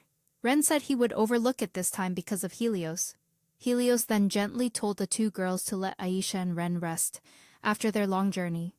The two girls understood and left. Before leaving, the blonde girl didn't forget to wave and tell Aisha to rest, and then recount her journey later. Helios bowed his head, apologizing on their behalf. Aisha was surprised but waved her hand. "It's all right, I'm also happy to see everyone as well." Helios raised his head, his gaze gentle and warm. "I'm glad you understand." After everyone left, Helios hesitantly asked if he could ask Aisha something, and she immediately agreed. Helios pushed up his glasses, looked at Aisha and Ren, then hesitantly asked, "You two have seen it yourselves. There are many false rumors. Please forgive me, but is it true that you two are engaged?" Aisha was stunned for a few seconds, then blushed and waved her hand in denial. "Never. And a word of advice, Helios. Don't tell me you also wasted money on that bet." Helios immediately waved his hand in response. "Of course not, sorry. I just wanted to confirm." Suddenly Aisha seemed to remember something. "I almost forgot." Helios was also one of the male characters I charmed. After entering the tent to rest and listening to Aisha's recount, Igor, lying on the bed, frankly stated that Helios did it because he liked her. Igor believed that after all the incidents in the capital and the rumors within the association, Helios had overcome everything, thanks to the power of love. Hearing this, Aisha paused and asked, "Are you out of things to say?" Aisha said Helios only helped the association out of a sense of responsibility, but Igor teased that she understood him too well, implying she must have charmed him beforehand. Right? Aisha thought Helios was very subtle. Fearing they would be questioned, he skillfully sent everyone away, led them to their resting place, and said he had prepared a few things for the two of them. After taking off her wig and changing into a knight's uniform, Aisha smiled brightly and urged Igor, "Now then, let's go, shall we?" As soon as she pushed open the tent flap, Ren seemed to have been waiting for her, saying, "Here you are." Ren had changed into the uniform of the Knights Association captain. Seeing the emblem on his chest, Igor was surprised, thinking it had been sold. Helios stepped forward, smiling, explaining that he had found it at the market and kept it. Helios said everything was prepared and ready for reporting, but apologized that despite his best efforts, he still hadn't found His Majesty's whereabouts. Helios speculated that His Majesty was still alive in the capital, because Duke Arthur's troops were elsewhere, and his planted agents there would continue to provide information. Ren, walking behind, continued Helios's words, suggesting it would surely be better for him to quit his job, stay here, and obey the Duke for the time being. Helios looked back and affirmed, "That's right, the Duke will act once we are no longer in the capital." Ren asked about the situation in the area. Helios reported that there weren't many casualties because the residents had been evacuated, but the problem was what their next step should be. Suddenly, an old woman approached, her voice aged, saying, "We owe the Knights Association again." The old woman said those rumors were just rubbish, and that she still trusted them. The old woman recounted that when the Galgut soldiers attacked, and they had to hide in the forest out of fear, it was the Knights Association that came to their rescue. Ren politely bowed to the old woman, saying that they were honored to help and would strive to become a strong pillar of support for everyone. Then Helios whispered to him, "Their homes, food, and livestock were all burned to ashes." Ren replied, "It will take many years for this land to recover. I'm more concerned about the residents." Aisha stood there listening, then suddenly raised her hand to offer an idea. "How about we take everyone to a town, to Garthia, where no one lives anymore?" Helios, after hearing Aisha, smiled and asked back, "Garthia, you mean the town next door?" Garthia is a small town located on the coast. This land is famous for its beautiful scenery and a uniquely sweet tropical fruit. Both its flowers and fruits are red, and the plant itself is called Aisha. Aisha happily shared, "The land looks quite fertile." Helios added that there's a reservoir connected to the river, so they could cultivate the land and have people build homes there. Helios looked at Ren and asked for his opinion, though of course, everything still needed the captain's permission. Ren looked at Aisha and seriously asked if she was okay. Aisha wondered what Ren meant. She thought he couldn't possibly know her hometown was in Garthia, so perhaps he was just asking if she was ready for the arduous journey ahead. Thinking this, Aisha clenched her fists, determinedly saying that she was perfectly fine and full of energy. Like the knights, Ren silently looked at her. His thin lips slightly pursed. Ren turned away, blandly saying he understood. Aisha immediately noticed he seemed sad, and wondered if it was because of her. The next day, Aisha tied her hair up and went to pull weeds by herself, and she got it done. Aisha had been weeding all day, but there was still so much left. Aisha looked into the distance, thinking to herself, the town that had been burned down 10 years ago was now slowly recovering. I'm sure the residents of Milael will be able to return to their homeland someday, and we have a responsibility to help them. Aisha's back suddenly ached. She patted her own back and said she would continue tomorrow. Just then, a voice from above reminded her to take care of herself. Someone had just leaped down in front of her, leaving Aisha gaping in astonishment. Startled, Aisha lost her balance and nearly fell backward. The owner of the voice was Reno. He quickly caught Aisha and reminded her that it wouldn't be good if she got hurt again. Reno worried. It's late, Aisha. What if you trip on your way back in the dark? She retorted sarcastically that it was he who startled her. Causing her to almost twist her ankle, Reno helped Aisha stand up and said she had arrived even earlier than him. Aisha brushed off his clothes. I thought you had settled down somewhere else because you've been gone for so long. Reno tilted his head and smiled at her. No such thing. Wherever my master is, that is my home. Reno said he didn't expect Aisha to return to Garthia. Looking at the sunset sky, she replied in a low voice that she hadn't expected it either. Reno seriously apologized for being late. You see, things looked quite bad back then. This made Aisha turn in surprise and ask what was wrong. Reno said it was nothing, but found it strange that no one had followed him throughout his journey from the border to Garthia. Aisha pursed her lips, thinking to herself, indeed, everything had gone too smoothly. They reunited with friends, the town was still peaceful. It reminded her of an old proverb, there is always a calm before the storm. Seeing Aisha lost in thought, Reno reached out to take her hand and said, That's not the only reason I'm late. Reno said he had to find the safest way to continue serving her. The Marquisate helped me find a ship to go abroad. There I can serve you, and we won't encounter any misfortunes. Please, come with me. Aisha's face showed some confusion, and she asked for confirmation. Reno, are you implying that I should flee? Reno explained. Ren must have realized something was wrong, but he couldn't say it directly. He doesn't want to upset anyone. He's that kind of person, acting for the benefit of the Night Order, not for you. But I'm not like him. If it's for you, I'm willing to abandon my honor and glory. Before Reno's confession, Aisha felt bewildered.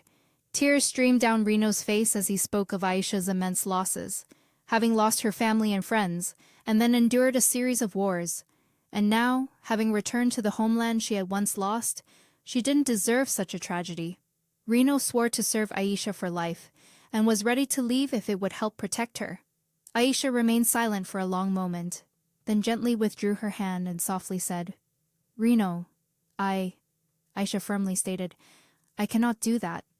Reno seemed to have anticipated this, and asked frankly if it was because she was in love. Aisha, full of resolve, said, That is not the only reason. What I fear is my own fear. My homeland was burned to ashes. My memories, my feelings. I don't want to flee simply out of fear. Don't you think it would be unfair to me if I simply fled from all of this? You are right. Returning to Kalisha is very dangerous, but that doesn't mean we can't try. I cannot neglect my own safety, but I want to restore the honor of all those who stood on the front lines. Including you too, not just the captain, and that's what will show everyone that we belong to the Royal Knights Legion. Don't you think so? Hearing Aisha say that, Reno sighed and praised her for being truly courageous. Then just do as you wish. Your wish is my command. Aisha was extremely happy. She smiled and asked Reno if he would really do anything she said. He immediately replied with certainty, Of course. Aisha seriously pointed behind her and reminded Reno not to suddenly jump down from trees to scare people anymore. As it almost scared her to death, Reno burst out laughing and immediately agreed. I'll remember that. Before long, it was late evening, and the ethereal moonlight covered the entire space. Reno walked along, exclaiming, "It's already dark." Aisha, walking ahead, turned back and continued his thought. "Yes, be careful not to catch a cold, Reno. You should go inside and rest." Reno suddenly stopped, his gaze fixed in one direction as if he had just discovered something. Seeing Reno slow down, Aisha immediately wondered. Reno, in a serious voice, told her, "Please continue on. I'll be right behind you. But first, I want to check something." Aisha looked into the distance, thinking worriedly. "But that path leads to a cliff, doesn't it?" After that, she didn't think any further, and agreed to Reno's suggestion to go ahead. "Don't be too late coming back. It's very cold outside." Reno smiled gently and nodded slightly at Aisha. Yes. She returned to their resting place without any hesitation, but never thought she would regret leaving him behind. After Aisha left, Reno immediately ran towards the cliff. He thought it must be a bird. It was the messenger pigeon he had used to send a message to Sir Ren. As he passed through the waist-high grass, Reno stopped, his face showing surprise. Reno saw Helios standing in front of him. A messenger pigeon perched on his hand. He wondered why Helios would send a military pigeon from such a distant stopping point. Reno suddenly remembered what he had told Aisha at dusk. Throughout the journey from the border to Garthia, no one had followed them. That was truly strange, Reno observed carefully, and told himself that it couldn't be, because it was Helios, who had joined the Knights Association after Lady Louise's abandonment. Reno thought the possibility of Helios siding with Lady Louise and Duke Arthur was very low. Helios had just released the pigeon, then said coldly to Reno, "Show yourself, or I'll have to come out there and find you." Reno took the blindfold and tied it on. "If that's what you want, then I have no other choice." After tying it, Reno slowly stepped out. "It's me, Helios." Helios was extremely surprised to see him. "Reno, you scared me. It's already night, and I thought someone was hiding behind the bushes. It gave me the shivers." Reno then asked directly, "What was that just now?" Helios looked at him, puzzled. "What?" Reno questioned in a serious tone. "The military messenger pigeon just now." Helios continued to ask, "So that's why you came here?" Reno pointed behind him and replied, "Yes, I saw it from the valley over there." Helios calmly explained that he was following the commander's orders. Receiving a messenger pigeon from the informant he had placed in the capital, "I've sent a reply letter requesting to continue the search for the Queen's whereabouts. If I had known you were coming, I would have shown you the letter." Reno stared at Helios through the fabric. That was the Helios he knew. So if he was lying, he must be very good at it. Thinking this, he turned around, preparing to leave. "It's late. We better head back inside. After all, we don't know our way around here." As soon as Reno finished speaking, Helios called him back. "But Reno, didn't you just say you saw the pigeon? I'll go back, just as you said." Upon returning to their resting place, Helios lit a candle inside the tent. Helios pondered, still unable to comprehend Duke Arthur's actions. It was understandable that Ren and Reno were targeted since they stood in his way, but Aisha was difficult to explain. He recalled their recent reunion yesterday. As everyone knows, there are many false rumors, he thought. "Excuse me, but are the two of you truly engaged?" He could understand why the Duke deliberately tried to ruin Aisha's reputation by spreading ridiculous rumors. Reno, who had lost his eyes in battle, said he had seen the messenger pigeon, and that Aisha never took off her gloves. There was only one reason Aisha would stand in the Duke's way. He had never found a way to explain what happened that day, but who would have thought he would get an answer this way? Recently, when war broke out, Helios and the knights protected the residents. Their mission was to retreat while helping the townspeople evacuate. At that time, he loudly commanded everyone, "Loading the cannons will take too much time. Quickly duck down and run into the forest." As everyone was about to finish evacuating, Helios suddenly stopped. A knight, seeing this, anxiously urged him, "Helios, hurry up!" But he ran into the rubble amidst everyone's panic. "Helios." Helios quickly scanned his eyes around as if searching. "Where could it be? I clearly heard a child crying." Immediately after, he saw a little girl trembling and hiding behind some wooden planks, sobbing, "Mommy!" Helios stepped forward and asked the little girl if she was okay, and if she had any injuries. Seeing that she was still unharmed, he seemed to breathe a sigh of relief. Thank goodness, she's not hurt. Just panicked. Helios helped the little girl up and pointed to a distant tower. Hey, do you see that tower over there? Your mother will be waiting inside. The little girl, still sobbing, asked. Mommy's there. Helios squatted down in front of the little girl, held her hand tightly, and said firmly, If we go there, we won't hear any noise or shouting. So let's go there together. You can do it. Come on. Just then, an iron sphere flew in from a distance. Helios sensed danger and immediately turned his head to look. He instinctively hugged the little girl tightly, using his body to shield her. Then, a loud noise rang out. As Helios drifted in and out of consciousness, the little girl was kneeling beside him, crying desperately. Brother! Helios lay on the ground, the iron sphere having fallen right beside him. No, someone please save this child. A few minutes later, someone slapped Helios hard across the face, bringing him back to consciousness. It was Aisha, who yelled, Don't you dare fall asleep. Hold on, you'll die if you pass out now. Do you hear me? He recognized her, the red-haired girl who climbed the big tree to resist. Seeing Helios silent, Aisha shook him violently, causing his glasses to fly off. What did I tell you? Don't sleep? Helios asked anxiously. How's the child? Aisha grabbed his collar, intending to pull him up. She's fine, so hurry up. Helios had no intention of leaving. His strength seemed to have completely drained.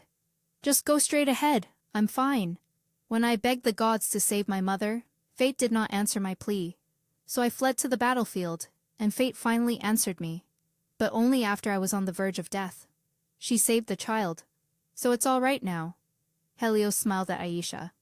I'm fine, because I have nowhere left to return to anyway.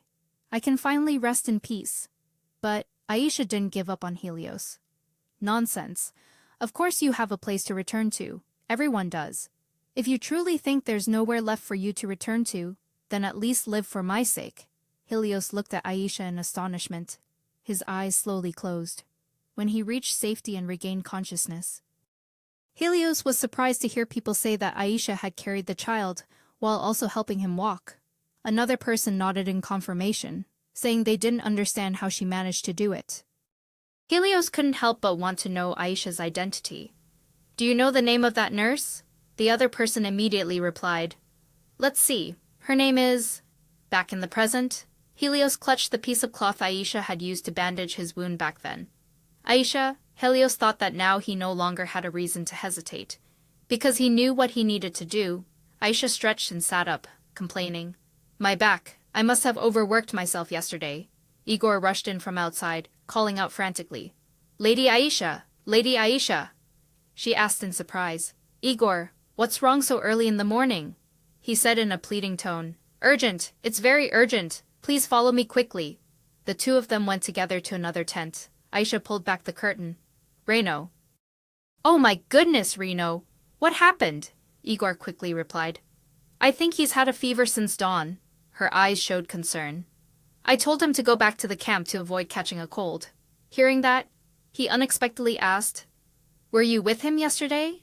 Aisha realized her slip of the tongue and quickly shook her head, explaining that he had only appeared unexpectedly while she was weeding. I can't tell anyone what he told me last night. Recalling, he had told her to go ahead because he needed to check a few things. The blonde girl turned and walked out. Let me go get some water. Will you watch over him, please? She asked, bewildered. Igor, about my power. Does it work on colds too? He came closer. I think so. So, Aisha immediately activated her power. But immediately after, something unexpected happened that greatly astonished Aisha.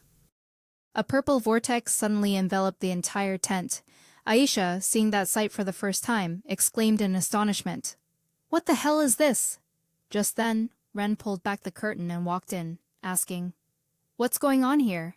Igor stared at the lying Reno. This is a spell. Someone has cast a spell on him, and it's a dark spell at that. This is a curse, he whispered into her ear. This enchantment works on everything except curses. In Kalisa, only healing magic is allowed to be used. The king's enchantment is the only recognized magical power, and all other types of magic are strictly forbidden. So I could lose my job if they find out I used a tracker on the young lady the other day. Now, he spoke thoughtfully. A curse? That means someone interfered to make him sick. The evil enemy must be a member of the night squad, or a resident of the town. Igor, is that curse really that powerful? Igor shook his head. No, to cast a powerful curse requires a lot of preparation. But here, that person wouldn't have enough time to do it, Aisha asked worriedly. So, does that mean Reno will recover soon? He nodded. He'll be fine. There's no need to worry too much. Ren walked out of the tent with her. Aisha sadly spoke up. Who on earth would do such a thing? If I hadn't left him alone there last night, perhaps I could have prevented the curse, he reassured her. Don't worry anymore. He'll wake up as if nothing happened. For now, just trust him. But to prevent something similar from happening again, we must be vigilant. As dusk fell, an orange-haired girl leaned close to her ear and asked, Aisha, I have a question. Then both of them looked in one direction. What is he doing here? Aisha was also helpless. Well, I don't know either. Is this what he meant when he said we needed to be vigilant? But even so, the real problem is... Both of them gaped, their faces flushing at Ren's laboring figure. She closed her eyes awkwardly. Hey girls, shouldn't we get back to work? We still have a lot to do. We have to sow seeds all the way to the horizon and cover them up again. All right, if you're not going, I'll go by myself. Okay, I'm really going now. Aisha was truly diligent in sowing seeds.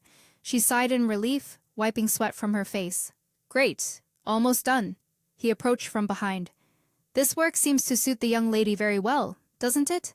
I haven't heard the young lady complain once that it's late, or time to go home. But Aisha's gaze fell upon Ren's firm, sweat-drenched chest. She gave an embarrassed chuckle and looked away. Yes, perhaps I'm just too caught up in it. And you must really enjoy this work to still be here. Yet Ren calmly said, That's because you're still here. My duty is to protect the young lady. I said we needed to be vigilant, didn't I? Because the evil enemy has targeted Reno. That means the young lady isn't safe either. Aisha looked worried. If that's the case, then you're also in danger. No matter who the evil enemy is, they managed to take down Reno. And perhaps that person is someone close to us. Someone we trust, Ren whispered softly. Aisha, her face was flushed. Perhaps she also had a fever, just like Reno. His face was so close that Aisha could feel his breath. The beautiful scenery and romantic atmosphere made Aisha think that this was definitely the moment for their first kiss. Especially since he rarely showed his emotions to her, Aisha squeezed her eyes shut, her heart pounding, thinking in confusion. Oh my God, what am I doing? That's right, I should close my eyes. And then, what's next? Should I proactively help him a little? As she thought this, she tiptoed slightly. And then, their lips met. Both he and she widened their eyes, looking at each other. Aisha secretly assessed in her mind. His face. It seemed he was completely taken by surprise. Realizing her impropriety, she blushed crimson, wanting to find a hole to crawl into. So I just kissed him. Then Aisha ran off, shouting, I'm sorry. Oh my God, Guillotine, master of reading situations, hereby retire from this profession. The town's wooden framework was almost complete. The girls cheered joyfully. The irrigation system was a success. At dawn, it rained, which was what the nurses had been longing for. Reno traced the raised letters. It seemed the seeds would sprout soon. Why are you sitting here doing nothing when everyone else is busy? Ren was also poring over the file. I'm not wasting time. I'm performing my most important duty, he retorted. What duty is that? Sitting here and reading reports? He calmly replied. I'm looking after the vice captain, who was suddenly attacked just because he let his guard down. I can't let that happen again. Does my looking after my friend bother you that much? Reno flared up. But Aisha is more important. I'm a knight, but Aisha isn't. Ren kept poring over the report. She said she'd be fine with Igor by her side. He yelled. What, are you talking about that small, scrawny nurse?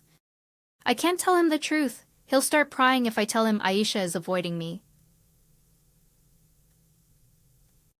You should learn to trust your comrades. They are soldiers too. He sighed. I think you should focus on trusting me first. I'm fine here, so just go to Isaba. calling someone with a summer cold. A soldier is truly disrespectful to other soldiers. He glanced at him. So, do you remember anything? At this, Reno finally became serious.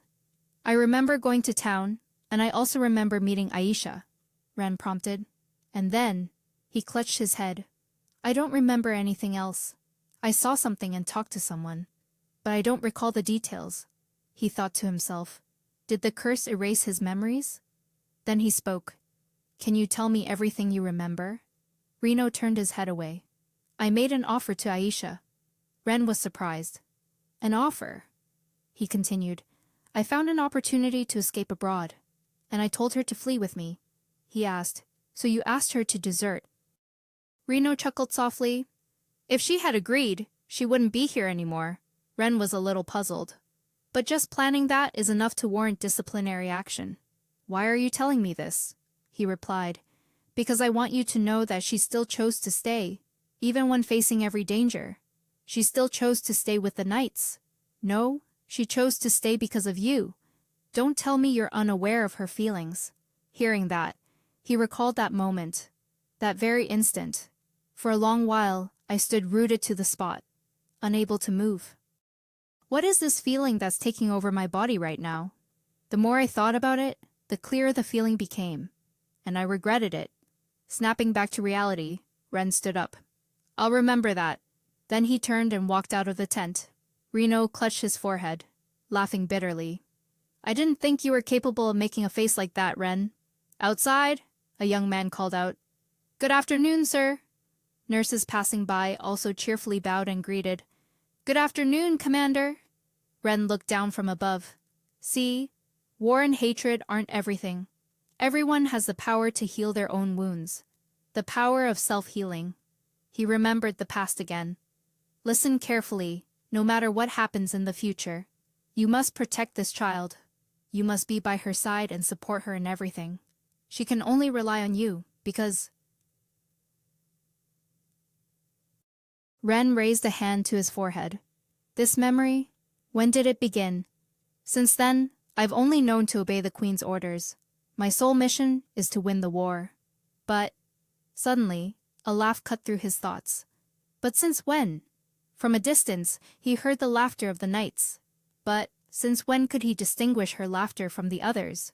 Even with duties and honor to fulfill, he still wished this moment would last longer. From behind, Helios approached. My lord. Ren turned to Helios, who got straight to the point. A message from a carrier pigeon has just arrived. It's the precise whereabouts of Her Majesty, the Queen. Ren continued to stare at Aisha, who was laughing and talking happily. Seeing his lack of reaction, Helios called out again. My lord? Ren turned his back. All right, it's time to go. The friendly villagers offered Aisha fruits and cakes, but she politely declined. Reno let out a thunderous sneeze. Aisha, feeling helpless, advised Reno. Don't you think it would be better to stay and rest? But he firmly stated that he would always be by her side, no matter where she went. Igor pointed a finger, reminding Reno to be careful not to spread his cold to others, lest the mission to rescue the Queen fail simply because the entire Night Order caught a cold. Wouldn't that be ridiculous? Helios, standing nearby, chimed in. That does sound terrifying, Ren spoke up, causing the entire team to immediately fall silent and listen attentively. Listen up. We are setting out to rescue the Queen. This might be the most challenging mission we've ever faced. Restoring the town is also part of our responsibility. If anyone wishes to stay behind, I won't blame them. So, who will come with me? All right, let's go. The Grand Ballroom. Kalisha Annex. Molly elegantly raised a glass of red wine, stating that thanks to Lady Louise's benevolence, the Night Order was merely exiled. Now they are just a group of rebels illegally occupying the palace. The brown-haired girl sighed. Oh dear. Lady Molly chuckled apologetically and said that everyone must be thinking the same thing. There had never been such a magnificent banquet, and they spared no expense. Molly feigned a smile, covering her mouth. But it seems those scoundrels are repaying kindness with even greater crimes. The brown-haired girl looked utterly bewildered. What are you talking about? Molly feigned shock, saying that the knights were stealing the commoners' horses and riding straight back to the capital, led by the traitor, making the brown-haired girl ask in astonishment. Is that true? Molly continued to fan the flames. The Duke had abdicated his title to his son and retired, but now he's been recalled to serve as regent due to his own son's rebellion, Imelda gently cautioned. Lady Molly, you should be careful with your words. Molly then decided to challenge. What do you think they're doing it for, Lady Imelda? When questioned, she asked back, bewildered, why would heroes who just returned from the battlefield do such a thing? Molly explained bluntly. For greed, of course, Imelda disagreed. Those could just be rumors meant to tarnish the Night Order's reputation, and reminded everyone to be cautious, especially with the throne currently vacant. Louise suddenly appeared, her eyes filled with disdain. Very wise words, Lady Imelda. Imelda was flustered. I merely think that in this situation, we should remain rational. Louise, with a knowing look, said, Indeed, everyone knows you are very fond of Ren. It's no secret that when you were a young lady making your debut, you personally invited Ren to be your dance partner. Louise placed a hand on her shoulder, threateningly. A young lady's forwardness in her youth can be overlooked, but protecting someone considered a traitor is an entirely different matter. Imelda couldn't bear Louise's harsh words and stood up to leave. Molly feigned surprise. Good heavens, Lady Imelda truly hasn't changed a bit. On the balcony, Molly told Louise that almost everyone in Kalisha was on their side. Except for Imelda. Louise looked smug. I predicted she would be difficult, after all. Her father always supported the Knight's Order.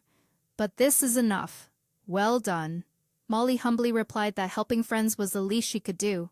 Louise smirked, saying it was a pity for Lady Imelda, because everyone in Kalisha would be invited to the coronation, except for her, who would have to stay home alone. She was very eager for that moment. It was finally time.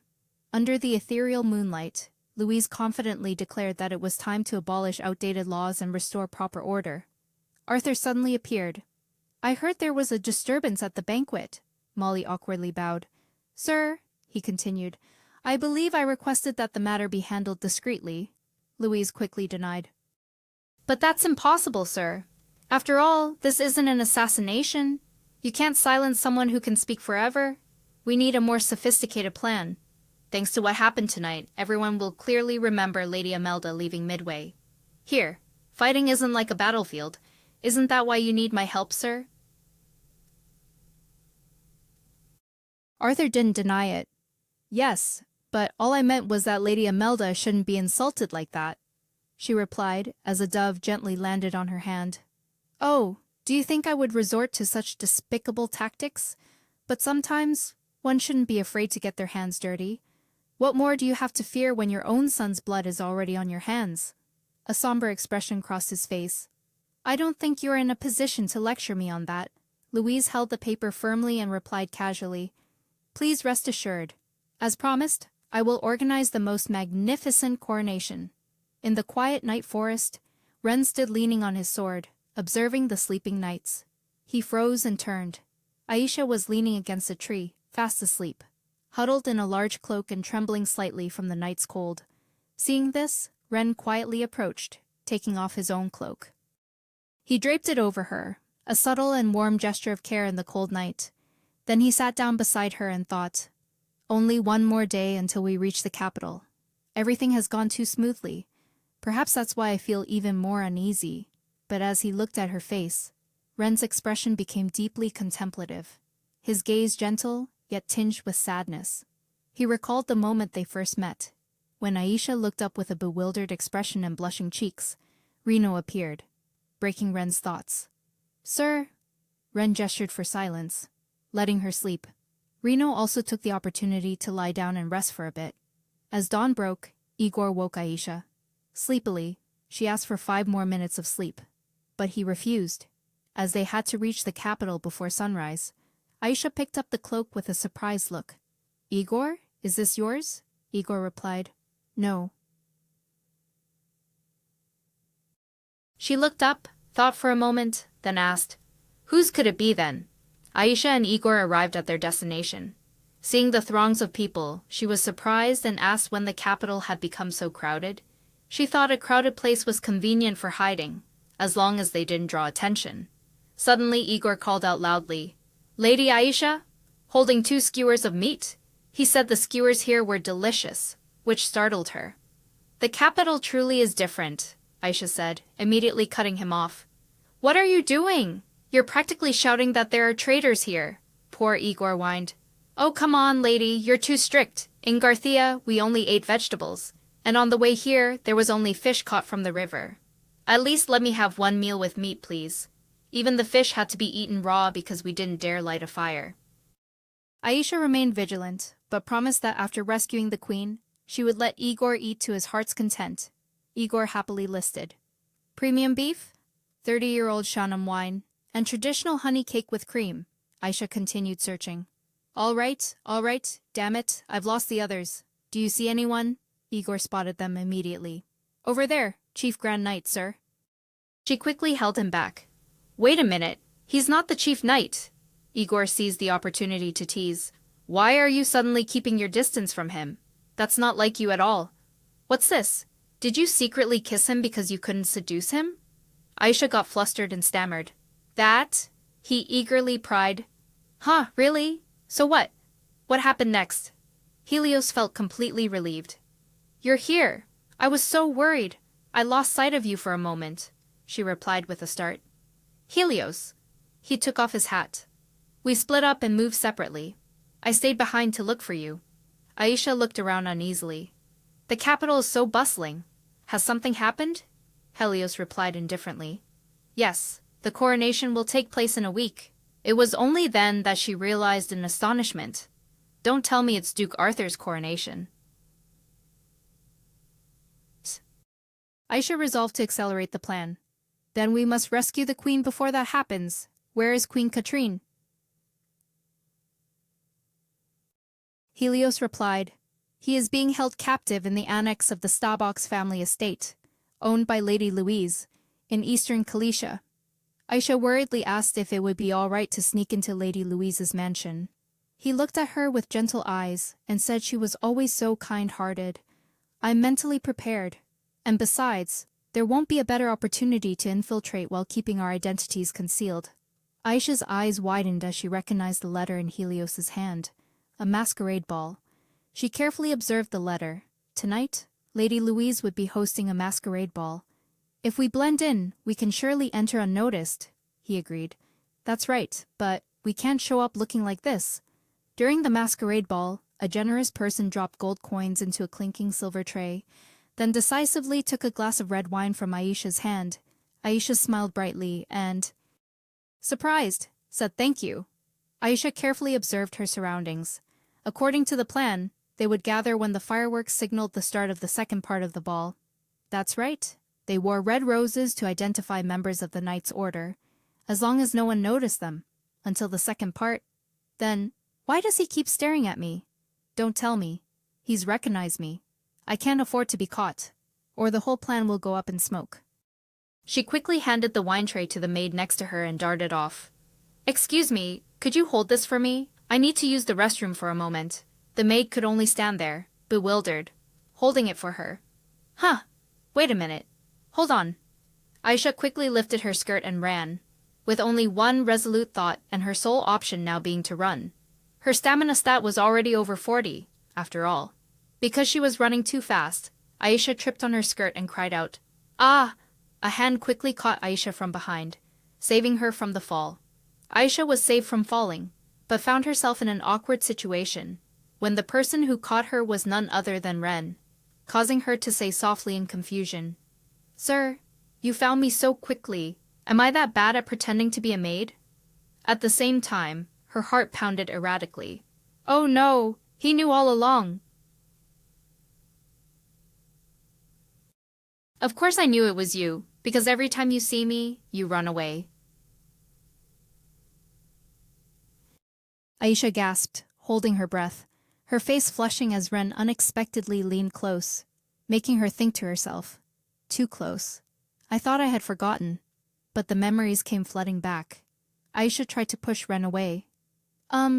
You've misunderstood. Please let me go. Won't you?" But he pulled her even closer, teasing. "What if I don't let go?" Aisha threatened.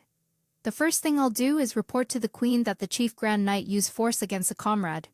Ren steadied Aisha's hand as she adjusted her skirt. I thought everyone disguised themselves as servants to sneak in, he retorted. Then I'll also have to report to the queen that I was unintentionally harassed. Twice. Aisha was outwardly angry, but inwardly shy and amused. Well, the first time was to save your life. As a physician, trust me. And as for what happened in Garthia, I did that because I have feelings for. She gasped in confusion, realizing she had just made some foolish blunder in that tense moment. Aisha was so embarrassed she wanted the ground to swallow her whole, so she just chuckled nervously to hide her awkwardness. She turned pale and sighed. Why do I have to explain so much to someone as naive as you? Normally, when I'm with others, I'm often seen as carefree. But you truly are one of a kind. Unique, Aisha asked exasperatedly. I invited you to a ball, ventured into danger, even pretended to be husband and wife, and slept in the same bed. Yet you still didn't realize. Why is that? Aisha said sarcastically. Yes, of course I understand. Because you are the chief grand knight. A chief grand knight who has never attended a ball with a dance partner, and Kalisha isn't that strict. To me, even if the only thing you care about is the queen's safety, I don't mind. Even if you prioritize honor or victory, I don't care. Listen carefully, because I don't have the courage to repeat it again. I did everything because I like you. From beginning to end, everything. I'm doing this because I like you. So, could you also tell the queen about this for me? Ren gently lifted Aisha's chin. Not that. Because I'd have to explain this too. Ren unexpectedly kissed Aisha on the lips, making her eyes widen in surprise. Aisha joyfully tilted her head up to receive the kiss. Ren leaned close to Aisha's face. I couldn't continue what we started last time because you kept running away. And when there was an opportunity, you talked too much. So I had to wait. Aisha, still lightheaded from the kiss, softly replied, Sir, I don't know if this is happening because I'm dreaming, or because you're cursed. So, can we do it again? Giggles broke the awkward silence. Both turned in surprise to look outside as brilliant fireworks exploded in the sky. Aisha thought to herself. That was the signal Helios had mentioned, the fireworks signaling the start of the second part of the masquerade ball. She proactively extended her hand. Let's go, together, just the two of us. He smiled gently and contentedly. Aisha secretly gazed at Ren, feeling as if she were dreaming. She couldn't believe she was walking beside Ren, holding his hand no less. It seemed the long journey that began that day. No, it had finally come to an end. She linked arms with him and descended the stairs with a confident, elegant demeanor. Upon reaching the bottom, Aisha was startled to realize that when the fireworks began, all the guests would flock to the square, while all eyes were on the fireworks. They would quietly slip away and head straight to the tower, where the queen was imprisoned. Her heart burned with determination, for Queen Carson was being held captive there. Louise began the ceremony. What a beautiful evening, children of Calicia. Aisha was startled by a strong push from someone, while Louise continued her speech. It is an honor to share this meaningful moment with all of you. Aisha saw Helios in the distance and suddenly realized something. It was Helios, and he was looking back at her. Louise's stern declaration made her freeze. Tonight, we will apprehend the traitors who have returned to Calicia. Look around you. They are among you. Find those wearing red roses on their chests. They are the betrayers. Aisha felt everything crumble. What is this? What the hell is happening? Don't tell me this is all just a trap. The pink-haired girl screamed when she saw the person next to her wearing a red rose. Here! There's a traitor here! Aisha watched in shock as her comrades were arrested one by one. It turned out they had targeted this exact moment to block their escape route. Duke Arthur's forces, authoritative Louise appeared, blocking their path. I warned you, didn't I? I told you to run when you had the chance. You bravely resist. But you should also know that we haven't done anything wrong. She brushed aside the words and advanced menacingly. No, that's not entirely true. You brazenly dared to sneak into my territory, your hands still stained with my son's blood. My leniency ends here.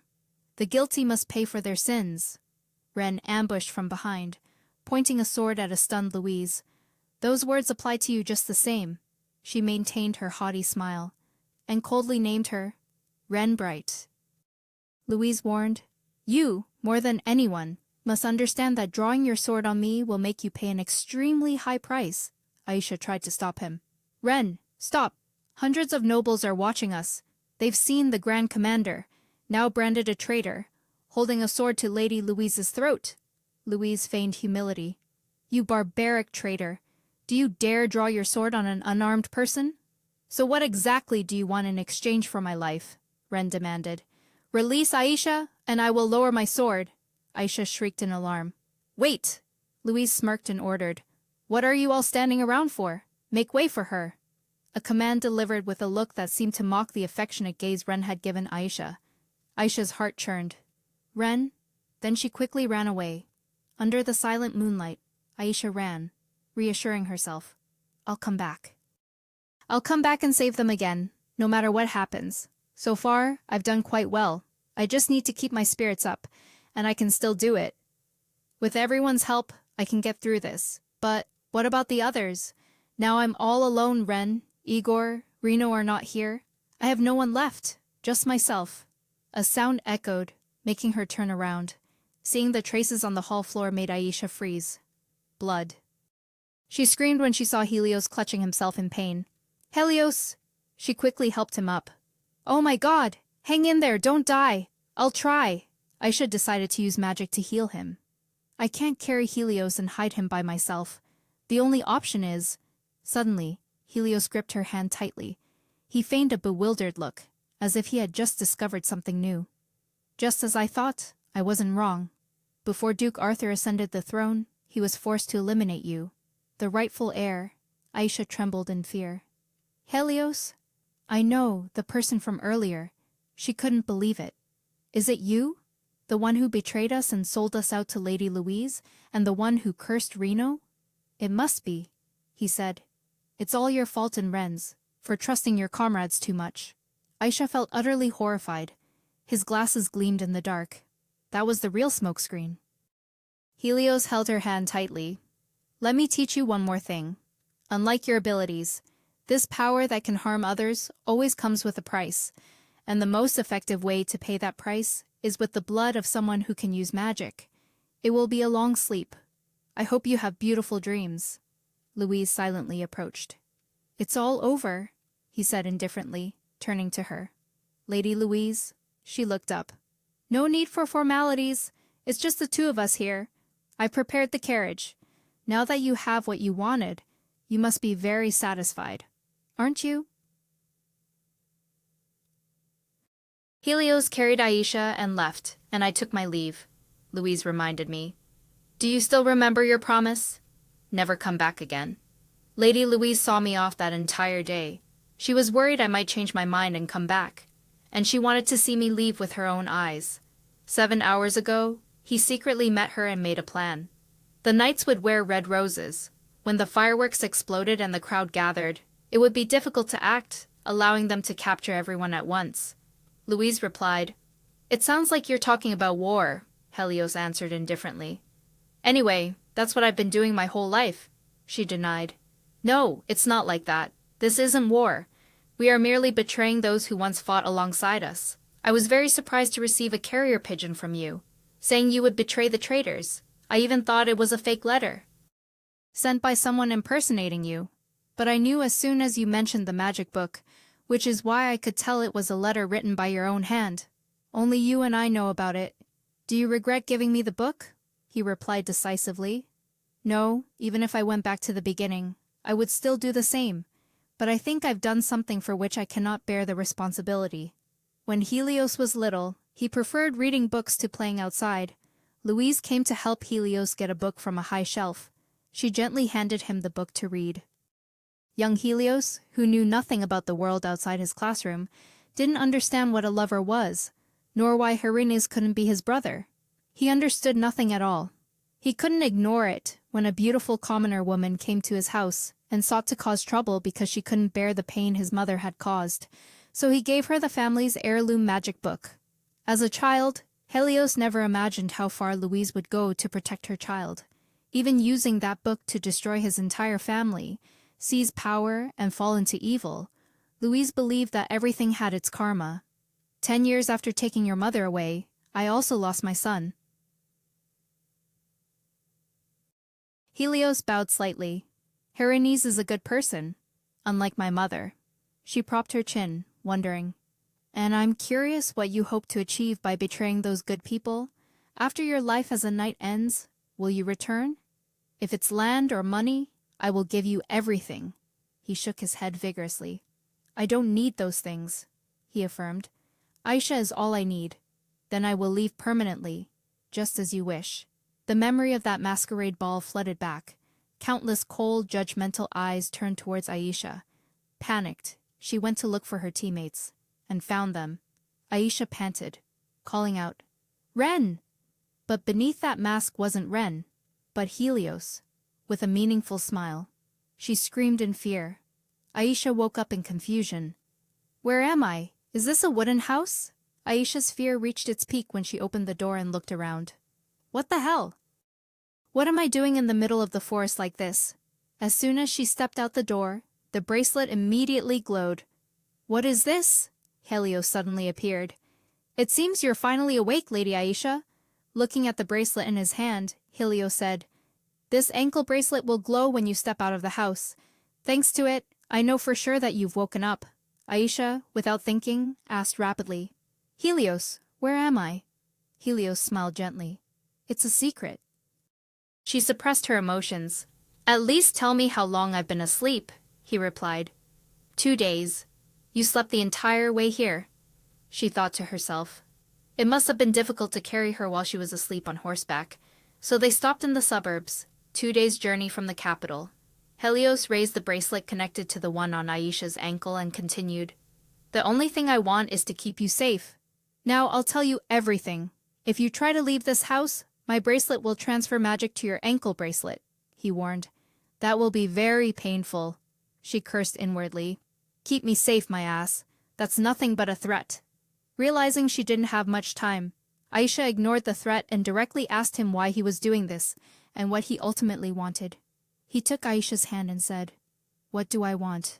What are you saying? How could I dare to wish for anything? As long as we are together, I need nothing more. You once told me to live for you, didn't you? And you also said that everyone has a place to return to. Glory means nothing to me. I don't need honor, respect, or comrades. The only thing I need is you. That's enough. Hearing this, Aisha was stunned as if her whole world had collapsed. I said that. Then, at least for my sake. She suddenly recalled old memories. Oh, at that time. Aisha pulled her hand away and explained that back then, she was merely fulfilling her duty as a medic during the war. Everything was just a coincidence, Aisha thought to herself. If I had abandoned him then, the Night Order would have lost its strategist, and the war might have been lost, Helios questioned. A coincidence? I'd rather call it destiny. You don't need to run anymore. I will protect you. But Aisha was exasperated. Not again. He never listens to anyone. Only cares about his own feelings. Completely obsessed with himself. This type of person always appears whenever I play dating games. But the problem is, if I choose the wrong option, I could actually die. What if I run away now to save Ren? He enticed her. If you need anything, just tell me, and I'll make sure you have everything you need. Aisha clenched her fists, confirming. You just said, anything, right? Helios gently replied. Of course, anything. Aisha requested a book and some snacks, then lay down to relax and read it. Oh my God, why did it have to end at such a thrilling part? The author is truly a master. She chewed, gazing out. I finished volume 1. So, the #1 rule for office workers on weekends is never to get out of bed. Aisha tapped her foot against the bed frame, making the bracelet glow. Helios immediately appeared upon seeing the signal. What is it? Aisha smiled brightly and said she wanted to read the next volume. Helios was startled. Oh, I'll be right back. Aisha secretly rejoiced when she saw he had gone far. Good, he won't be able to find this book here. He'd have to go into town to buy it anyway. When imprisoned, there are 3 rules I must remember. First, never escape without a plan. Doing so would only lead to a quicker death. Second, gather information until an opportunity to escape arises. He imprisoned me here, surely choosing a secluded, little-known place. Therefore, this place must hold many secrets. Looking at the furniture in the house. It must have been a long time since anyone lived here. Helios left home early and spent most of his time on the battlefield. He couldn't have had time to buy a house in the suburbs just to imprison someone. Perhaps this place belonged to him before he joined the Night Order, or it belongs to the Stenbock family. Only this book looked like it had just been touched. She opened the book, and it was titled, The Book of Magic. What surprised Aisha was seeing two names. Helios, Louise. Was this the Lady Louise she knew? Aisha realized the book predated Louise becoming a countess, and Helios's signature indicated he was the one who gave it to her. Don't tell me, after learning magic from this book, she destroyed his birth mother. Because of that sin, Helios left home and couldn't return because Louise had seized power in the family. The two even colluded because they held each other's weaknesses. You can do it too, it read. Basic magical knowledge. The best book for beginners. Master it in just one day. It seemed quite absurd for a forbidden book, but perhaps it contained a way to break the curse on her ankle bracelet. Hearing a noise outside, Aisha panicked, sweating profusely. So fast, Helios. Panting, handed her the book. Lady Aisha, this is the second volume you requested. Are you rereading the first one? Aisha stammered in response. Well, it's just that, a masterpiece never gets old no matter how many times you read it. I feel a bit bad making you go so far to buy books, but I'm glad you returned so soon.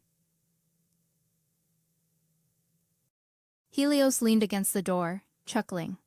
You must be curious how far away the town is, aren't you? She frowned, resting her chin on her hand.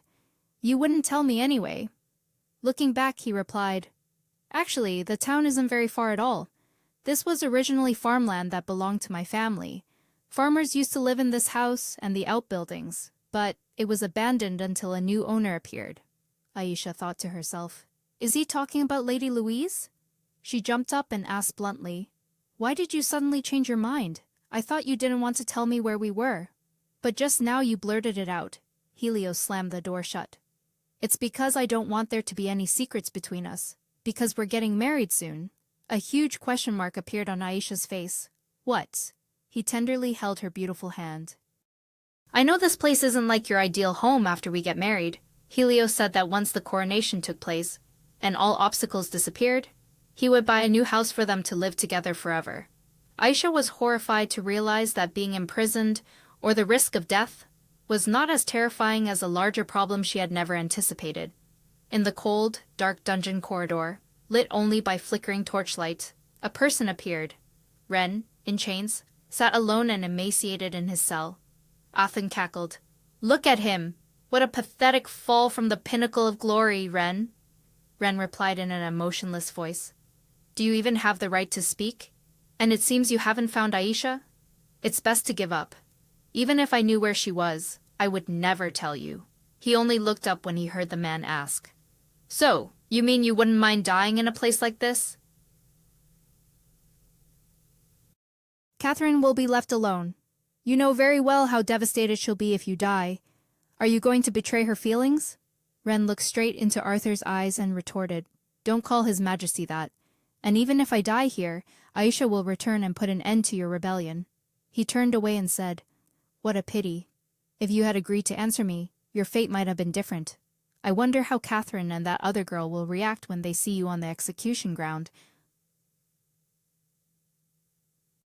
The scene shifts to the log cabin.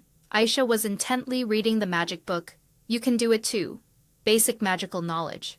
The more Aisha read, the more confused she became. She had read this magic book before, but something was preventing her from concentrating. Helios stroked his chin thoughtfully. I think the wedding dress shouldn't be too elaborate. I prefer a simple style without ruffles or excessive decorations. But please don't misunderstand. Any dress would suit you perfectly. That's just my personal opinion, you know? She blushed, feeling a bit self-conscious, and fixed her eyes on the page. I must remember everything while he's still distracted. But I don't understand anything.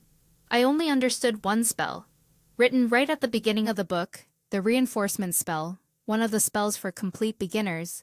Helios leaned close to her face and asked, "So, what do you think?" Aisha stammered in confusion. "Think about what?" Her eyes widened in surprise when Helios reminded her. "About the wedding dress. I apologize that everything is so rushed, but the coronation is in just 2 days. Once that's done, nothing will be able to separate us," Aisha confirmed. "So the ceremony will be the day after tomorrow." He placed a hand on his chest and exclaimed, "Indeed, how quickly time flies." She stood frozen, lost in thought. Then all the captured members of the Night Order will be punished before that, and the penalty for traitors will surely be carried out. If that happens, I will lose everything, without even having a chance to tell him how I feel. Then I must face it head on, whether the outcome is good or bad, Aisha spoke up. "If that's the case, then we'll need a tape measure. We have to take measurements before making the wedding dress. We can't just bring a tailor here." Helios stood up, agreeing immediately. "Ah, that's right, you have a point. Please wait a moment, I'll be right back."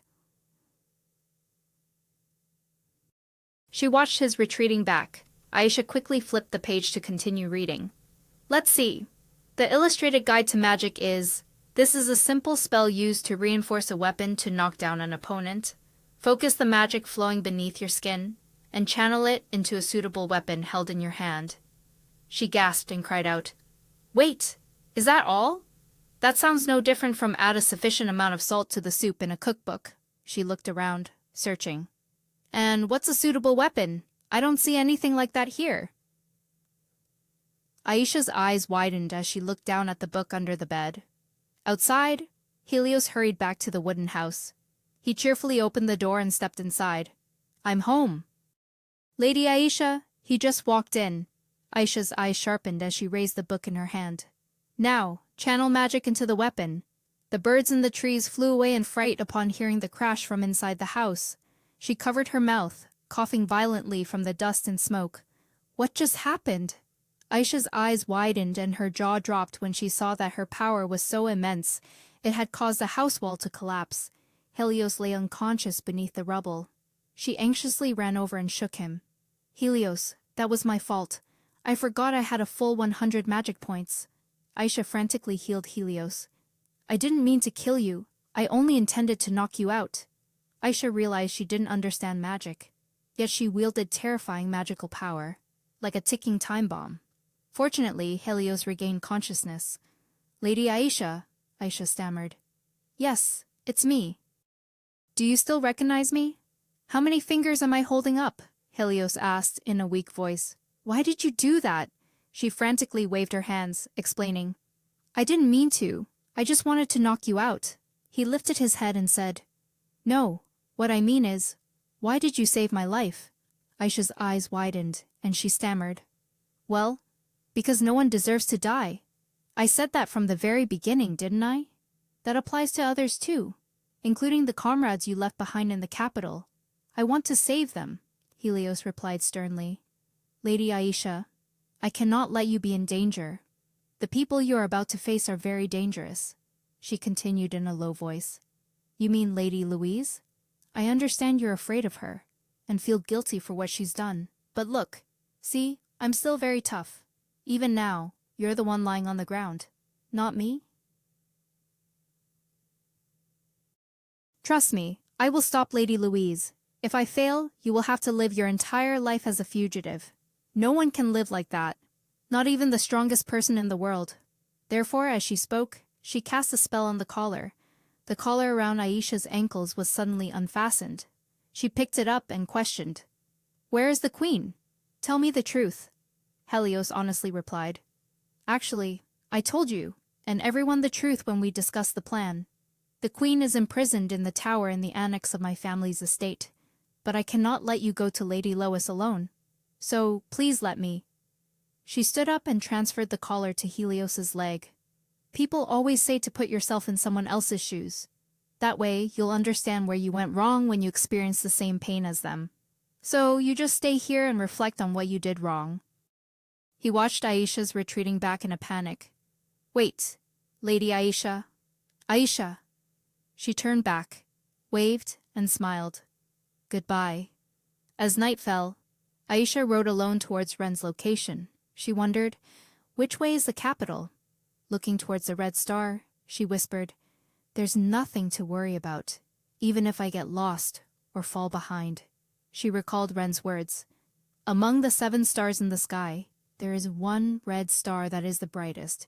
It is the star that always shines in the north. So, even if you are alone, follow that star and we will meet again. Aisha exclaimed loudly. Definitely. Catherine was imprisoned in a tower, her eyes always cast downwards. Catherine turned her head at the sound of the guards. Surrender, Queen Catherine. Now nothing can stop us. Do you know why so many people are gathered in the square today? Because today is the day your Grand Commander steps onto the scaffold. That means no one will come to save you. A minor blow like this will have no effect. She spoke coldly.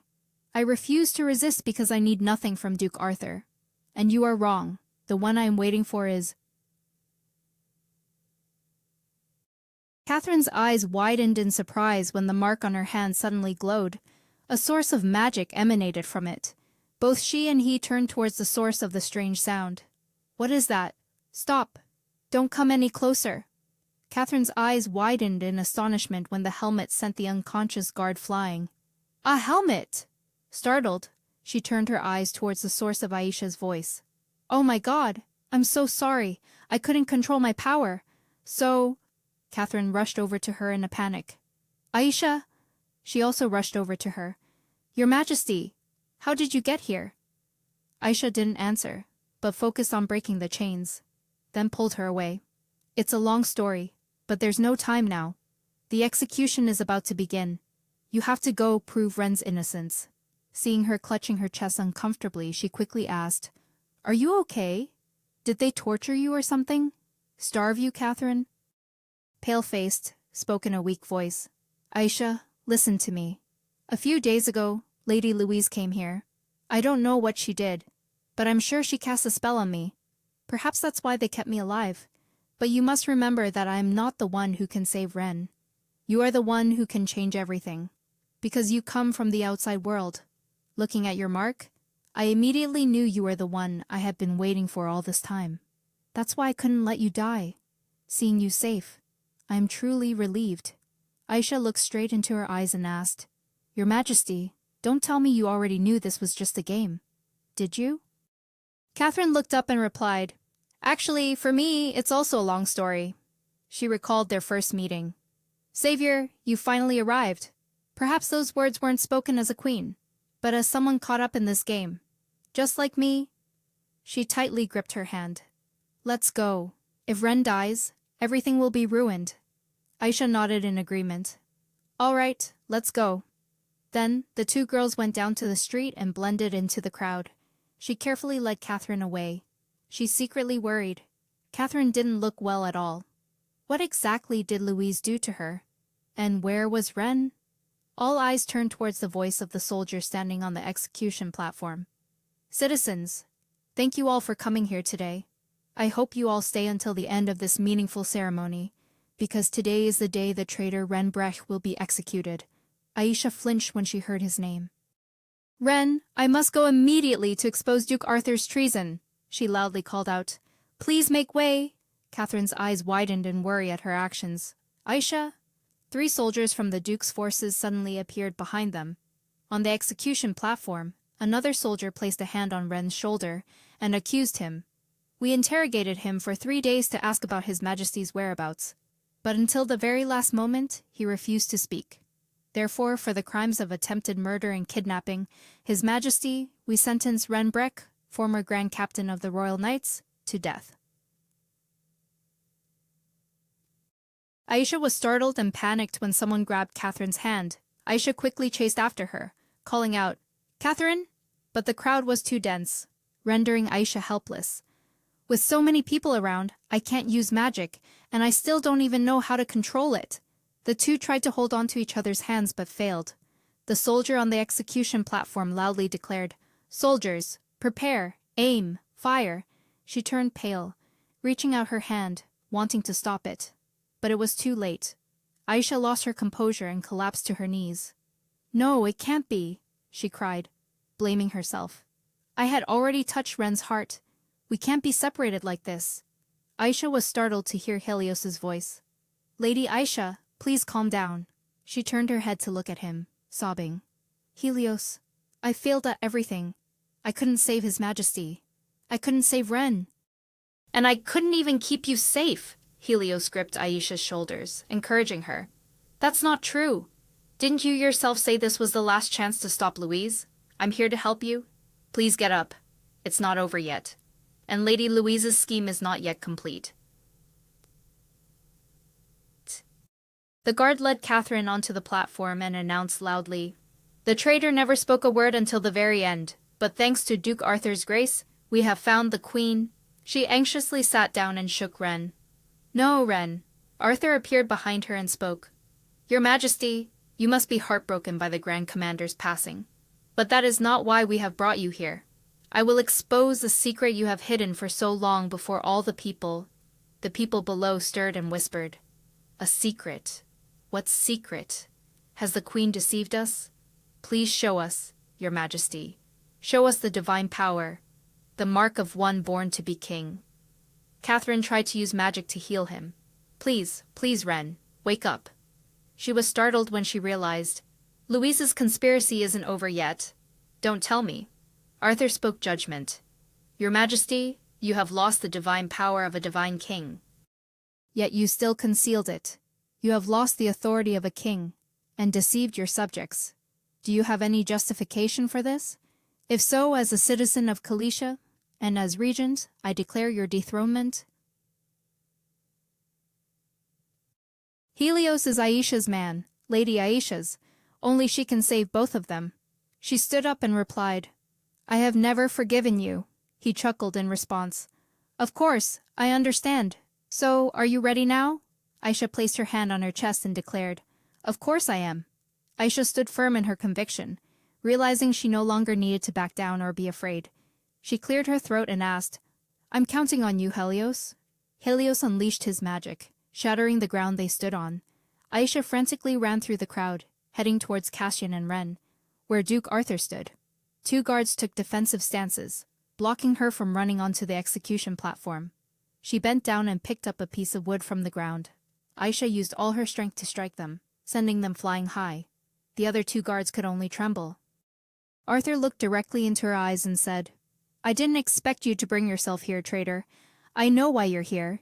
You've come to share the same fate as that captain, haven't you? And he signaled for the armed guards to close in. But then, the 2 guards behind him panicked as they saw the guns in their hands break in half. Helios had used his magic to help Lady Aisha at that very moment. Arthur gritted his teeth, angrily watching her retreating back. Oh no! How dare she! Helios continued to provide magical support. He fell heavily to the ground. Arthur was startled to see his sword on the ground mend itself. Catherine looked at Aisha with teary eyes. She knelt down, cupping his face. Ren, wake up. I promised, didn't I? I promised I'd come back. You can't treat me like this. I'm just a little late. Arthur waved his hand, giving an order. What are you all standing there dumbfounded for? Seize the traitor at once. Aisha took off her gloves, and the mark immediately glowed. She healed him while sobbing and pleading. Please, it's time to wake up. Helios and everyone else watched, wide-eyed with surprise, as healing light emanated from her. A powerful surge of magic radiated from him, and the mark also floated into the air. A moment later, Ren slowly opened his eyes and woke up. He softly uttered in a weak voice, Aisha? Aisha's eyes widened with joy. Ren! Ren lifted his head to look at her. I trusted you. I knew you'd come back. Aisha's eyes welled up with joyful tears. Of course, I promised, didn't I? She helped him sit up. Wait a moment. I'll use my sword to cut these ropes for you. Whispers rose from below. That guy, he was clearly dead just now. That light, there's no doubt about it. At this moment, Ren took Aisha's hand and observed. She stood up and pointed at Arthur. Listen, everyone. That man is behind everything that has happened. I was born with the king's mark in Garthia, but he massacred everyone in my homeland. He even tried to assassinate the queen. Arthur and Louise deceived everyone, blaming the knights. I am here to expose the truth. And this is the evidence. Arthur, furious at being exposed, exclaimed, "What are you doing? Seize that traitor immediately. Hurry!" Catherine looked towards Arthur and condemned him. "The traitor is you, Bricht. You imprisoned me, and even cast a curse upon me to seal the power of the king's mark. That is unacceptable, no matter how much you have contributed to this country." He turned pale and protested. I have dedicated everything to serving this country, and you know that better than anyone, Catherine. If it were anyone else, I wouldn't say anything. But you? Of all people should understand me, I overthrew Garthia to strengthen your throne. It was all for you. Arthur flinched as Catherine said, "You always justify yourself, saying it was all for me. But those words no longer work on me. You alone are responsible for your own disgrace." Both Aisha and Catherine gasped when they saw him bend down to pick up the sword from the ground. She didn't think much, and carefully parried the sword for Catherine. Ren's eyes widened in shock at Aisha's actions. Arthur's eyes widened in surprise as he watched her fall. Ren quickly ran over to catch her. "Aisha?" she whispered weakly. "Ren?" He anxiously cradled Aisha's face, crying, "No, stay with me, Aisha. I still have so much to tell you. I can't lose you like this." Catherine's face flushed, her eyes welling up with tears as she cried, "Aisha, why?" She softly said, "Both of you, please don't cry." A thought sparked in Aisha's mind. Initially, I only thought of overthrowing Catherine as a way to charm Ren. But without realizing when, Ren and Catherine had become truly dear to me, not just characters in a game anymore. She suddenly remembered Igor's words. Our goal is for players to enjoy free love. This game only ends when she finds true love, Aisha thought to herself. Is that what Igor meant? Perhaps true love is when I can leave for the happiness of the one I love? She gasped and stammered. I have one last wish I want to entrust to you, Catherine sobbed, interrupting her. A final wish. Don't say such things, Aisha. Aisha, gasping for breath, continued. Please, promise me. Promise that both of you will always be happy, even when I'm no longer by your side. Catherine widened her eyes in confusion. What? Even in critical condition, she still said. It's natural for a queen and a knight to fall in love. A love that transcends status and title, Catherine interrupted, explaining. Wait, Aisha, he and I are siblings. Aisha's eyes widened, her face blank. What? Catherine sobbed as she explained that she was adopted by Arthur, grew up with Ren, and later became queen, leaving Aisha stunned. They are siblings, Ren anxiously shook Aisha. Aisha, try to hold on, in a modern room. You kept such important information to yourself, and why are you only telling me now? She yelled angrily. Wait, am I still alive? But I was clearly stabbed in the back with a sword. Wait, these clothes. Aisha's eyes caught her reflection on the computer screen. She frantically ran to the desk. Aisha frantically cupped her face, wondering if she had returned to reality. Emergency Pediatric Intensive Care Unit. Sihan stood up when he saw his mother step out. Mommy? She bent down and said gently, Come here, my dear. They said you can see her from outside. He anxiously looked at Sejong lying in the hospital room. Ren asked worriedly, Mommy, why is Sejong lying in bed in there? His mother looked into the room and said, Because your sister is very sick. She needs a lot of help from the doctors. Sihan looked at her curiously. Well, I was sick before too. Is it like this? His mother placed a hand on Ren's shoulder and replied, Yes. Do you remember your cold last winter? It's similar to that. She was stunned when she heard his next words. But I got better after taking the bitter medicine the doctor gave me. If she also takes medicine every day, will she get better in 2 days like me? She sat down and instructed, Sihan, listen carefully to what I'm saying. No matter what happens in the future, you must protect this child. You must always be by her side and support her in everything. She can only rely on you, because she is your only sister. Do you understand? You will protect your sister, won't you? He asked with wide, innocent eyes. Do you mean like a knight? Sejong once told me about that. A knight in shining armor protecting the queen? She asked. Oh, that story. The story about a kingdom by the sea. Sejong played the queen, and gallant knights had to protect her. So you were one of those knights? I had no idea. What was the knight's name? Sihan immediately replied, Ren. Meanwhile, at Aisha's house, she stared blankly at herself in the mirror. Had she really returned to reality? Ever since the game ended, she had pressed the buttons repeatedly, but received no response. It was over. The system must have automatically logged her out. So, she couldn't play the game again once it had ended? Aisha pondered blankly. But what about all my memories? And the fate of Kalisha, the people I met, Catherine, Reno, and Ren too? Could all of that just be considered as if it never happened? No, I can't let that happen. The device was in the box I received before being sucked into the game. Perhaps if I find out where this package was sent from. She panicked as she picked up her phone. 7 a.m. Monday, only 2 days have passed, but I was in Kalisha for 3 whole months. That's right, I have to go to work. I want to go back there immediately. I have tons of questions for Ren and Catherine, and I also want to find the game developers to demand answers from them. Aisha paled, looking at her trembling hands in fear. But if I don't go to the office without a valid reason, rent, savings, bills, and the monthly money I send to my parents, I have no other choice. First, I have to go to work. She blended into the bustling crowd. Aisha stopped to look at herself in the mirror. A sudden image of Ren crying before being logged out flashed in her mind. I have so much I want to tell you. I can't lose you like this. Aisha was startled when she heard her colleague, Lee's voice. She replied in a fluster.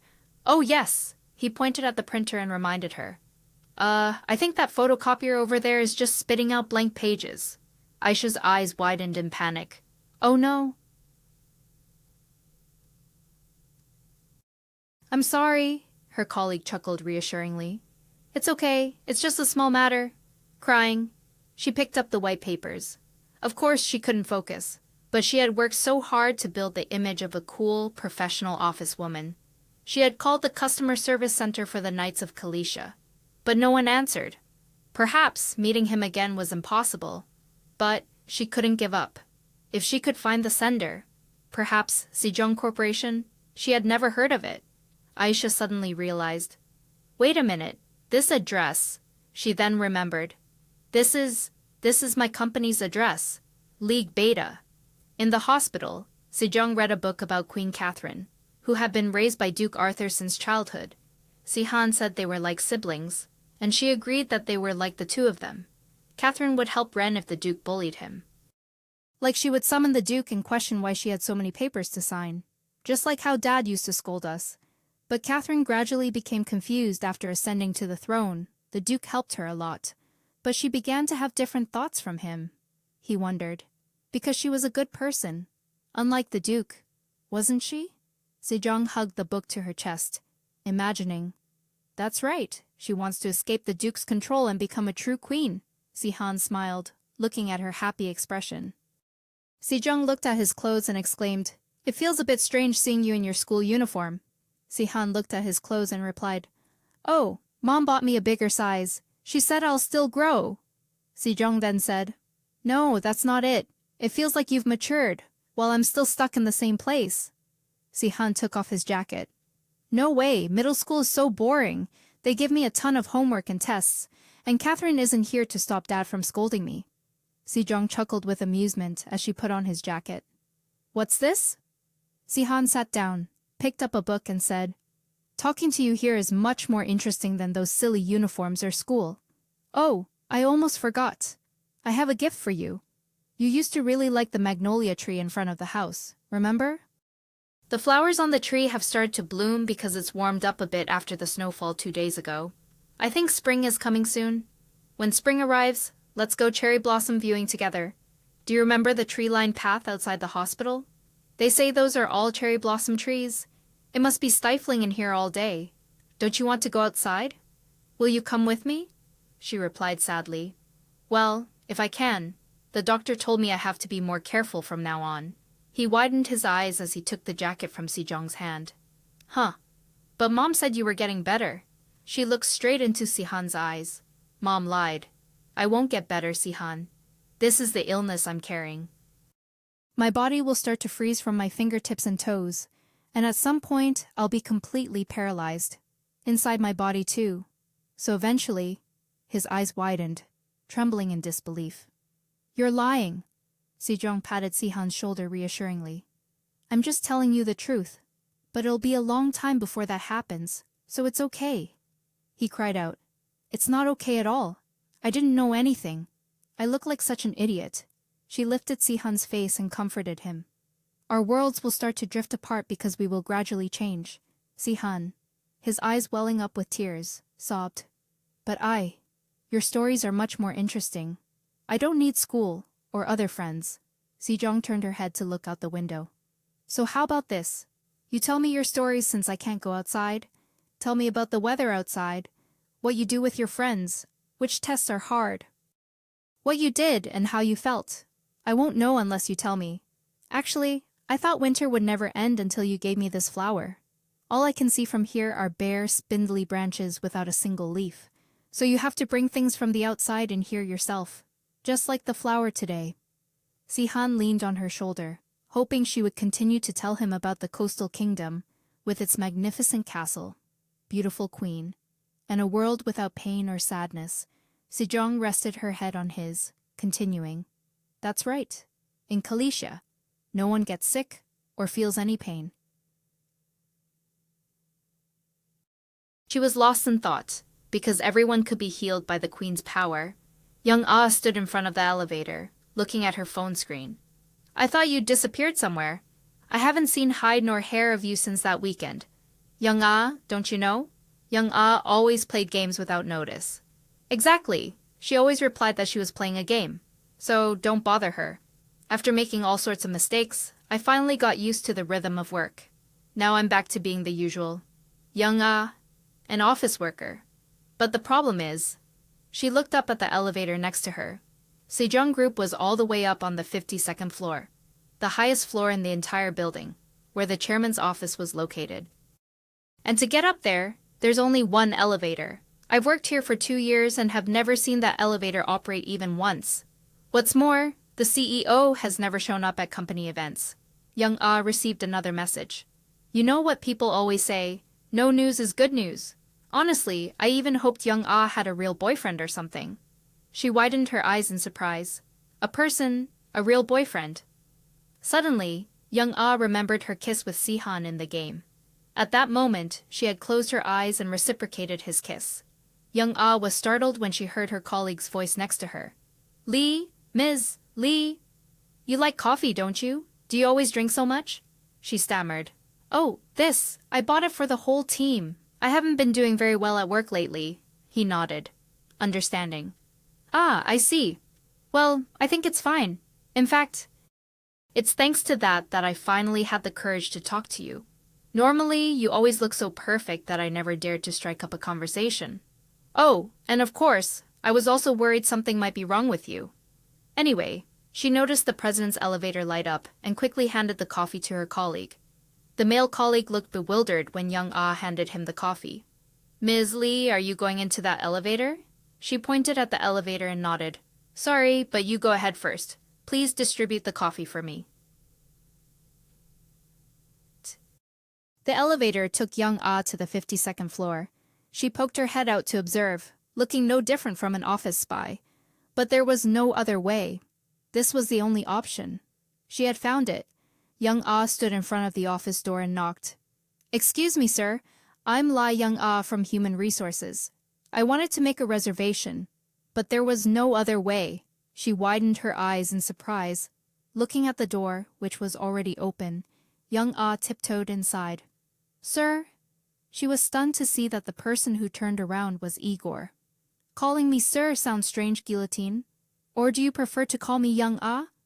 Young Ah's eyes widened and her mouth dropped open in surprise. You are? He chuckled teasingly. I was wondering why you were so late. Don't tell me you've forgotten me, have you? Perhaps this will help you remember, she stammered awkwardly. No way. This can't be happening. Igor excitedly spread his arms wide and smiled brightly. Welcome to the world of Kalisha. Young Ah froze in confusion. What the hell is going on? Sihan brought the computer to Sejong at the hospital. Curious. Did you manage to do it? That's great, she chuckled modestly. It's all thanks to you. You're a good teacher. He grinned broadly, full of pride. No, I only taught you a little bit. Let me help you finish it up. Sejong stopped him and said, Don't do that. You're about to graduate. You don't need to worry about things like this. You must be busy with assignments and a lot of other stuff. But for me, time is the only thing I have.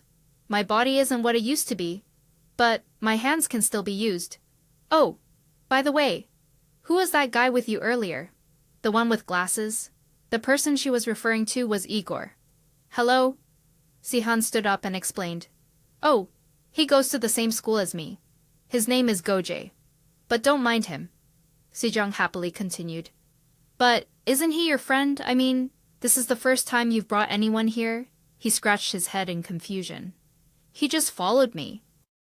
He kept pestering me to collaborate on a business venture. So he's more like a business partner. But he's not a friend, really. She interrupted comfortingly. You don't need to justify it like that. Don't feel guilty for enjoying life. At least, for my sake. I want you to be happy. He lowered his voice sadly. But that's too difficult. I can't help but think of you. Every time I see something beautiful, or when the sky is blue during a walk, every single day, really, I always wish you could also enjoy those moments. If I could protect you and save you, no matter the cost, I would do it. Just like the night in your story. Sejong placed her hand on Sihan's. It's not your fault that I'm sick. He squeezed her hand tightly. I know, but... Sejong looked at Sihan and said sincerely, You have no idea how much you've helped me. Even the smallest things from your perspective. Without them, I wouldn't have been able to come this far. See, the girl who just walked in is the main character, but she's not Catherine. You look at her computer screen and agree, right? Sejong intently explained that Ren and Catherine couldn't save each other. They were too familiar with each other. They needed a third person to save them, someone who could open that path. Young Ah stood in front of Igor, questioning him. Of course I remember you, Igor. What are you doing? Wait, who are you? He placed a hand on his chest and gave a radiant smile. Oh, please excuse my late introduction. I am Lee Gojae, one of the 2 CEOs of League Beta. She gave a forced smile as she recalled what she had done with Igor in the game. A CEO? Wait, so I just ordered a CEO around. Young Ah clutched her head, trying to regain her composure. Wait, co-CEO, so there's another one. He maintained his friendly smile. That's right.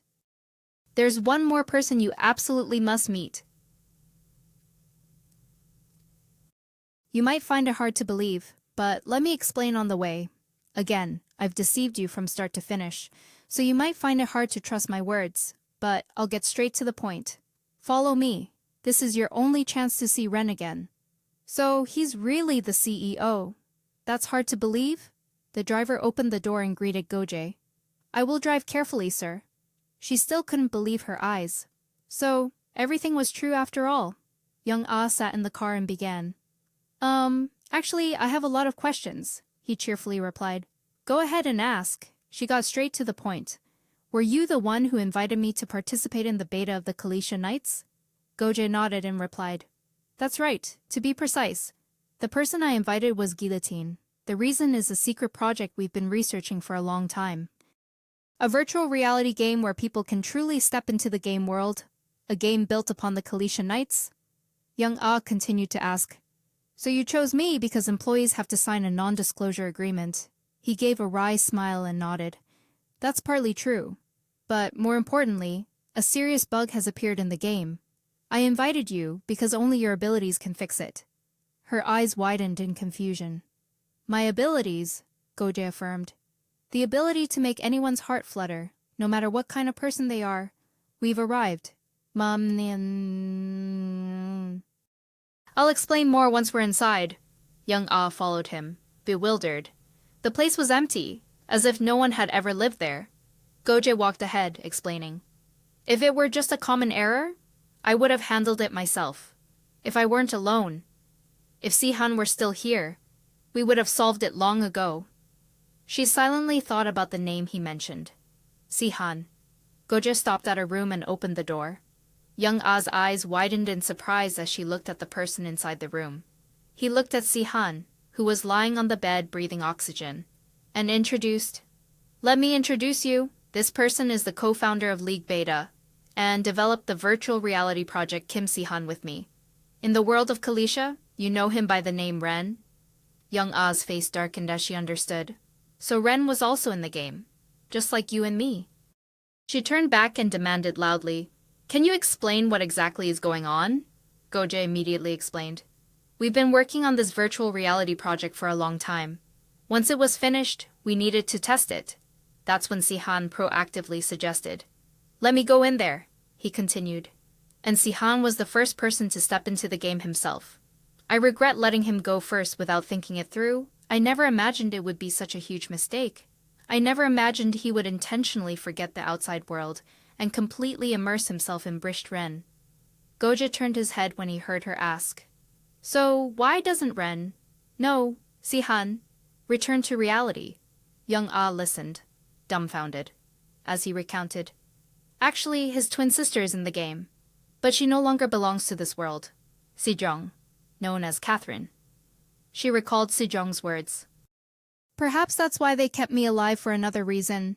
You need to understand that I'm not the one who can save Ren. You are the one who can change everything, because you come from the outside world." Now I understood what she had said back then. She must have also come from the outside world, Young Ah wondered. "But you said Sejong is no longer alive." He recalled the past and explained. "Later, I found out why Sihan was so obsessed with the project. Catherine was created from Sejong's data. In other words, that character is identical to his sister. The only way to see his sister again was in the virtual reality world. That's why he threw himself into game development, Sejong Corporation. He must have named it that in memory of his sister," Goje continued. "After the project was completed, Sihan entered the game. He lived as a knight, loyal to Catherine. In other words, turning himself into an NPC, a system error. That's why I needed you, Guillotine, someone who could charm anyone in the game. I wanted you to change Ren's mind so Sihan would return to reality. You did very well." Ren went to the ball with Aisha for the first time. Not Catherine. You healed him. The two of you even pretended to be newlyweds. Since then, the system error worsened, as if resisting on its own. Lady Louise and Duke Arthur began to conspire in rebellion. Then Ren was arrested, convicted of treason, and even executed. Young Ah wondered. "Do you mean Sihan caused all of this?" Goje explained. "Yes, it was like a form of unconscious resistance. Sihan rarely opened up. I only learned the details after hearing his mother tell the story. She said he was tormented by feeling happy while Sejong was bedridden. He stayed at the hospital with his sister every day, until the day she passed away." She frowned seriously and asked, "So he unconsciously rejected happiness even in the game?" Goje confirmed. "That's right. Ren's life was supposed to be for Catherine. But when Aisha started to change him, he resisted, yet Sihan still changed. So I once thought things were getting better. I think if he dreams of another world, he will come back. A world that doesn't revolve around Catherine. But, perhaps, this is the limit. Sorry for dragging you into this." Young Ah silently watched Sihan lying motionless on the bed. After losing a loved one, he built a world where she was still alive. I wonder how he feels. I wouldn't dare say I understand him. But both of us escaped to the same place. I memorized the game guide, and constantly saved and reloaded, finding joy in dating in the game instead of real life. Then when I met you, I felt something very real. If I could meet you again, if I could share your sorrow, I would be willing to do it." She remembered Catherine's joyful smile. The savior. "Finally, you've come. Now I understand." She was talking about me, not herself. Young Ah firmly agreed. "I will do it." Goje was flustered. "Sorry." She turned her head back and affirmed again. "This time I will enter the game, and I will save Sihan, truly, because Sihan's game is still running." He awkwardly asked again. "But are you sure?" Young Ah nodded confidently. "Yes." Goje awkwardly rubbed his chin and explained. "But Time in the game passes differently from reality. From the moment I woke up until now, I guess about 2 years have passed in the real world. Aisha might have died a long time ago. She walked over, patted his back, and said with a smile, "It's okay. My reliable NPC Goje can handle everything. Right?" Goje's eyes welled up with emotion. "But I've been deceiving everyone all this time." Young Ah was flustered. "It's okay. That's all in the past." He stopped crying and said, Wait a moment. There must be a backup login device here. This device automatically saves data, so when you return, you'll wake up as Aisha." She didn't think much of it and stuck the device onto her temple. Young Ah turned her head back and asked, "Oh, I almost forgot." Goje was startled and wondered. Yes," she requested. "Please give me paid leave." He burst out laughing and immediately agreed. "Of course." Young Ah looked at Sihan with affectionate eyes. "Just wait a little longer. I'll be back soon." In the game, the entire palace was submerged in the pure white of snow. Catherine gazed intently out the window. Helios rushed over and called, "Your Majesty!" She turned her head and replied, "Yes, Helios." He looked at the paper in his hand and reported, "We have sent aid to the people, but the winter is too long. Thanks to your Majesty's grace, even using the national treasury to reduce the people's debts is not enough. The landlords also belong to Kalisha. Despite 2 years of effort, there has been no progress. We don't know when winter will end, and continuing to ask for their charity will have consequences." Catherine looked out the window and affirmed that they would get through it. When Helios was about to advise her, she decisively stated that as queen, she could not please everyone and had to make choices. "If I can only give 1 bag of flour to 1 person, I will choose the one on the brink of death, not those who merely lament. That is the only way I can help everyone, when these hands can no longer save anyone." Helios asked, "Are you worried about the Grand Commander?" She said that he was facing his pain in his own way, then reassured Helios, "Don't worry, he just needs a little time." Helios unconsciously replied, "Yes," and Catherine continued, "Just as one needs time to bury their sorrow. I know it takes time, but the branches everywhere are bare, and the snow falls as if it will never stop. I worry that the one we are waiting for will not like the sight outside." In the high-rise tower, a warm light glowed amidst the winter cold. Ren lit a candle to illuminate the room. He carried the candle and walked to the bedside. Ren placed the candle holder down and gazed at Aisha's sleeping face. Since she fell by Arthur's sword, he had changed a great deal. It had been 2 years and 14 days since that day. A long time had passed, but I dared not leave her side. Ren reached out and stroked Aisha's head. "If she wakes up, I will never forgive myself if she thinks she was left alone in this cold winter." He gently caressed each lock of her red hair. Aisha's cheerful, innocent image suddenly appeared in Ren's mind. He emotionally called her name, Aisha. Ren sobbed, burying his face in his hands, because Aisha still wouldn't wake up. He remembered images of himself and Catherine when they were children. Catherine's determined gaze was still etched deep in Ren's mind.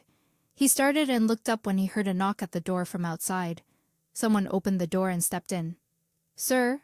No, Your Majesty. I apologize," Ren questioned. "I clearly remember every face that has ever been permitted to enter and exit this tower, but I have never seen you before." The man was flustered.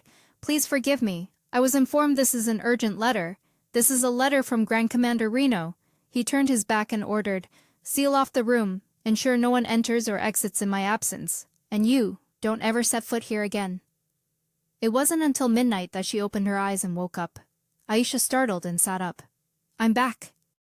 "What a relief. It seems my body hasn't suffered any serious problems. This pain, it must be because I've been bedridden for 2 years." "Huh. It's snowing. But I remember Kalisha doesn't have winter, and I'm in the palace. So that means Duke Arthur and Lady Louise have failed, Catherine has reclaimed the throne, and the honor of the Knight Order has been vindicated. I wonder where he is now. I have to go see him immediately." She knocked on the door and called out, "Hello, is anyone there?" A terrible thought struck Aisha like lightning. "Don't tell me they left me here alone because they thought I was dead." she screamed in panic. Hey, hello, I'm alive, I'm still alive, I'm alive! Aisha burst into tears. I knew returning would bring many challenges, but I never expected the first challenge would simply be opening a door. At least it seems someone has been taking care of this room. It's really clean. These flowers too, they're all fresh, looking as if they've just been picked. That means whoever put them here has always cared about me. Perhaps they want me to feel comfortable every time I wake up. But who could it be? Wait, could it be? I can't imagine Ren doing something like that. First I need to get out of here. And there's only one way. It's too high. She looked around, thinking to herself, is there any way down? I've just come back from the dead. There's nothing to be afraid of. A moment later, Aisha burst into tears. Help me. Not to mention, it's terribly cold. Igor's voice suddenly echoed in her ear. You escaped when you were logging into the game, didn't you? I knew you could do it, Aisha. Aisha's eyes widened in surprise. Igor? He chuckled and explained. Did you forget? I can use location magic. I came here right after I found out you were being held here. She couldn't wait, could she? Frantically clinging to a fabric rope, she pleaded for help. Who cares about all that? Can you fly? Pull me down? Igor nodded, continuing. It's not a skill. I just tweaked a bit of the game's code. Aisha stammered awkwardly. Oh, come on.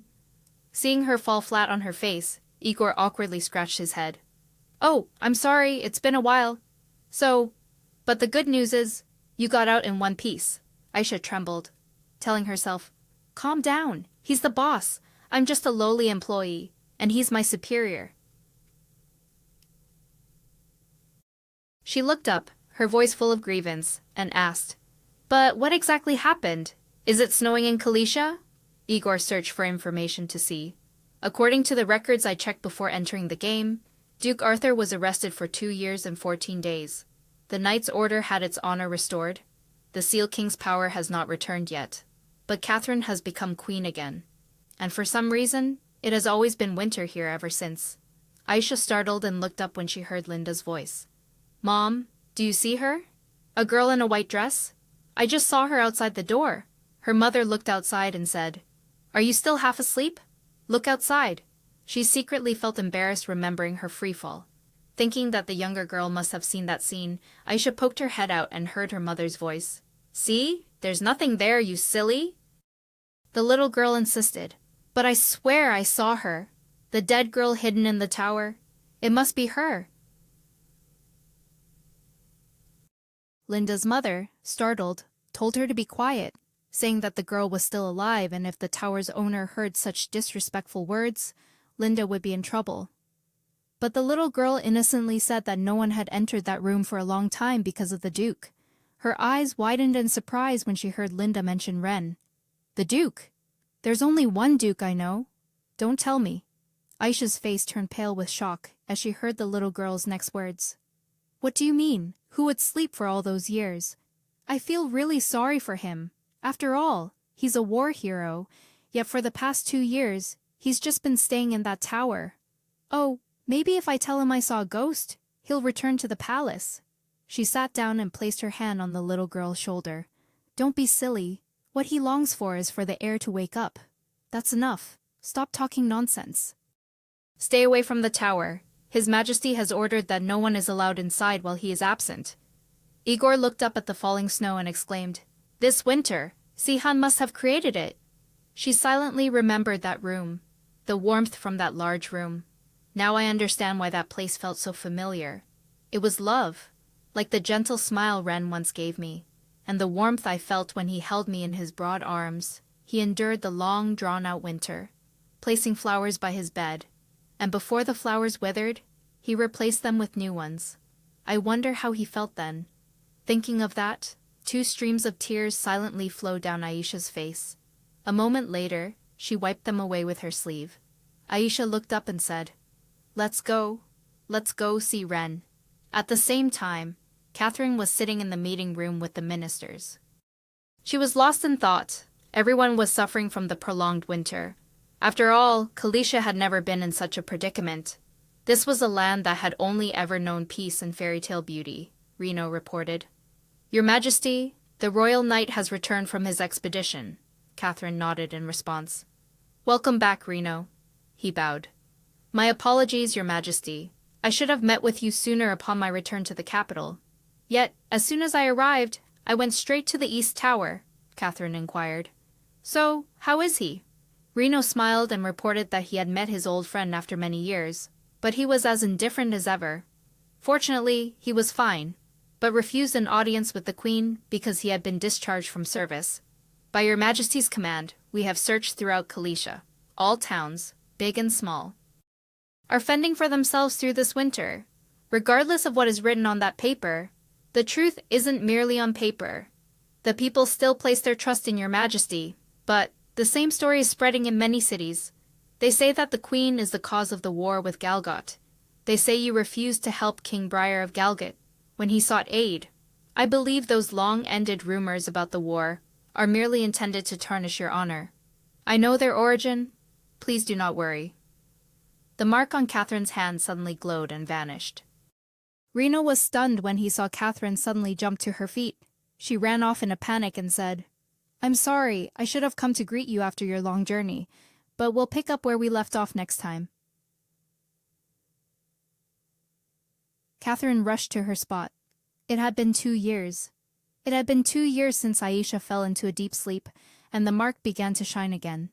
2 maids looked bewildered as she ran past.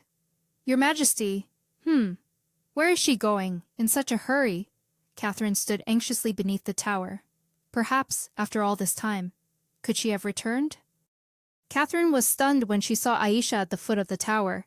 She frantically ran off, muttering to herself, I must go meet Ren. Aisha stopped when she heard Catherine's call. Aisha! Aisha! Catherine rushed to embrace her. Aisha's eyes widened in stunned surprise when she saw Catherine.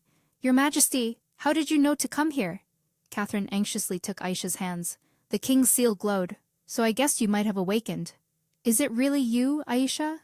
She nodded softly in response. Yes, it's me. Catherine eagerly draped her cloak over Aisha. It's freezing cold like this. You should wear something warmer. Not to mention your body hasn't fully recovered yet. She awkwardly said. You can't give me that cloak. That's the Queen's cloak, bearing the royal seal, Catherine calmly replied. What are you saying? The king's seal inherently belongs to you? When I lost my power, this country needed you, as my successor. The moment she fell asleep, everyone saw her mark. The people of Kalisha had endured this long, drawn-out winter because they believed she would return one day, and everyone would rejoice upon hearing news of her return. But I, though I waited for her to wake up, never actually wished for her to awaken. Aisha's eyes widened as she looked at Catherine's sorrowful gaze. Catherine, no, Sihan, truly wished more than anyone for Sihan to return to the real world. So why didn't she want me to wake up? Aisha's eyes widened in surprise as she heard her continue. Once everyone knew she had awakened, she would succeed to the throne, which meant the kingdom would have a new queen to serve. Ren had the duty to protect the queen as the loyal Grand Commander of the Royal Knights, so when there was a new queen, he would have a reason to continue staying in this world. Aisha suddenly realized she had been too overjoyed at the prospect of reuniting with Ren to think about that. I never thought that returning to save Ren could bind him to this world. She grabbed Catherine's shoulders and proposed, I have an idea. I'll pretend to keep sleeping so no one realizes I've woken up. Catherine's eyes widened in astonishment. What? But would that be all right? Aisha put her hands on her hips and forced a smile. It should be. I hope so. I'll just keep pretending to sleep until I figure out another way. Catherine pointed towards Ren, who was riding his horse towards them. Look, Ren is back. She looked in the direction Catherine was pointing. So soon! The 3 of them, hiding behind the tree, watched him open the door and enter the tower, wondering what to do now that he was inside. Igor snapped his fingers and exclaimed, Don't worry, Igor is here. I'll get you up right away. Aisha was brought back down the path she had descended and painfully fell face down onto the ground. She painfully wiped away her tears. I really did make it back, but I almost died before I could even pretend to be asleep again. Hearing a sound, she scrambled to sit up. It's Ren. Very quickly, Ren reached the room and opened the door. Aisha quickly got into character, slightly opening her eyes to secretly observe his every move. Aisha was flooded with thoughts, wondering what had happened in the past 2 years and why he hadn't returned to his position as Grand Commander as before. Why was he stubbornly staying alone in this tower, wrapped in that thick black cloak? Aisha suddenly remembered Catherine's words. When everyone knew she had woken up, she would inherit the throne, meaning Ren would have a new queen to serve. Aisha flinched when she saw Ren show signs of turning around. He walked to the bed and quietly gazed at her. Ren noticed something unusual. The blanket. Where did it go? I clearly saw it before I left. Aisha secretly cried as she remembered she had tied the blanket to climb out the window. Ren, without suspicion, took off his cloak and covered her with it. Linda must have taken it to wash. But why at this exact moment? And I even instructed no one to enter while I was away. He worried that if Aisha caught a cold, it wouldn't be good. Aisha thought to herself, so it's true, he has been by my side for the past 2 years. It's unbelievable that for 2 whole years, he came to this tower every single day to take care of me. Ren took her hand and confided, Linda often makes mistakes. Perhaps that also rubs off on me. Sometimes she's quite reckless. I guess I've gotten used to her. When I opened this door, before I even realized it, I felt a glimmer of hope. I had hoped today that you would finally wake up. Today I met Reno. I asked him to look for Lady Louise during the expedition, but he said he couldn't find her anywhere. Come to think of it, I haven't heard what happened to Lady Louise either. Perhaps her curse hasn't been broken yet. He raised his head and continued. If we find her and break the curse, the power of the king's seal will return. Then, the queen can wake you up. Igor suddenly appeared, revealing, there's another way to wake her up. Igor froze when Ren's sword was placed at his chin. Igor sweat nervously and forced a smile. Commander, it's good to see you again. But please remove that sword from my face. His entire being exuded a terrifying killing intent, and his voice was angry. I'm no longer the commander, and I didn't even sense your arrival. Ren relaxed his facial muscles. That's because you were too busy enjoying your romantic moment, weren't you? He lowered his sword shyly, his face flushing. How dare you say something like that? Igor clasped his hands behind his back and walked into the room. I don't want to interrupt your sweet moment, but eavesdropping from outside helped me come up with a good way to wake her up. Ren asked joyfully. There's a way.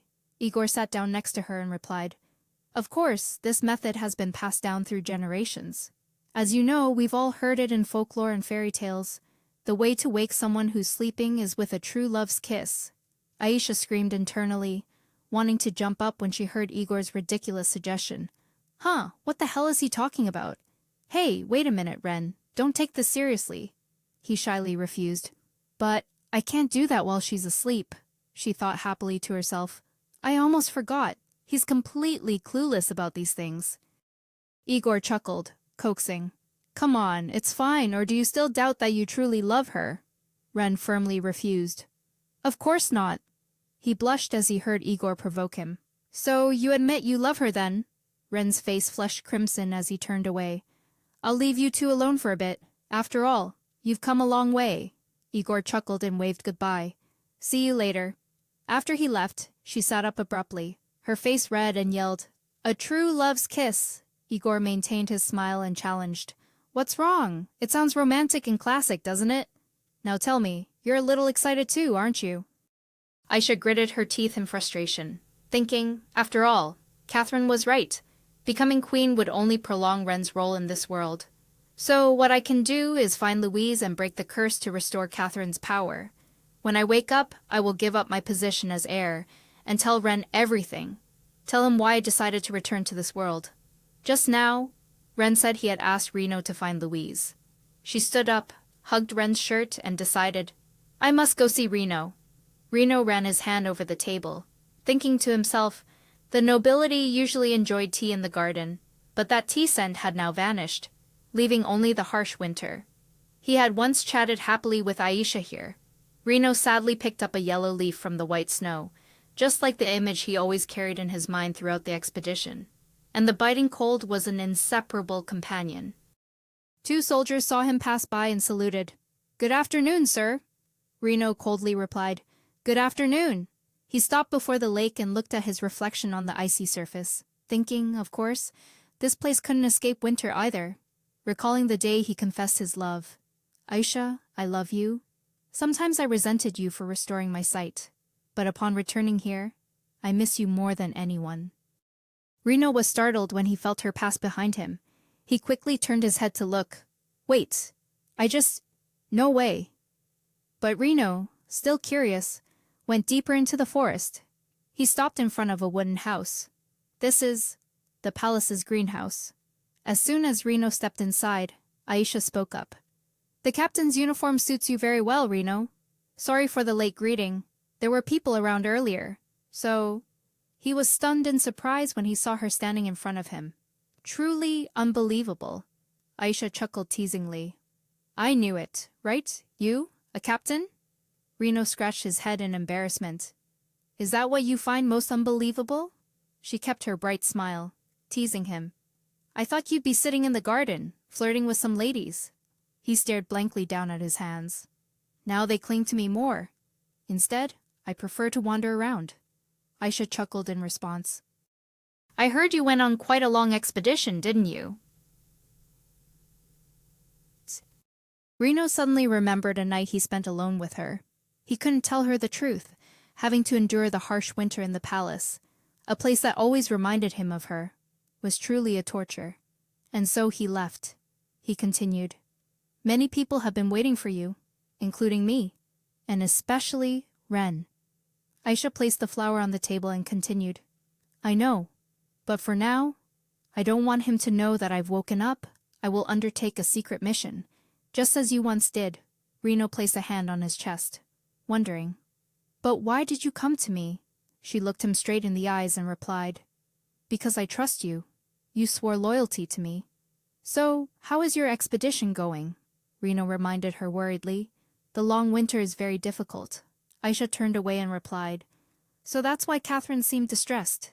She paused when she heard him say. Rumors say that the Queen is the cause of the war. Aisha remembered her conversation with Grand Duke Caddis. But the problem is, when Catherine arrived in Galgot, she decided not to treat the patient.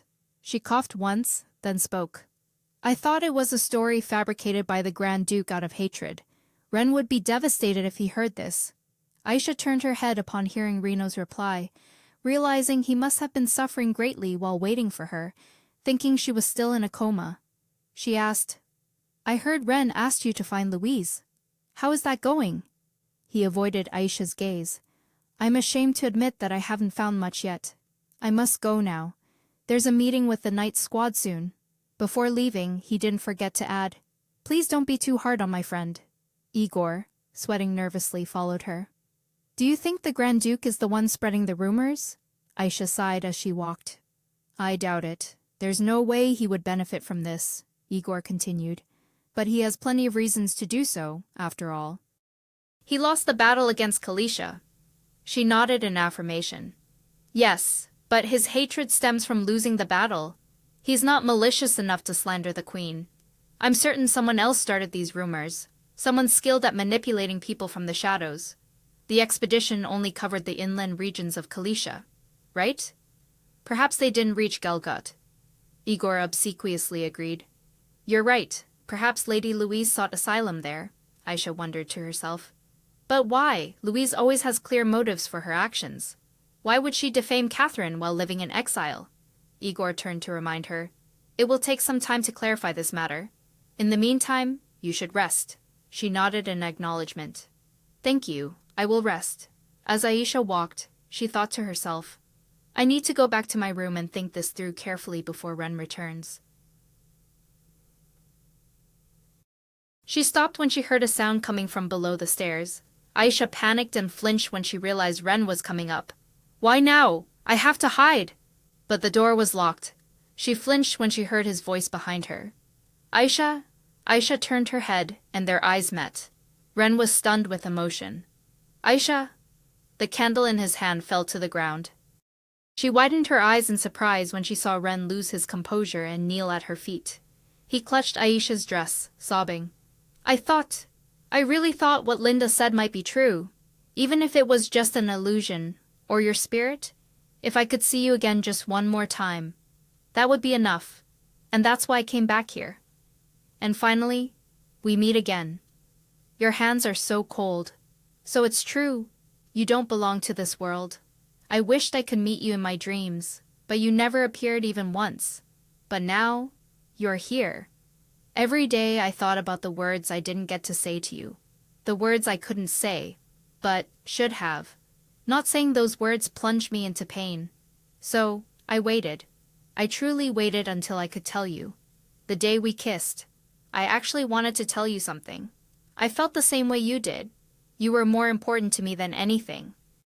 I should have asked you to leave everything behind so we could run away together. I should have told you that I loved you. And it took me too long to finally realize it. This winter, I am being punished for realizing my feelings too late. I can't let you go. Please promise me you'll come back soon. I will wait for you. Forever. After pouring out all the hidden thoughts he had kept, Ren stood up and turned to leave, leaving her stunned at the doorway. Aisha's tears silently fell, and she softly whispered, "Me too. I love you too." Igor brought cookies to comfort Aisha. "Come on, just try some. I brought all these desserts because everyone thought you were sleeping, but you haven't touched a single bite. What's wrong?" She gloomily buried her face in her pillow. "I don't feel like eating." Aisha remembered Ren's confession from yesterday.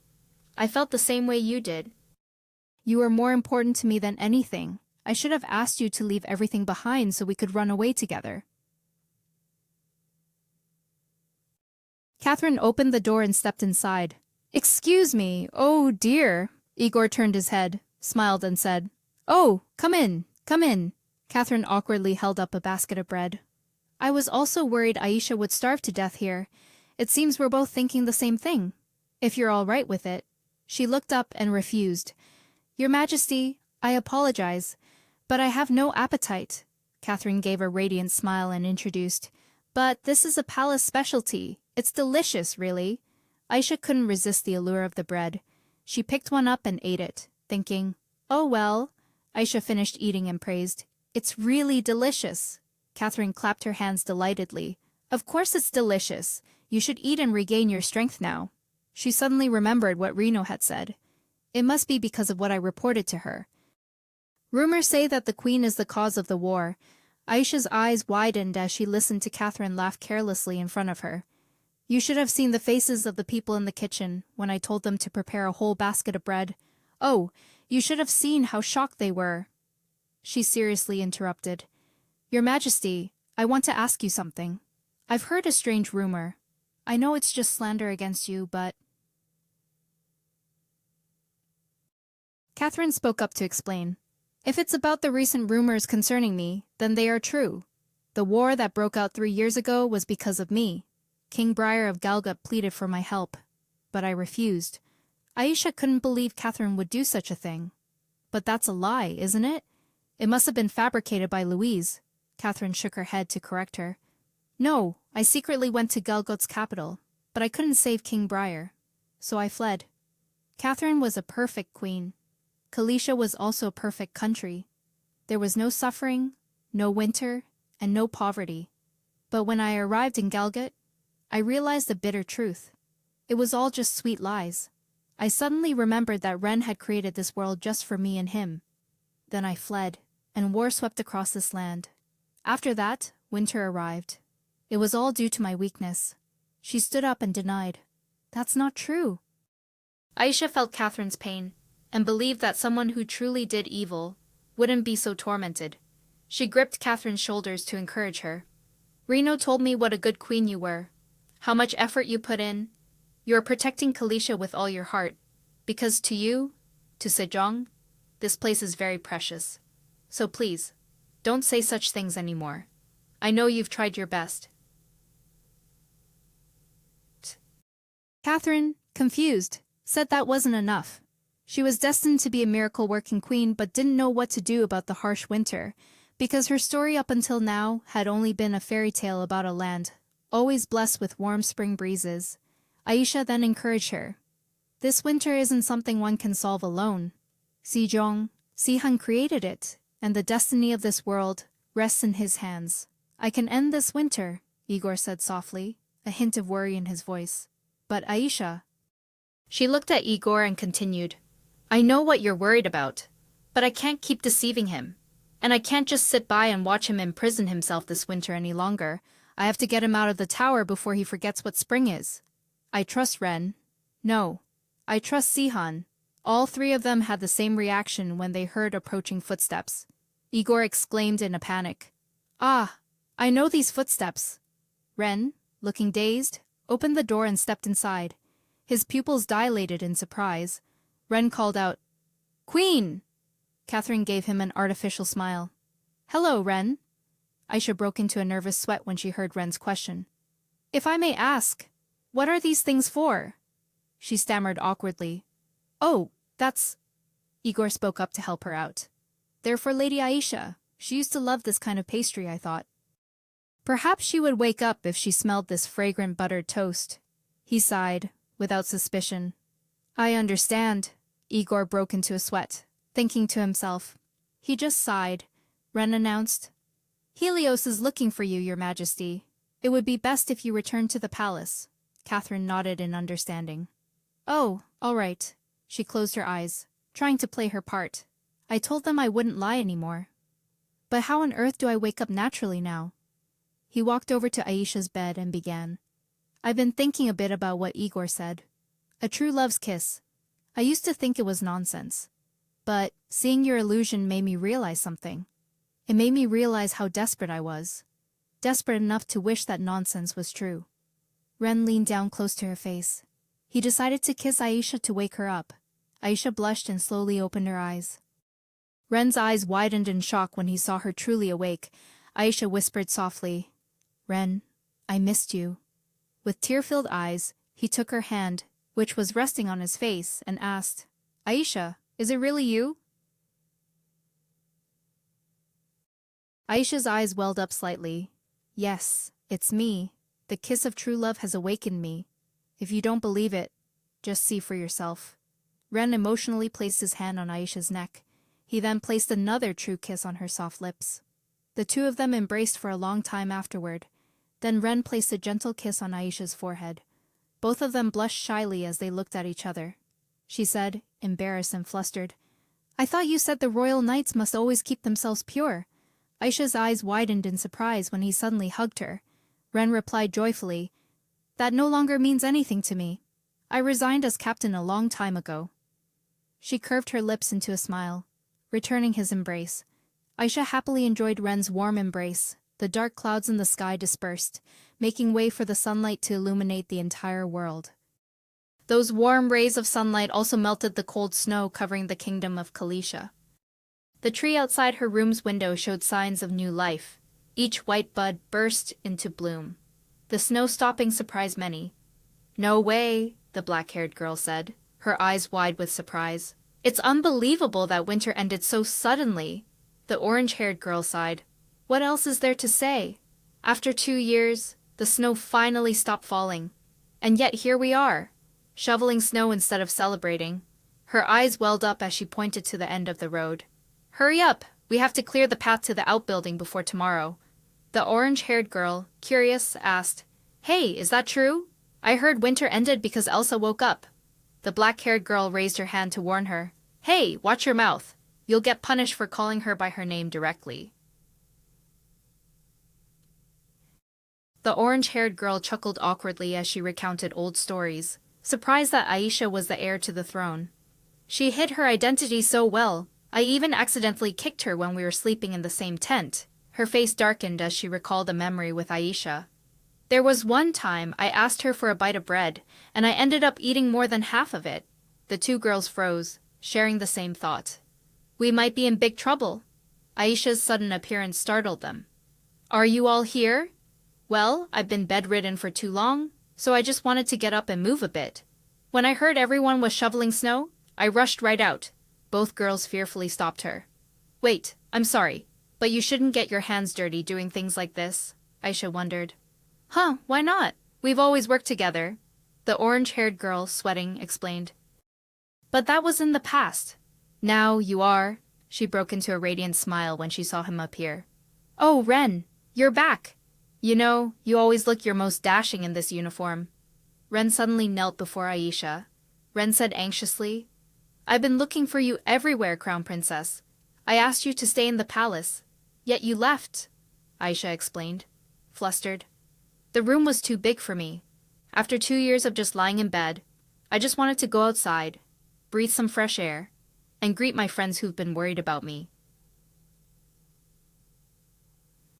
Itala, Ren glared at the two girls and asked, Didn't they stop you even when you were shoveling snow? She awkwardly denied. They didn't do anything wrong. It's because I wanted to do it. Ren stood up and ordered, Let's go back. There are too many eyes watching you here. Aisha turned around and refused. But I still can't just sit idly inside doing nothing while everyone else is working hard. I'm sorry, but... She gasped and cried out when he suddenly picked her up. Ren looked straight into Aisha's eyes and said that as the commander, he had to prioritize the crown princess's safety, and thus apologized for his disrespect, making her blush with embarrassment. He turned his back and said to the two girls, I'm leaving the rest to you. Aisha struggled and cried out, Wait, listen to me first. I won't run away. I swear on the king's seal. Oh, seriously. Everyone is looking at you because you're carrying me. You said we shouldn't attract attention. Ren put her down on the ground and reminded her. Please look around again. They're not looking at me. They're looking at you. They're crown princess. Only then did Aisha realize the surrounding eyes were watching her. She is the crown princess. She has brought spring back. Aisha suddenly understood Ren's words. Last night he had kissed her and confessed his feelings. But to her, he had changed. And now she understood why. He was following her as the commander. But even so, how could he pretend that nothing had happened so quickly? Ren escorted Aisha to her new room, and said that the room was a bit small, hoping Her Highness would stay there temporarily until the coronation ceremony. She stammered, Ren. He unexpectedly knelt down, responding stiffly, Yes, Your Highness. Aisha, startled and embarrassed, asked, Wait, are you going to kneel every time I call your name? Ren looked up and replied, Of course, you are about to become the queen. I have a request, Your Highness. There are still some people in the palace who do not yet trust you, so please remain here until the official announcement. She embarrassedly pulled him up. All right, that's enough. Get up now.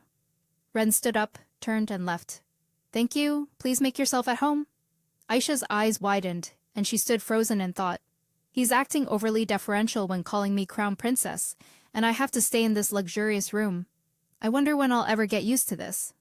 So, 3 days had passed since she was practically confined here, as if she were in solitary confinement. Aisha tried to strike up a conversation with the servants, but they all fearfully begged for forgiveness and ran away. Aisha secretly cried when she thought about it. Aisha sadly thought that she had imagined things would be different when she woke up.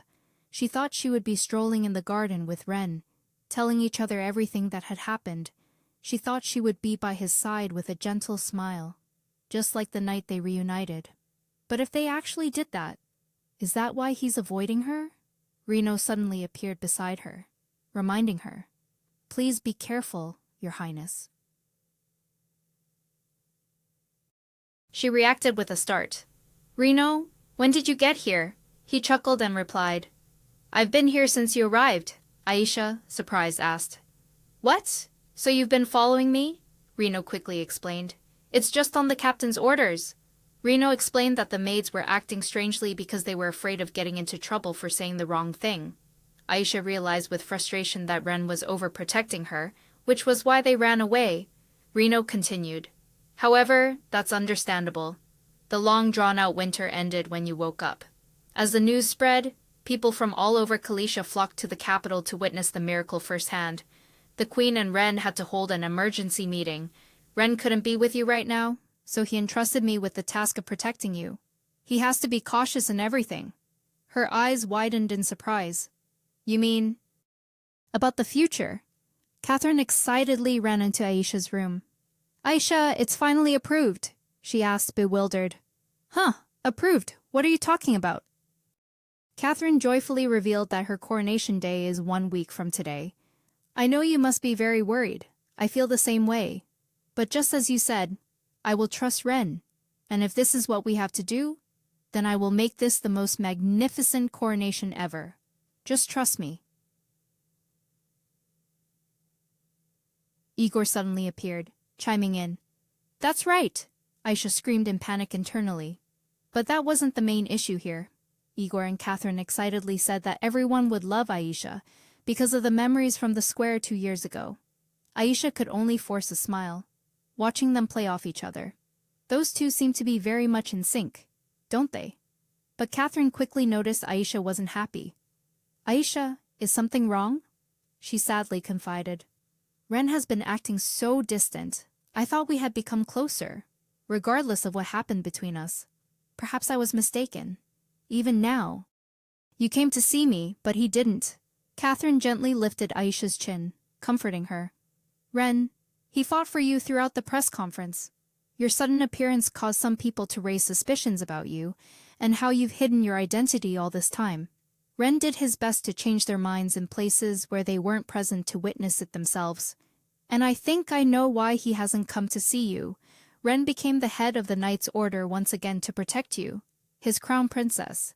And don't you remember, you yourself told me that differences in social status sometimes prevent a couple from expressing their feelings for each other. Ren is simply maintaining his proper position, because that's the only way he can protect you. The next morning, Aisha was on horseback, practicing. Next was archery, and she hit the bullseye. Her servants behind her clapped in praise. Excellent, Your Highness. Truly remarkable. Your Highness is not only skilled at horsemanship, but also a master of archery. The successor must pass a series of tests before the coronation takes place. But these are just minor matters. Aisha secretly felt proud. Her physical strength and agility stats clearly maxed out, but outwardly she humbly asked, I passed, right? Now let's move on to the next test. Let's finish everything this morning so everyone can rest this afternoon. They cheered joyfully. That's a great idea. Ren stood leaning against a tree in the back, watching her practice. For the sword fighting test, the instructor held up a sword and lectured. Sword fighting isn't merely about swinging a sword or tactics. The wielder is what truly matters. Whoever retrieves the rose from their opponent's chest first will win, and will be recognized as the legitimate heir if they pass this stage. Now, please take up your sword. Ren stepped forward and interjected. Please wait a moment. Her Highness has only recently awakened, and must be exhausted after undergoing so many consecutive tests. I believe this is enough for one day. Nothing good will come if you are injured during... As he spoke, Ren's eyes widened in surprise, as Aisha suddenly snatched the sword from his hand. She proposed, Then you be my opponent, seeing as you worry about my safety more than anyone else, she thought to herself. Ren will surely have to obey if he truly cares about me. Aisha knew full well that these tests were merely a formality, holding no real practical significance. Yet, simply because of her command, he obediently stood before her with a sword in hand. He readily agreed. Then, let us begin. She couldn't understand why seeing him like that made her so inexplicably annoyed. He raised his sword to block her strike. Aisha trembled as she parried Ren's blow. He lectured in a low voice. Swinging your sword so haphazardly is very dangerous, Your Highness. Ren blushed in embarrassment when she asked, How can you be so indifferent? Don't you remember what we did the day I woke up? In bed, you and I kissed. Aisha lost her balance and stumbled backward as Ren pressed forward. She closed her eyes tightly and raised her sword. Ren leaned close to Aisha's face, softly pleading with her. Please, there are many people listening here. She frowned threateningly. Are you finally taking this seriously? Because if you're not, I'll tell everyone here what happened between us. Ren stiffly replied that he understood. Your Highness? Aisha gasped and asked. You've been following me all day, haven't you? You must have seen how capable I am. I don't need anyone to protect me. You should understand that better than anyone. What I need isn't a knight to protect me.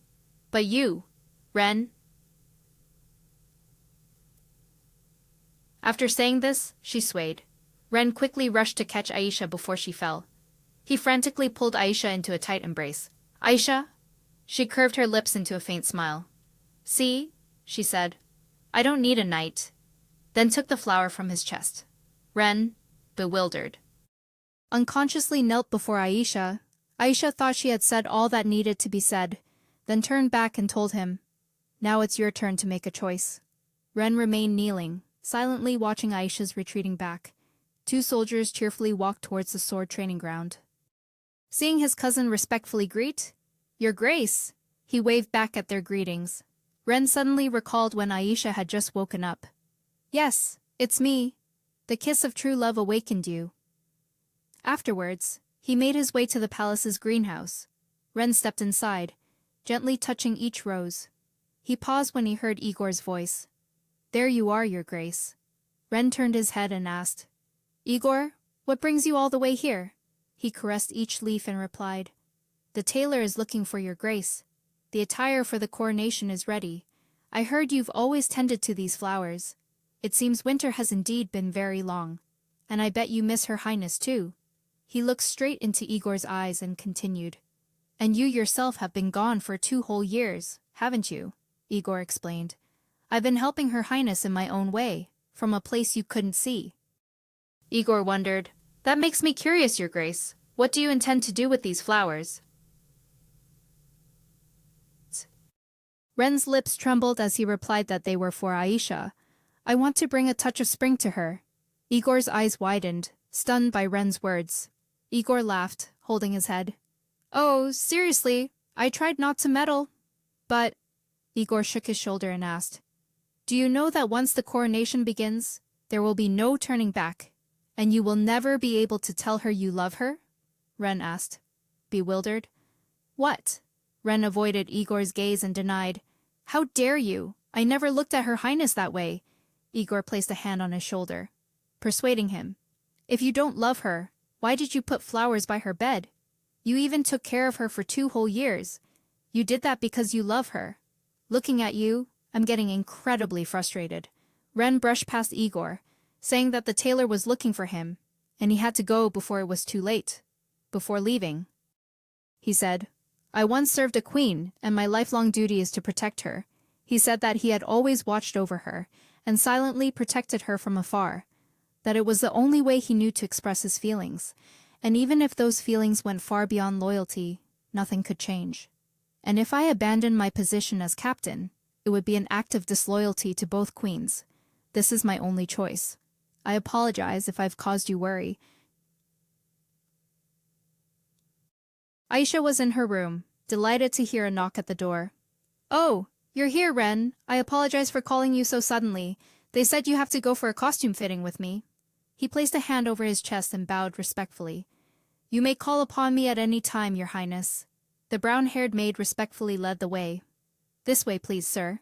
Igor ran up to her and whispered, "Hey, Aisha." Aisha looked at him, puzzled. "Huh," Igor whispered, telling Aisha to run away with Ren before the coronation. She asked, puzzled, "What are you talking about? Why are you saying this all of a sudden?" Igor grimaced and exclaimed, "Because Ren is a big idiot. This is the only way. I'll distract everyone so you two can get away in time." The maid looked puzzled as he pushed her out of the room. "Come on, everyone. Her Highness wants to speak privately with the captain." "Let's give them some privacy," Aisha panicked, bewildered, seeing Igor leave her behind. "Wait, I'm not ready for this." Aisha stood frozen in surprise as she heard Ren call out, "Your Highness." She blushed in embarrassment when she turned to look him straight in the eye. Aisha stammered, unable to speak. She awkwardly sat down on a chair, everyone else having left a while ago, and asked him to please sit down for a moment. Ren shyly looked away. "It's all right. I can stand." Aisha gave him a radiant smile. "Oh, don't be so formal. No one's watching. It's fine. Come sit here." He shyly sat down next to her. "Then, if you'll permit me," she thought in confusion. She had always wondered why he refused, but they were sitting too close. The two looked at each other, about to say something. Aisha blushed awkwardly. "Please, you go on." Ren smiled and said, "Well, your outfit suits you very well." Aisha blushed and complimented Ren back. "Oh, yours too." Her heart was in turmoil, unsure if she should tell him this was their last chance to meet before the coronation. She suddenly remembered what Igor had said earlier. Elope with Ren. Run away. In the name of love. Aisha thought she wanted to tell Ren that she wished to live happily with him outside the palace, but couldn't bring herself to say it. So she only asked him, "Your hair, aren't you going to cut it? I like your eyes, you know." But your hair covers them. I can't see them clearly. She took out the scissors and pointed to the seat next to her. Come here. Ren stared blankly at Aisha with a pensive look. As she cut his hair, she said, You know, Commander Ren. Ren corrected her. Please call me Ren. Aisha immediately agreed. All right, Ren. He respectfully replied. Yes, Your Highness. She changed the subject and asked, Do you know what Igor told me earlier? He told me to run away with you. He said it was our last chance. Because if we stay, we'll be confined to the palace, only able to watch from afar. He said everything that happened between us must be forgotten and buried. Ren asked, confused. So, do you want to run away with me, Your Highness? Aisha placed the scissors on the bed and replied, No. She suddenly hugged him, thinking, I've never thought about that. Catherine is here, and the whole world she loves is here. I can't be happy if I leave all of that behind, Aisha. With teary eyes whispered, I don't want to go, unless you come with me, Ren. Can I tell you something else? Something that might make you sad. Do you remember the day you confessed your feelings to me? Actually, I wasn't ignoring you then. I had the same feelings as you, so no matter how hard I tried to hide it, it was useless. I already knew how you felt about me. And I've also thought of an answer to that. I love you too. She paused when she noticed Ren's expression. Aisha was startled and panicked when she saw him cover his face. Flustered and worried, she asked, Are you okay? Let me see your face. Ren turned his head back, his cheeks flushed. I'm fine. I was just too surprised. Aisha blushed, flustered. But why? I've already made my feelings clear, haven't I? He covered his face in embarrassment and replied, Because things are different now. And my confession back then was too clumsy. I never expected you would still accept me, even when I chose the easier path instead of choosing to be with you. She whispered into his ear. Why is that? If you ask me, that confession was indeed quite naive. But I admit, I was sad when you pretended not to know me afterward. But thinking back, I did the same thing. So let's just forget about it. And one more thing. I'm not yet the queen. And officially, you're not yet the Grand Commander because the paperwork isn't complete. So until tomorrow, we're still just a couple like any other, only wearing expensive clothes for no reason. Ren leaned closer, lifted Aisha's chin, and softly called her name. He placed a gentle kiss on her lips. Aisha was pressed down onto the bed by Ren. Ren. They exchanged another sweet kiss. The next morning, she was woken by the sunlight streaming in from outside. Hearing the servant knock on the door, Aisha groggily sat up, thinking she had just had a wonderful dream. Ren was there. It was a very sweet dream. She was startled to see him lying next to her. Wasn't it a dream? Panicked, she woke him up. Ren, wake up! Igor is outside. As soon as Ren woke up, he placed a sweet kiss on Aisha's cheek. Did you sleep well? Embarrassed, she pushed him away. Sorry, it's urgent, and you need to hide. Igor opened the door and stepped in, asking, Your Highness, what was that noise? Aisha stammered. Oh, I woke up because of the knocking and then fell out of bed. Igor frowned unhappily. I gave you one last chance to escape, and you just slept. The coronation is tomorrow. She awkwardly forced a smile. Wow, tomorrow? Really, time flies, doesn't it? Aisha gasped in panic as she saw Igor approaching where Ren's shirt was. Damn it! And Igor sighed, saying that from tomorrow, they would have to hide their feelings for the rest of their lives. She blushed in panic when she saw Igor discover it. But fortunately, what caught his attention was the dress placed on the chair. Your Highness, do you know how expensive that dress is? Why would you casually throw it on the chair like that? You should have called a maid. Ugh, the tailor would probably faint if they saw it. Aisha, flustered, changed the subject. By the way, what are you doing here so early? Igor turned and replied, Ah, Galgut has sent an envoy. They wish to congratulate you on your coronation. Aisha was stunned, thinking about the envoy from Galgut. But they had always firmly refused to trade. Igor continued. And that person is none other than Grand Duke Cadiz. Queen Catherine is meeting him right now. And your Highness will have to go meet him soon. He insists on meeting you privately, so I had to come and inform you immediately. Aisha rubbed her chin and mumbled, Meet privately, she thought to herself. Refusing would be too dangerous because he is Galgot's representative. I don't want to. But I can't refuse. The nation's honor is at stake. Ren stepped out and immediately objected. You can't, because that Grand Duke has feelings for your highness, and even under the guise of an envoy, he might have other motives. Igor was horrified to see him. Did you just step out from behind the screen? Ren didn't deny it. Yes. Igor was curious. And half naked. He didn't evade. It's quite obvious, isn't it? Igor nodded repeatedly. It is. Embarrassed, she shooed Igor away. Tell him I will meet him in the Great Hall in an hour. Igor tried to turn back and tease her. Now I understand why you couldn't escape. Of course you couldn't, Aisha angrily yelled. Go meet the queen, now. The room fell silent after Igor left. Aisha, blushing, chided Ren. If you keep pacing around like this, we'll attract bad rumors about us. What if you lose your position? Ren chuckled and explained. Rumors are just rumors. Besides, I don't think any rumor could adequately describe what truly happened. Aisha shyly turned away. I should go meet the Grand Duke now. He wondered. You said 1 hour, right? Blushing, she nodded. Yes. Ren stepped forward and pulled Aisha into his arms. Then we still have plenty of time. Enough time for something special to happen. But I'm just kidding. No matter what you choose, I'll be by your side. But please allow me to serve alongside you. She turned back and kissed him lightly on the cheek. All right. Grand Duke Caddis turned his head to look at Aisha and Ren. Long time no see, your highness.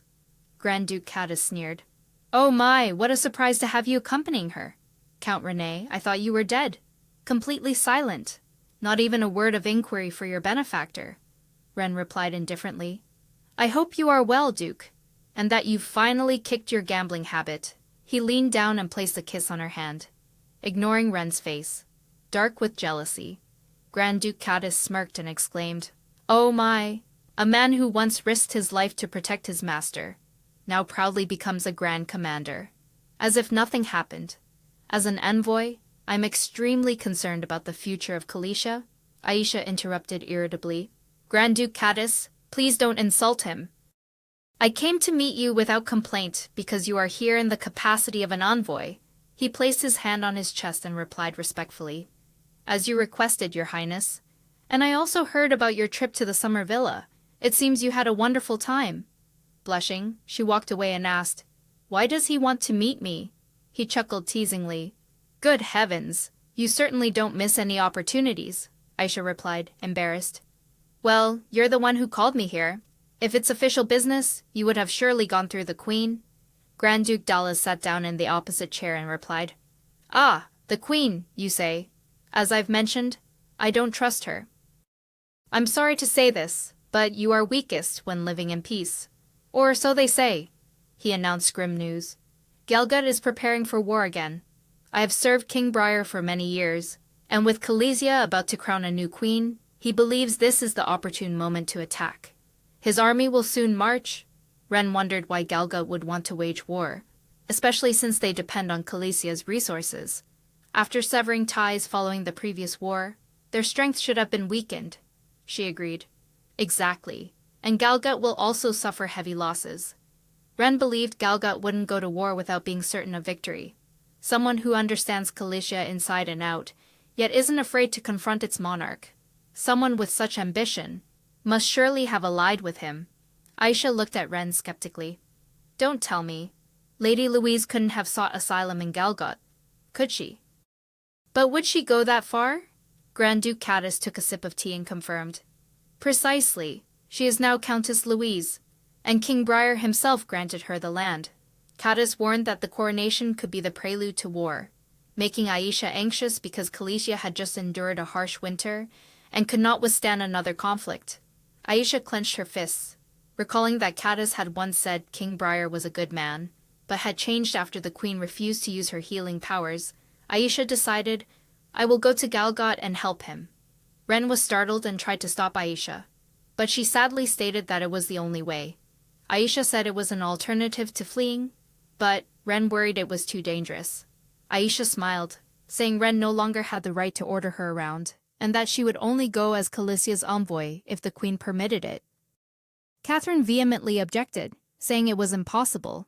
She widened her eyes in surprise and asked, "What?" "But it was the only way." Catherine frowned, rubbed her forehead, and called her name. She asked, "Do you trust that Grand Duke?" Aisha thought. Catherine's words made sense because the Grand Duke had once fought for Galgot. But she still found Lady Louise's recent actions very suspicious. Aisha placed her hand on her chest, asserting that she trusted her intuition. Catherine sighed and continued, "Me too.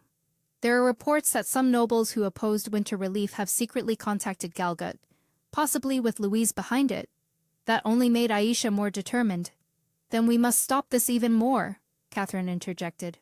"Aisha, this is completely different from the succession to the throne. I will never agree to anything that puts you in danger. All of this happened because I ran away that year, so this time I will handle it myself." Aisha looked worriedly towards him, but Ren spoke up, siding with her. "I will go with her, Your Majesty. Her Highness is right. This is the only way to save everyone, including our country. If I go along, Your Majesty will surely be more at ease." Aisha stood up and pleaded earnestly, "Your Majesty, please allow me to help." Catherine's eyes widened in surprise upon seeing Aisha and Ren in such agreement. Catherine sighed in acceptance. "You leave me no choice, Ren. Please ensure Her Highness will not be in danger." He knelt to receive the order. "Please do not worry. I will protect her with my life." She recalled Catherine's words. "Remember well, Aisha, you are the heir to the throne. Your journey to Galgot still requires the consent of the officials. Convincing them is your responsibility. But now, the Caddis family's butler and Aisha's maid were arguing in front of her. I've already said it. Pink doesn't suit her. But pink is perfect because spring has finally arrived for the first time in 2 years." She sighed mournfully. "What am I to do? Everyone must have gathered, thinking this is a meeting for tomorrow's coronation." Aisha waved her hand, breaking the tense atmosphere. "Please forgive me for interrupting, but there's an urgent matter that requires everyone's attention." The two of them panicked, sharing a common worry, but nothing was more urgent than changing the seating arrangements. "Otherwise, there will be bloodshed tomorrow. Please consider, the eldest son of the Paris family might have to sit at the same table as his former fiancée." She broke into a sweat, forcing a smile. That truly is an urgent matter," Aisha spoke up, offering her input. "Well, there's an envoy from Galgot, as everyone knows," the maid nodded in response. "Yes, we've heard," she stammered, continuing, "and he said that, Galgot is preparing for war." The news shocked everyone in the room. "What? Galgot? War again?" Aisha, flustered and sweating, said, "Oh, please wait, everyone, calm down and listen first." Everyone worried. "This isn't good. Winter has just ended." Catherine stood up to reassure them. "Please, calm down. What Aisha said is true, but only she can resolve this matter. Please continue," Aisha sincerely expressed.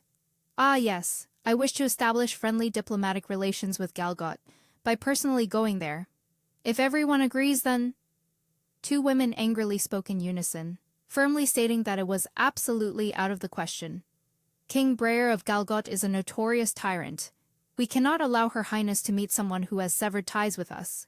Aisha, flustered, waved her hand. "Perhaps the first test of a crown princess is this very situation, not just preventing war." Aisha expressed, "I understand everyone's concerns, but I must go there myself to show goodwill. This mark will help. Everyone has seen the wonders it can do." The brunette adamantly objected. "Even so, we still cannot allow it. You brought us magic. We cannot afford to lose you. Otherwise, I fear we will also be lost."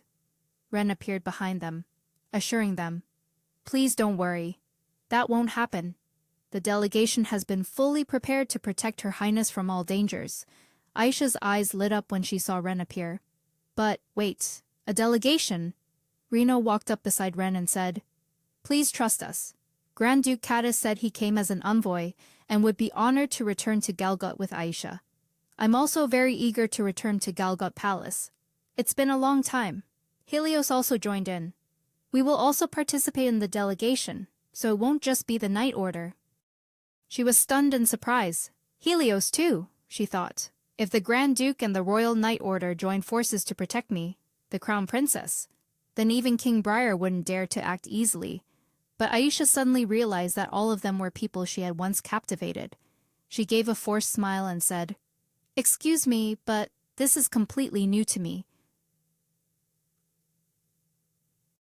Catherine spoke up, revealing, "I've approved it," Aisha gasped.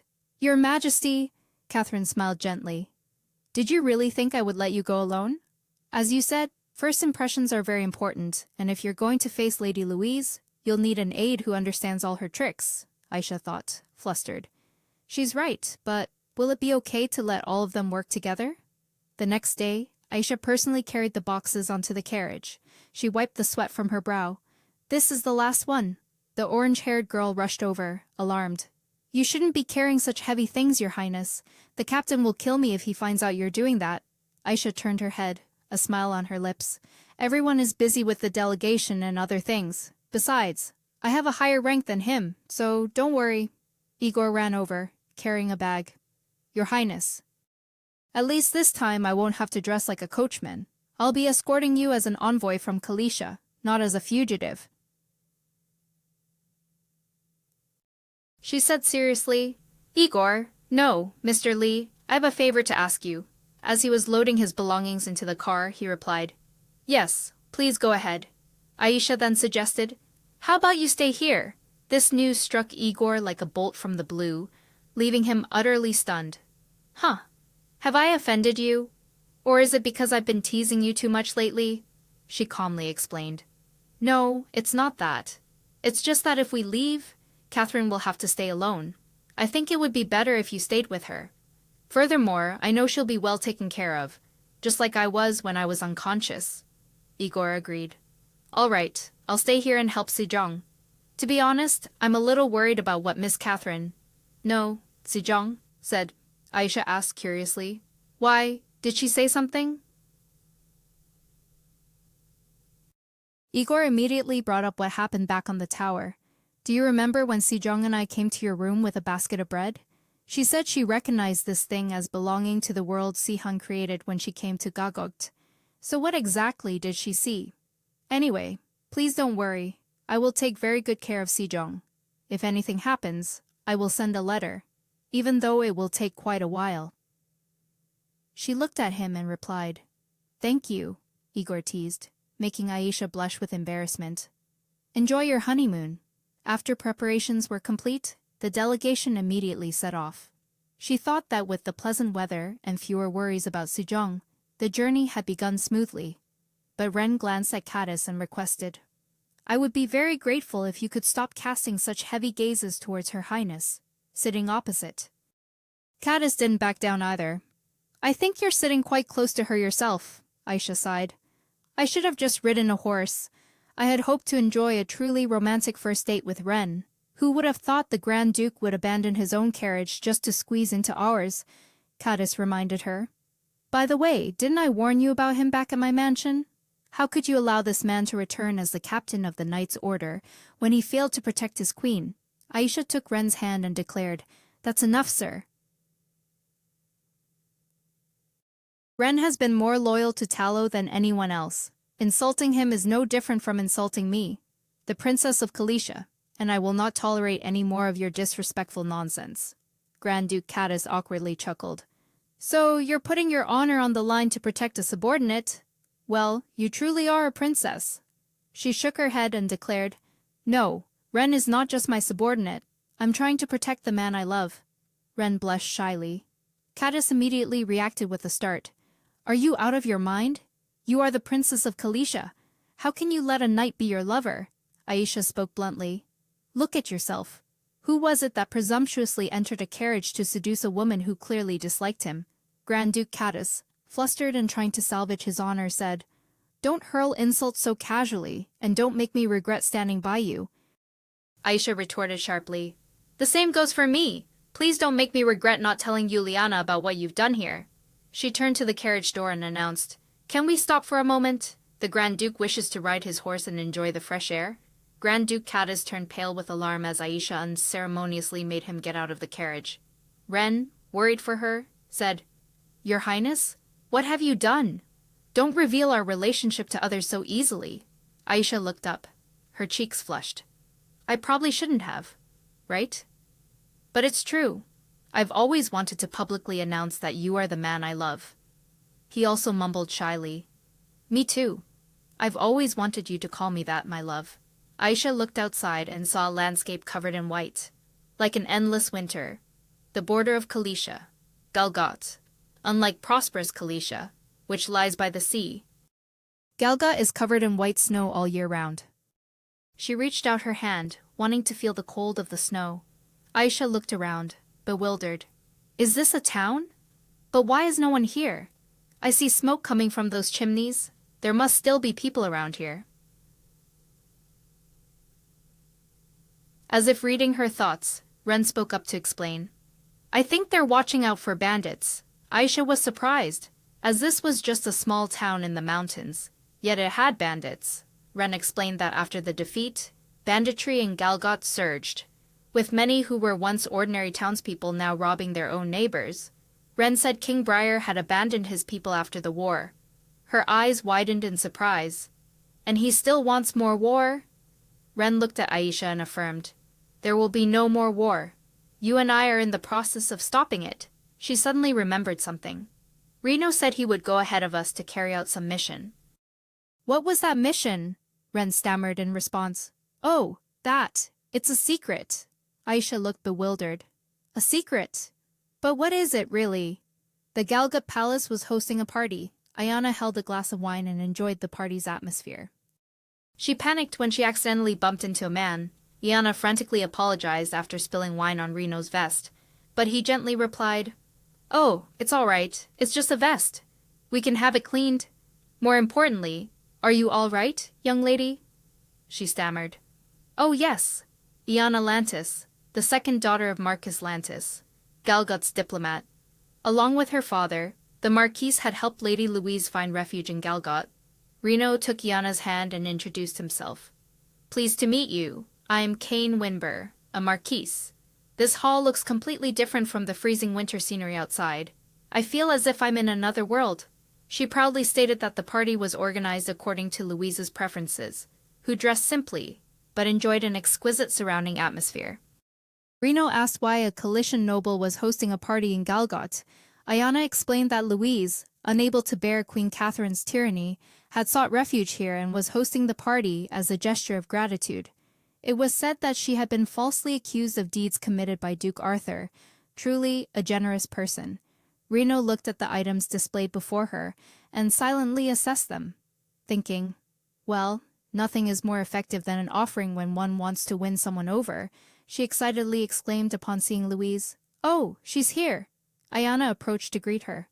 Lady Louise, allow me to introduce my benefactor, Marquise K. Winber. She was surprised. Your benefactor? Ayana chuckled and explained. He once caught me when I almost fell down the stairs due to a twisted ankle. Reno placed a hand on her chest and bowed. It's an honor to meet you.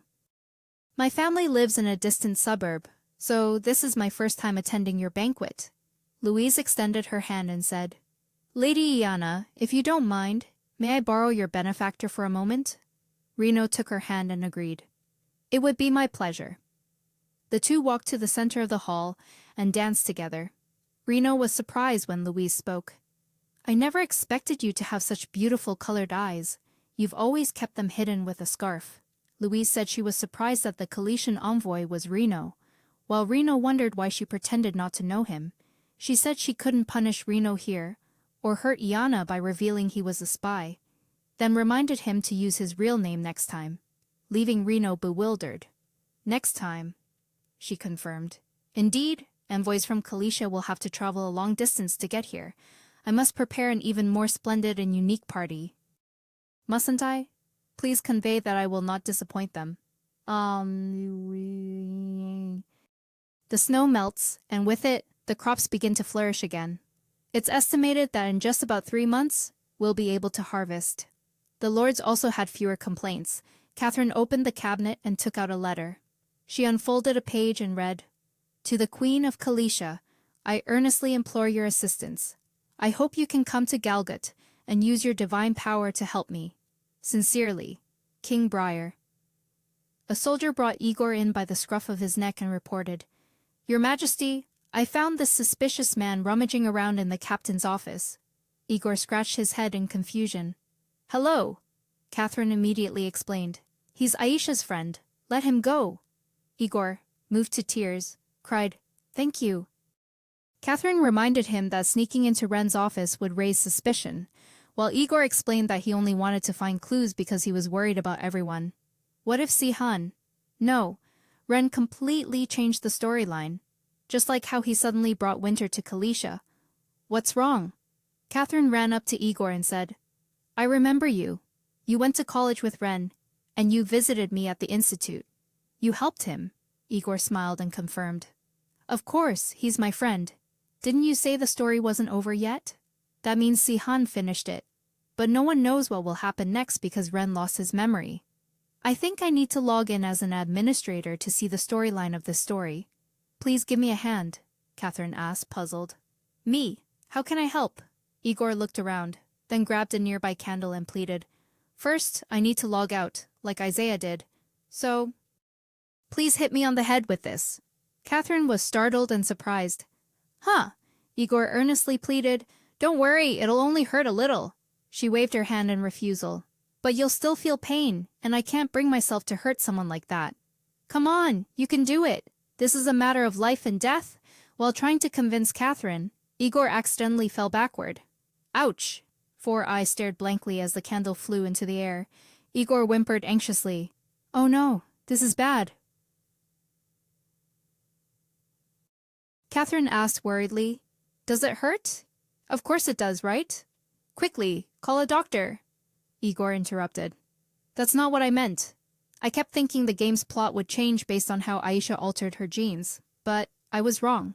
Ren was wrongly accused. Galgut is preparing for war and the envoys. The plot revolves around those things. It's heading towards a similar ending." Shigeon worriedly patted his back. "A similar ending," Igor lifted his head and explained. "Peace within oneself and this fairy land. Once they acquire Galgut, the enemy will confront Aisha and Ren.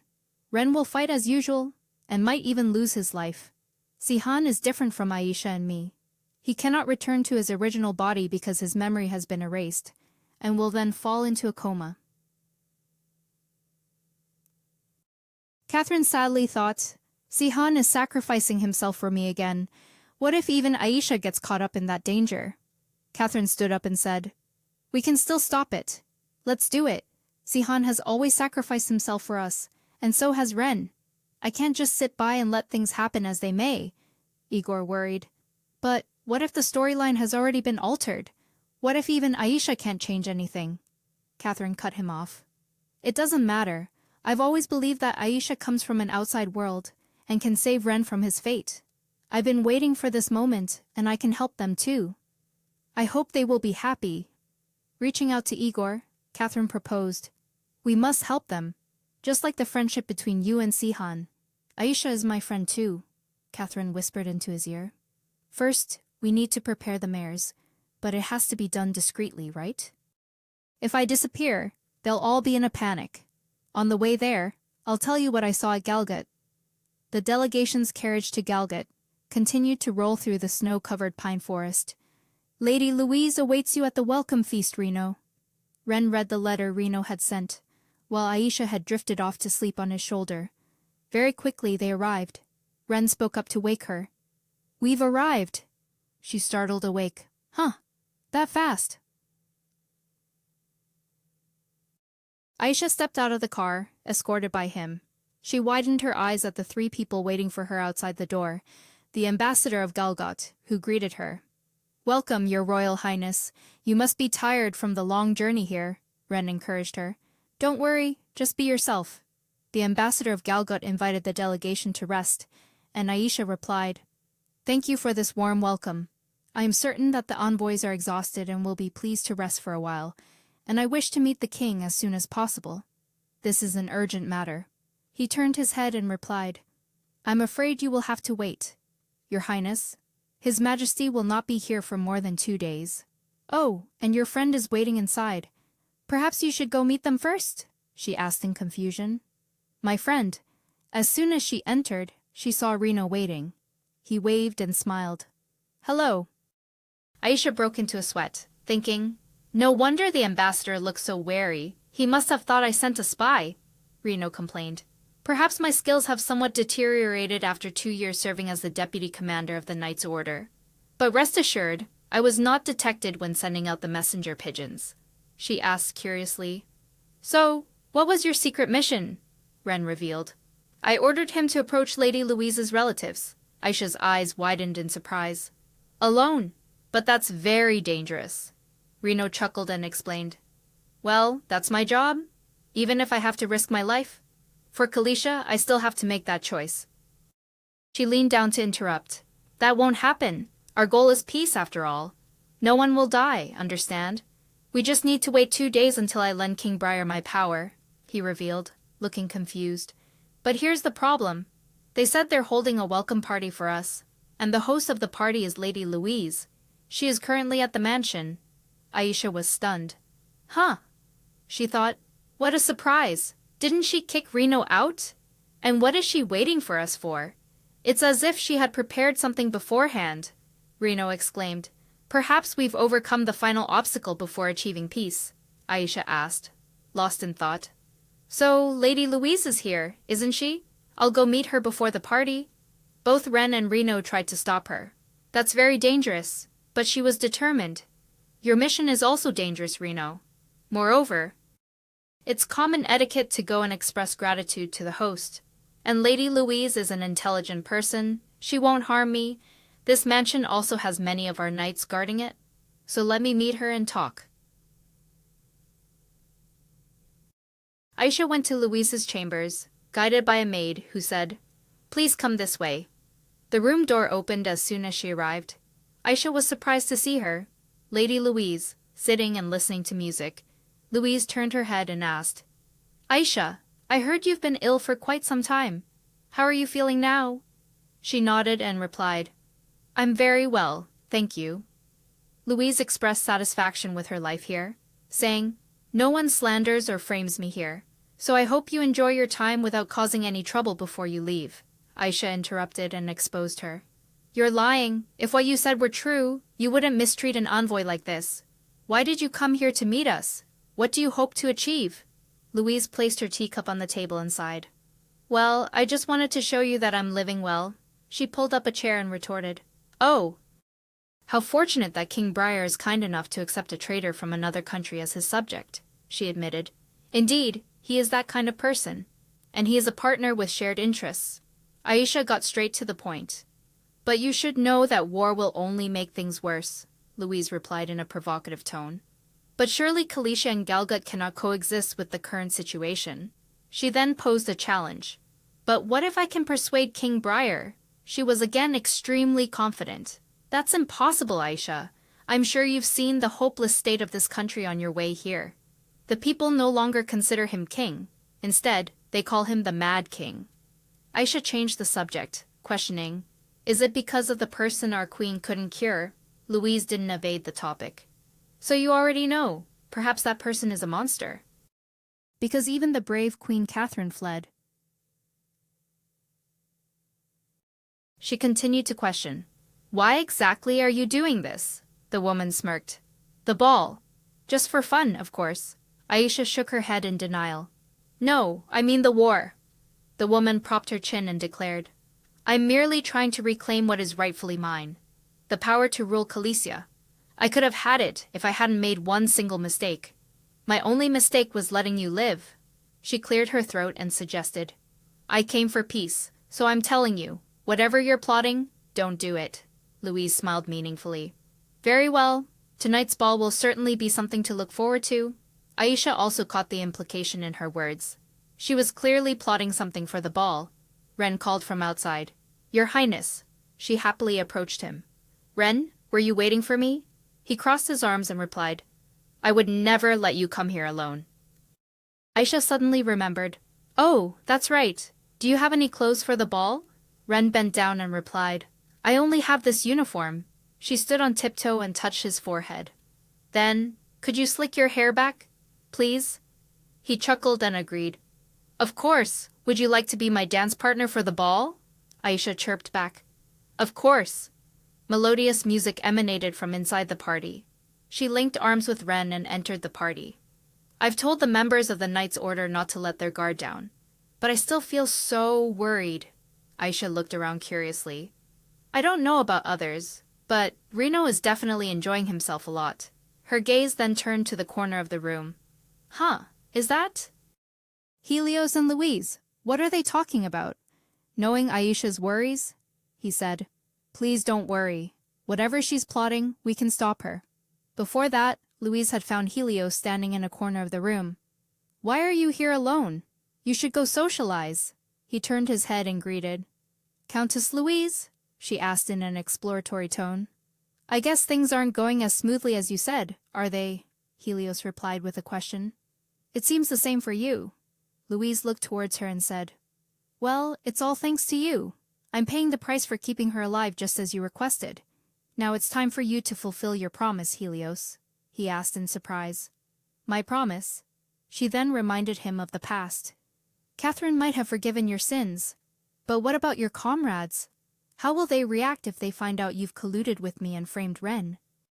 So please do me a favor. Galgot's envoy will be here soon, and with this power, I will certainly cause a little chaos. You handle Ren, Helios immediately refused. I won't do this anymore. Louise wasn't surprised by his reaction. I understand you, Helios. You're just wearing the mask of a good person. But every act has its limits. You're just like me, and that won't change. Just then, Aisha took a glass of wine from the servant. Oh, thank you. She involuntarily thought of Igor. Igor would surely love this place. I hope he's doing well with Cotton. Ren asked. Do you need a little more? Your Highness, Aisha replied. Oh, Ren, no, thank you. I can't afford to make any mistakes on such an important day. He was surprised. Mistakes? She nodded reassuringly. I'm here to work. I can't let myself mix business with pleasure.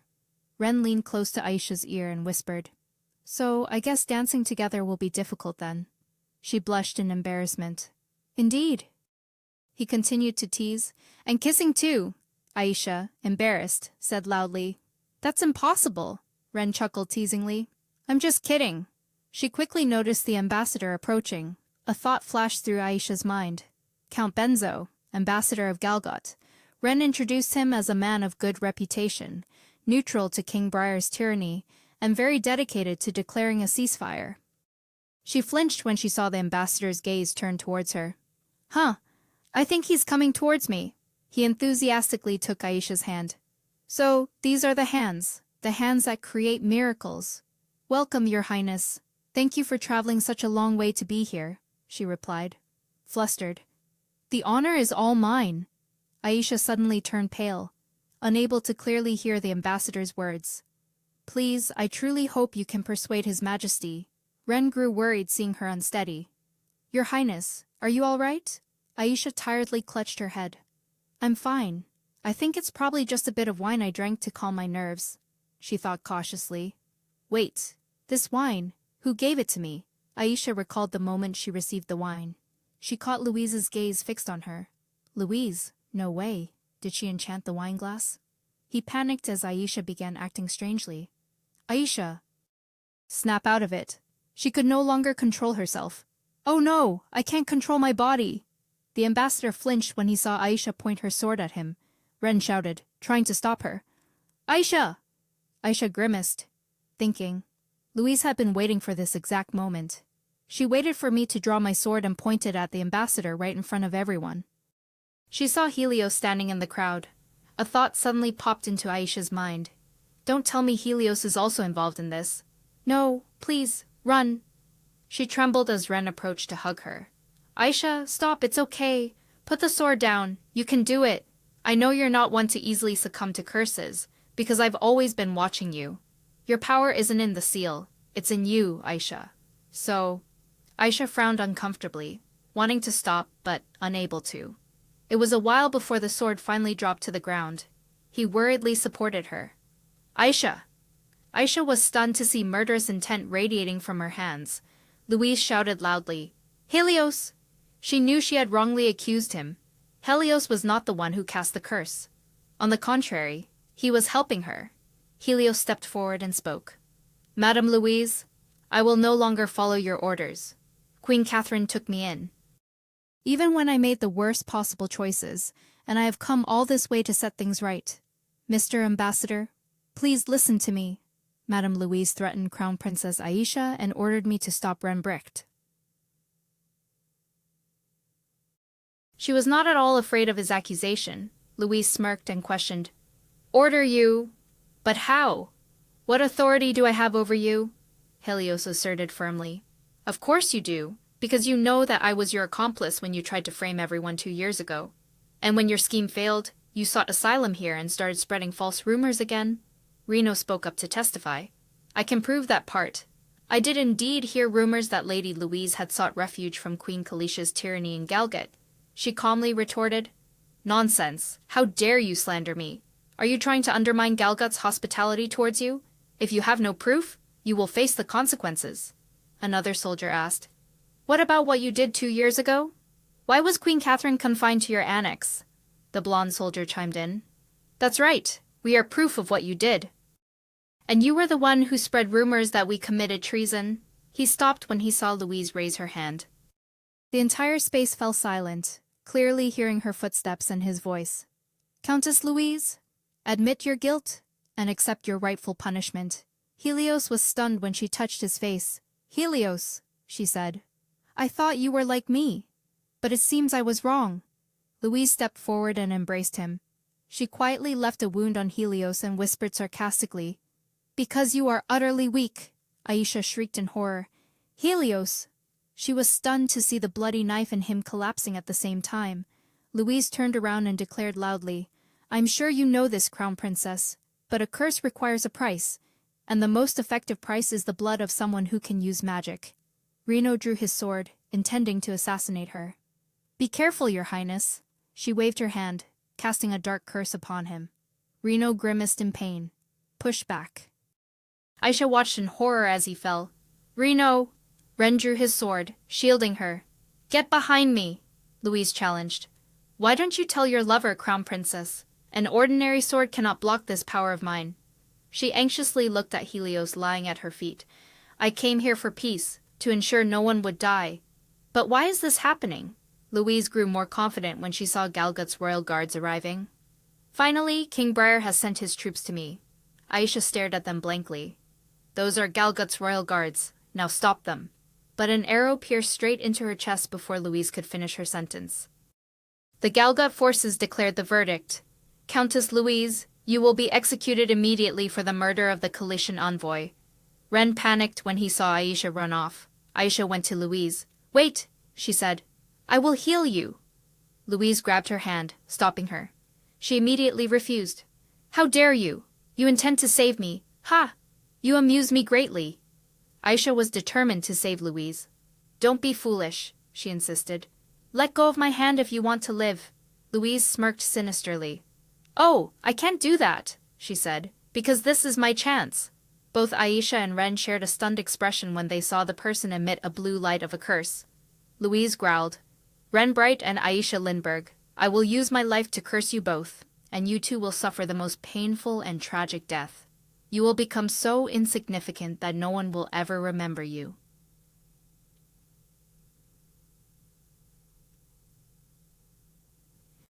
He pulled her up, saying, Aisha, it's over, Aisha sobbed, burying her face in Ren's chest.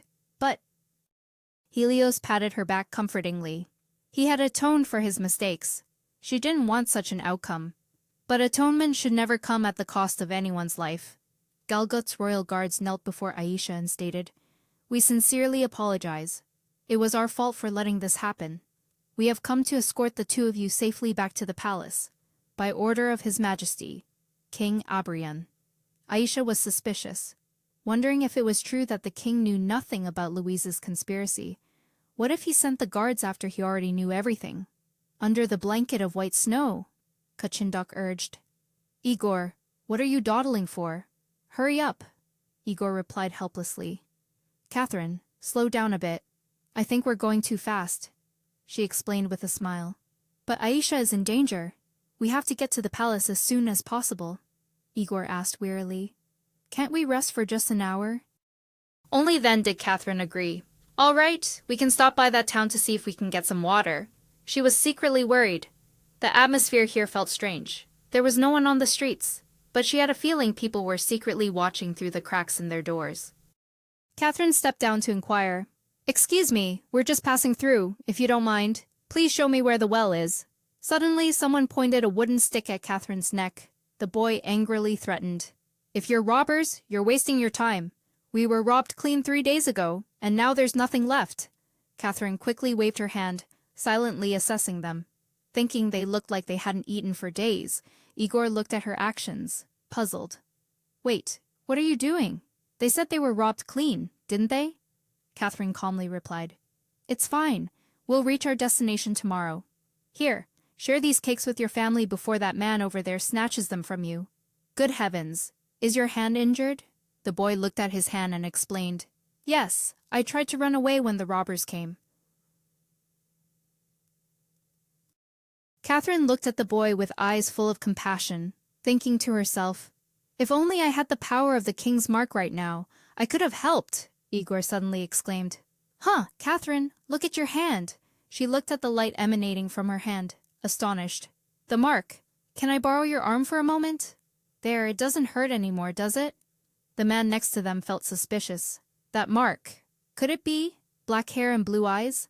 Now that you mention it, I've heard some rumors. Catherine worried. This is bad. Then she reluctantly set off. Thanks for everything. Let's go, Igor. Igor, not being subtle, asked again. Huh, but I thought we were going to rest for an hour.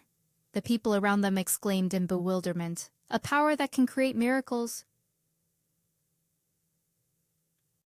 At the same time, there was another carriage. Seeing the two serious-faced knights in front, Aisha felt extremely uneasy. They claimed to be escorting an envoy from Kalisha to the palace, but it felt more like they were forcibly taking her away. She remembered Louise's curse. I will use this life to curse you, and both of you shall suffer the most tragic death. She wondered about those who had abandoned Louise, but why was it made to look like she was the only one plotting? Just then, Ren turned to her and said, It seems they're trying to shake off our knights behind us. Hearing this, Aisha also looked out the window. A distressed man pleaded, Are you conscripting me? But I've been bedridden for 3 years now. Please, have mercy. She was heartbroken to realize they were the people of Galgut. It was unbelievable that they would turn a blind eye to those who had traveled all the way to the palace to beg for help. Suddenly, the knight called out, We have arrived. The path up was quite rough for horses, so your people must have fallen behind, but you have nothing to worry about. Please come inside. We cannot have the crown princess waiting out in the cold like this. Ren turned to her worriedly. But, Aisha quickly reassured him, It's all right. I have you, Ren.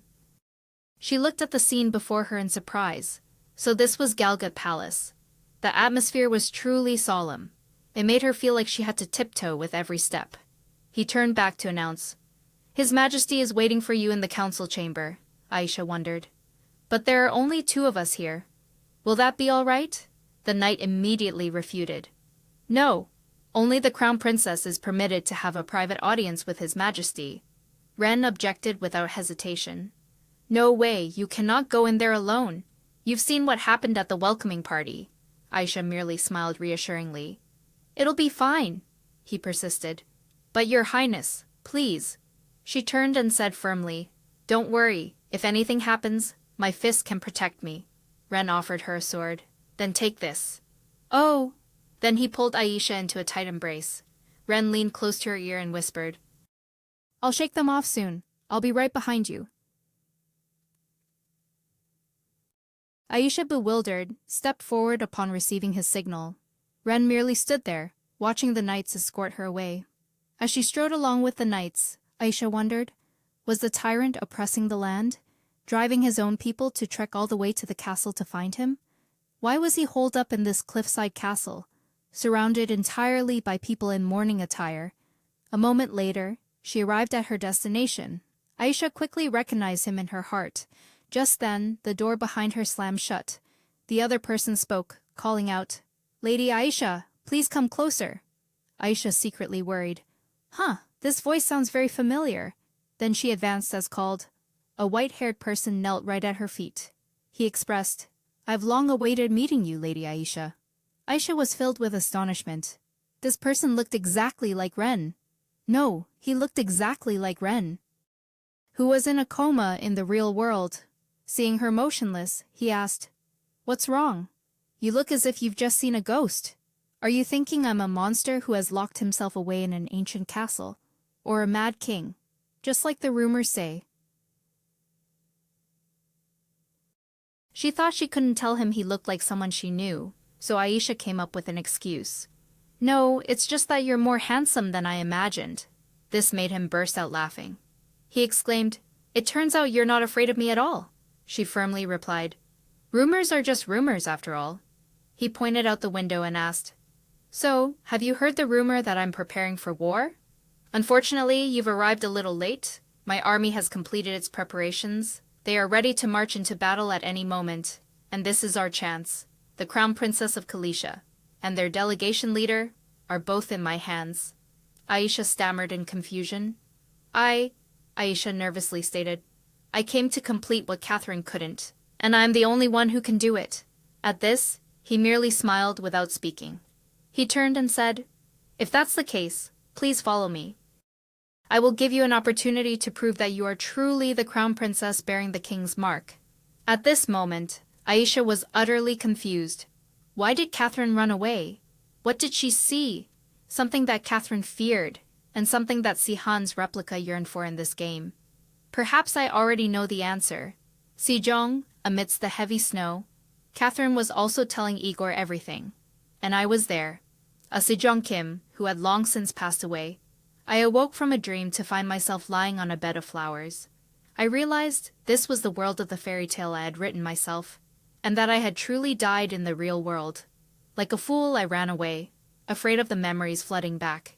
Even though I met Ren every day, I deliberately ignored the truth, Igor exclaimed in bewilderment. "The truth?" She looked into the distance and recounted. "It was the proposal Sihan made the day before I died." Back in the imperial palace, Sihan's clone urged loudly, "Hurry up! Come here! Bestow your magic, crown princess! Save my sister and prove that you can create miracles!" Aisha glanced at him, thinking to herself, "Now I understand. No wonder Catherine ran away." She then said, "I understand now why Catherine couldn't save her." He explained, "That's because of her powerlessness." Aisha immediately retorted, "You are wrong. Even with magical power, no one could save her, because Shiyong died a long time ago."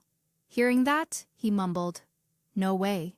She said the winter scenery looks so lonely. She told me to bring her flowers. That's why. I brought them here because I wanted to give her anything she wanted, even if it meant a miracle." Aisha rushed forward, shouting, "Wake up, Sihan! Open your eyes and see. Please remember." You see, the day Sejong passed away, Sihan smiled cheerfully and said, "Stick this on your temple and press the button. You can connect online. And once you're in, all user memories and neural waves will be recorded." Sejong gave a tired smile. "A few people have already started showing interest in investing." He then stepped forward and affirmed, "I'm doing this for you, and also for others in the same situation as you. In this world, you can do anything you want.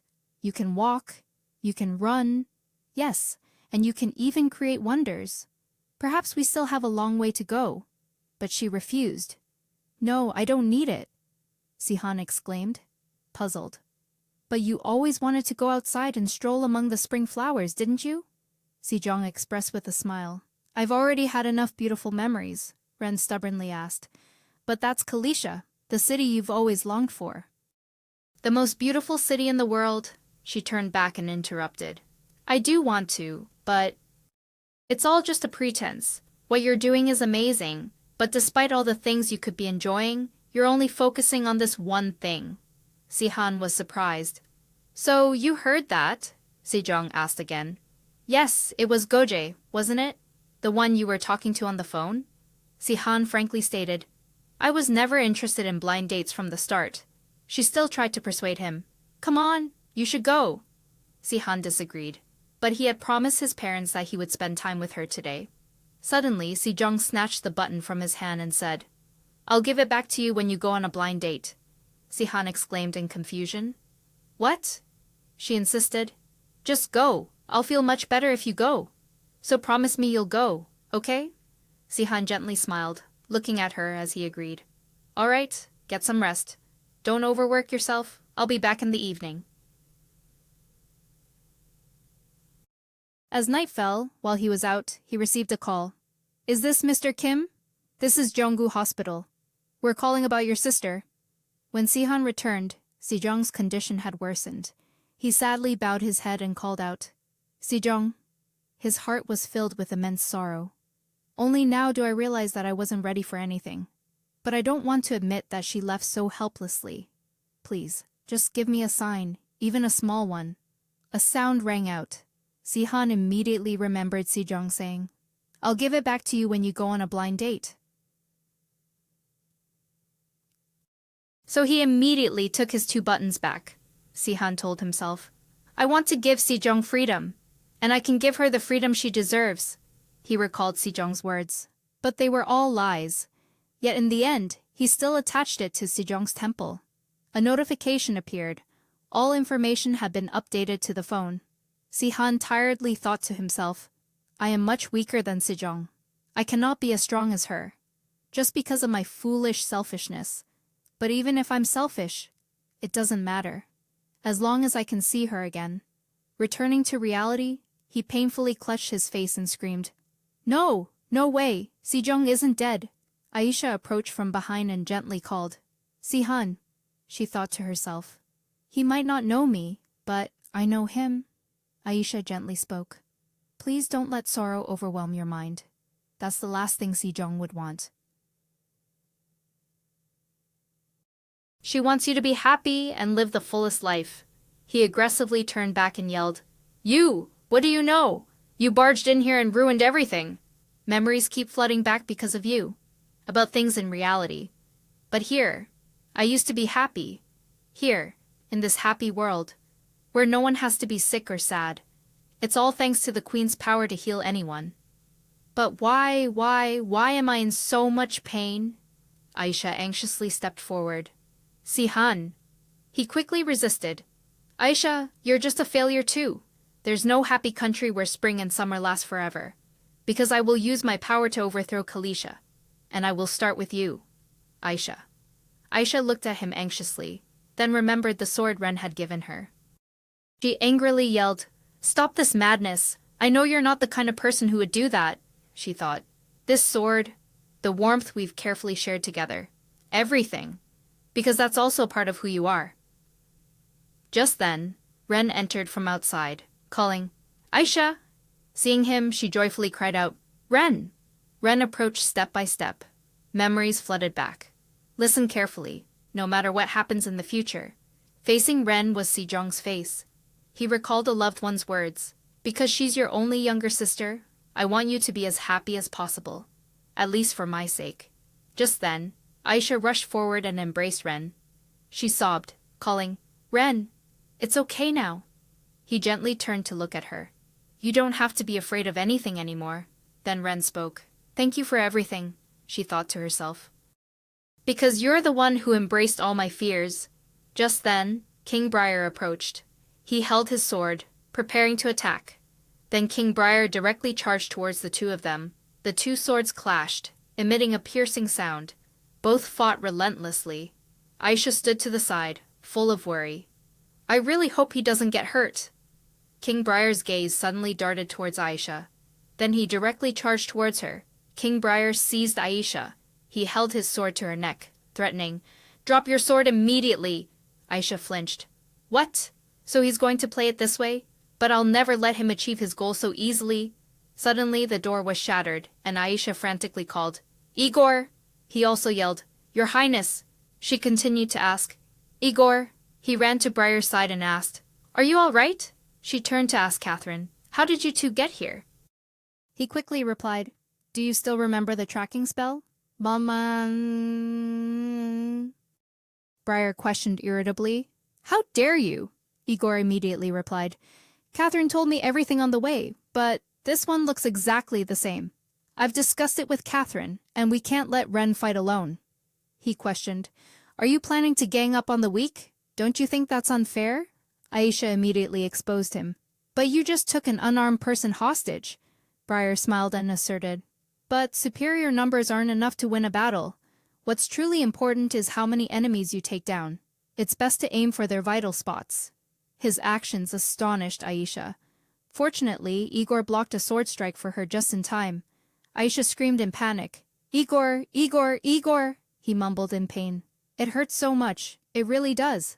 It really woke me up. I need to adjust my pain perception settings as soon as I get back. He reassured her. It's okay. Now I know how to deal with all of this, but first, I need to return to reality. Aisha asked fearfully. What are you talking about? He looked at Ren and said, I promised myself I wouldn't let you fight alone again, Sihan. Take good care of Aisha. With that, Igor closed his eyes and departed. Catherine next to her also sobbed. Oh, go, Aisha told herself. No, snap out of it, Yang. If it's the Lim I know, I can definitely trust him. It's just that time flows differently there than it does here. Then she turned to Ren. We need to buy time.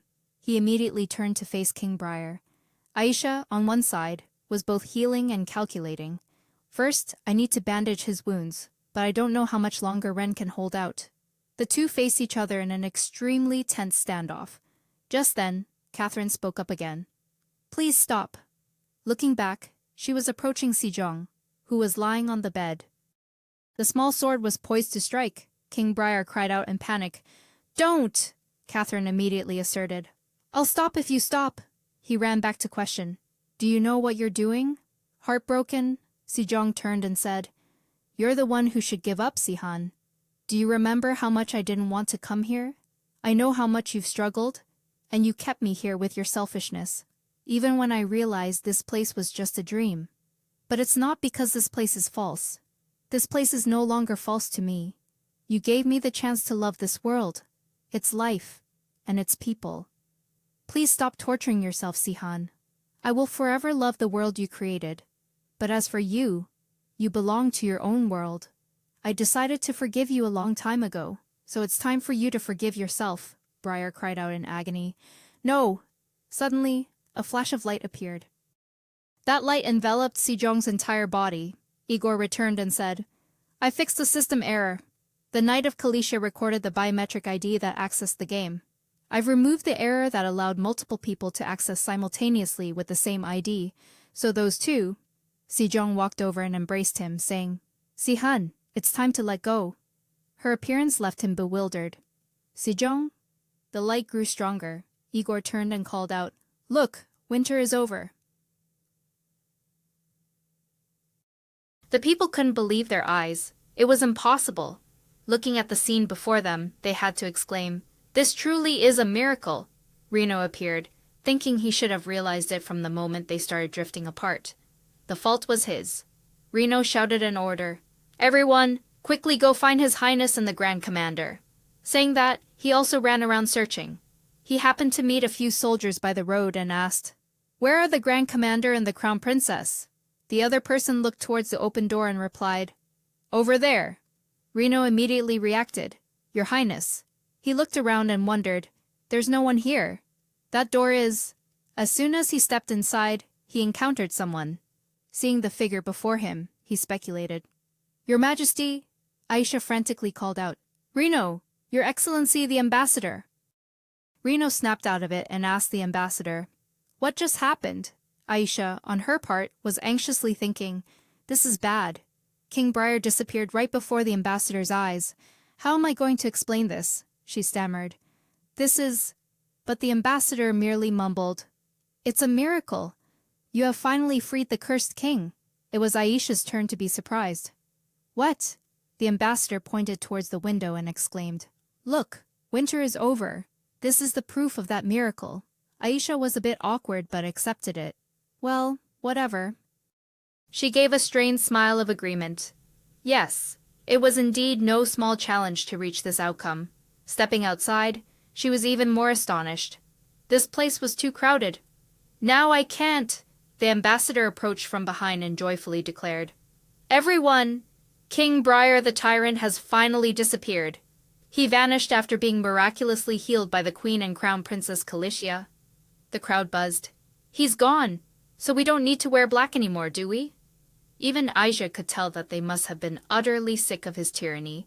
Caddis stepped forward to pay his respects. Your Highness, Grand Duke Caddis, we have disbanded the army that was ready for battle. Now that the one who compelled them to fight is no more, there is no longer any reason for war. Then he whispered a request. Please don't speak ill of me in front of my daughter. Aisha nodded. All right. Catherine spoke up. The Grand Duke, surprised, said, Your Majesty, what honor brings you here? She merely replied, It's a long story, but I have an important request. Catherine then proposed.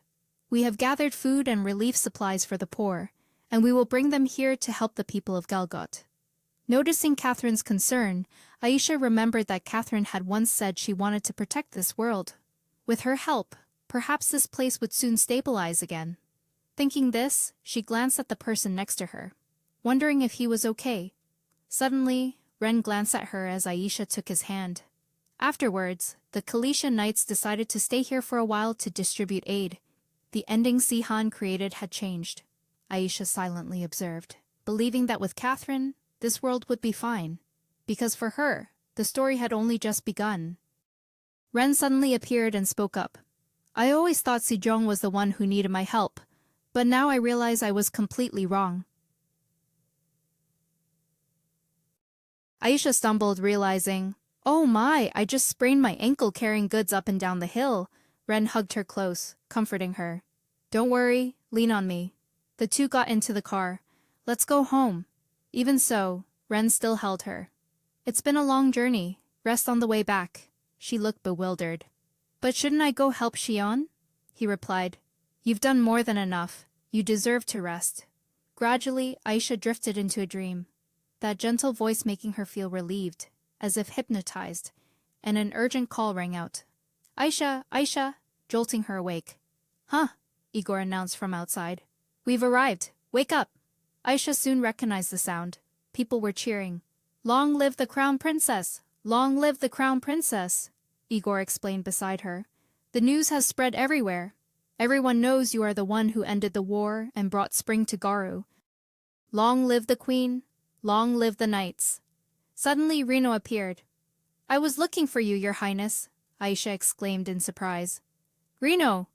He merely bowed and announced, Please allow us to escort you. We need to prepare for the coronation. This surprised her even more. Coronation? Reno nodded. Yes, everyone is eager to see you return. Then Aisha realized, but the Grand Commander should be escorting the Crown Princess, and I don't see Ren anywhere. Reno looked confused. I thought he was with you, but I haven't seen him since we arrived, Igor interjected, suggesting. Perhaps he's returned to his office. He probably has a lot of work to do. Afterward, the three of them went to a certain place. Upon entering, she called out, Catherine! She turned and replied, Aisha! A sword caught Aisha's attention. That sword. The one that had protected her countless times. She took the letter from Catherine. The content read, I'm sorry for everything. Looking at the letter, Aisha thought, Ren, he's gone. Seeing her motionless, Catherine asked worriedly, Are you all right, Aisha? She snapped. Idiot. Catherine, confused, asked again. What? Aisha just angrily cursed. That idiot. That blockhead. Aisha hastily declared, I'm going to find Ren right now. This decision made Reno anxious. Your Highness, but the coronation... But Aisha turned and snapped at them too. All of you are idiots. Reno was bewildered. Your Highness. Then, she pointed at Catherine and explained. Me, a queen? Nonsense. Throughout that long winter, the one by your side was Catherine, not me. You don't need a crown princess. Catherine is the one who truly loves this country. The more she spoke, the more agitated she became. And yet, I'm just a nurse for the Night Order. I went to the battlefield and was falsely accused of being a traitor. I followed my heart and made a selfish decision, she fiercely declared. Without him, all of this is meaningless, so I will go find the one I love. The servants continuously worried. Please, Your Highness. Aisha merely replied. Don't call me that. I'm no longer the crown princess. They still didn't give up and added, "But please, we've put so much effort into designing your coronation gown, and there's food for 500 people too. Now it will all go to waste. Alter that dress to fit the queen and present it to her. As for the food, it's for the reception of the envoys." Aisha still didn't give up and flung open the door. "The only thing I need right now is a horse, nothing else," but there was nothing inside. "Where were all the horses?" the butler smirked. "If you think we'll let you leave that easily, then think again." Nevertheless, Aisha still had another plan. "Fine then, I'll just go out onto the street and hail a random carriage." This made the other two worried. A random carriage? Unexpectedly, a horse appeared, and Reno offered, "Do you want a ride?" She quickly agreed. "Yes." After that, they left, abandoning the two servants who cried out, "Your Highness."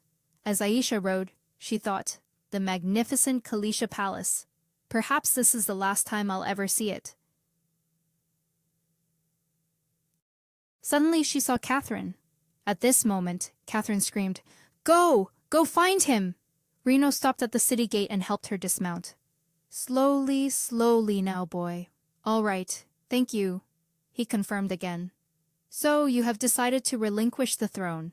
He sincerely held Aisha's hand and said, "And since you are no longer the crown princess, I no longer have the duty to serve you as a loyal bodyguard." He hesitated, saying, "At the very least, I could beg you not to leave, but I will let you go. You commanded me to become your knight, and I wish you would not revoke that command, because I cannot bear to lose both my master and my closest friend in one day. Please allow me to continue to be by your side." Aisha was surprised by his words. "Reno," she quickly realized, "you know where Ren is, don't you? Please, if you know anything, even just a little." But Reno only replied, "That was a long time ago," Reno explained.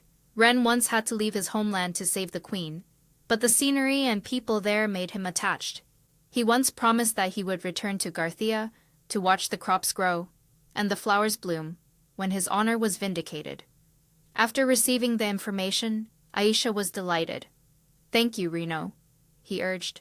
"Please go immediately. The people from the palace will catch up soon." Before leaving, she didn't forget to advise, "Reno, being a knight is noble. Even if you are a noble, please don't abandon it." Her eyes lit up. "I mean, go back and continue to be the excellent knight you were before."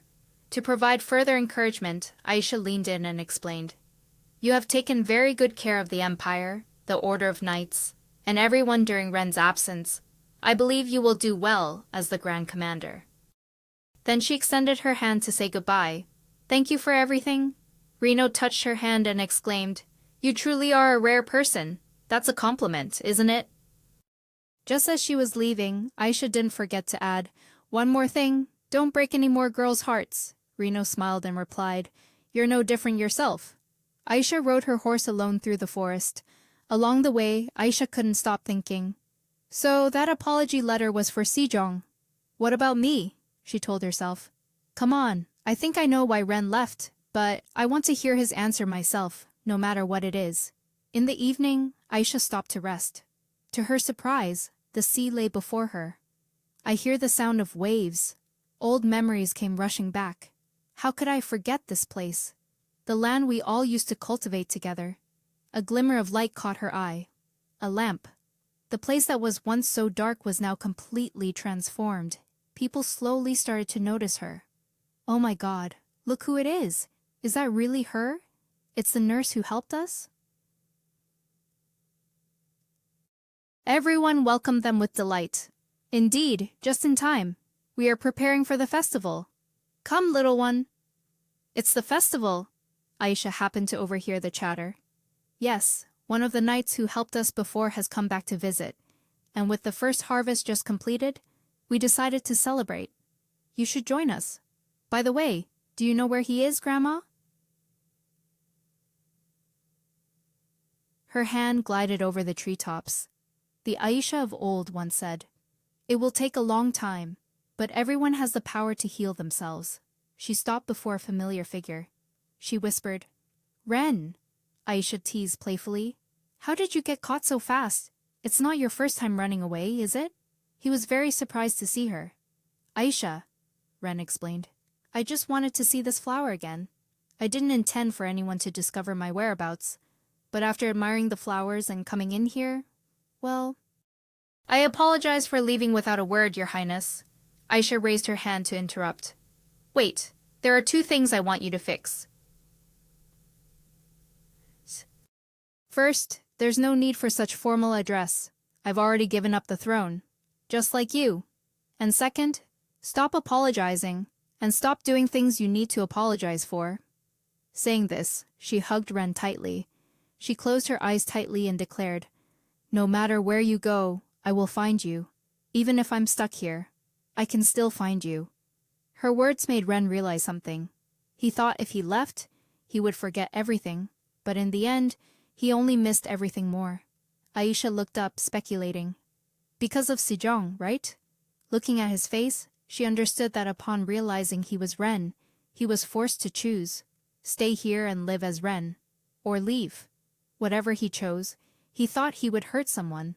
Aisha comforted him, saying, You don't have to leave. Then she made an offer.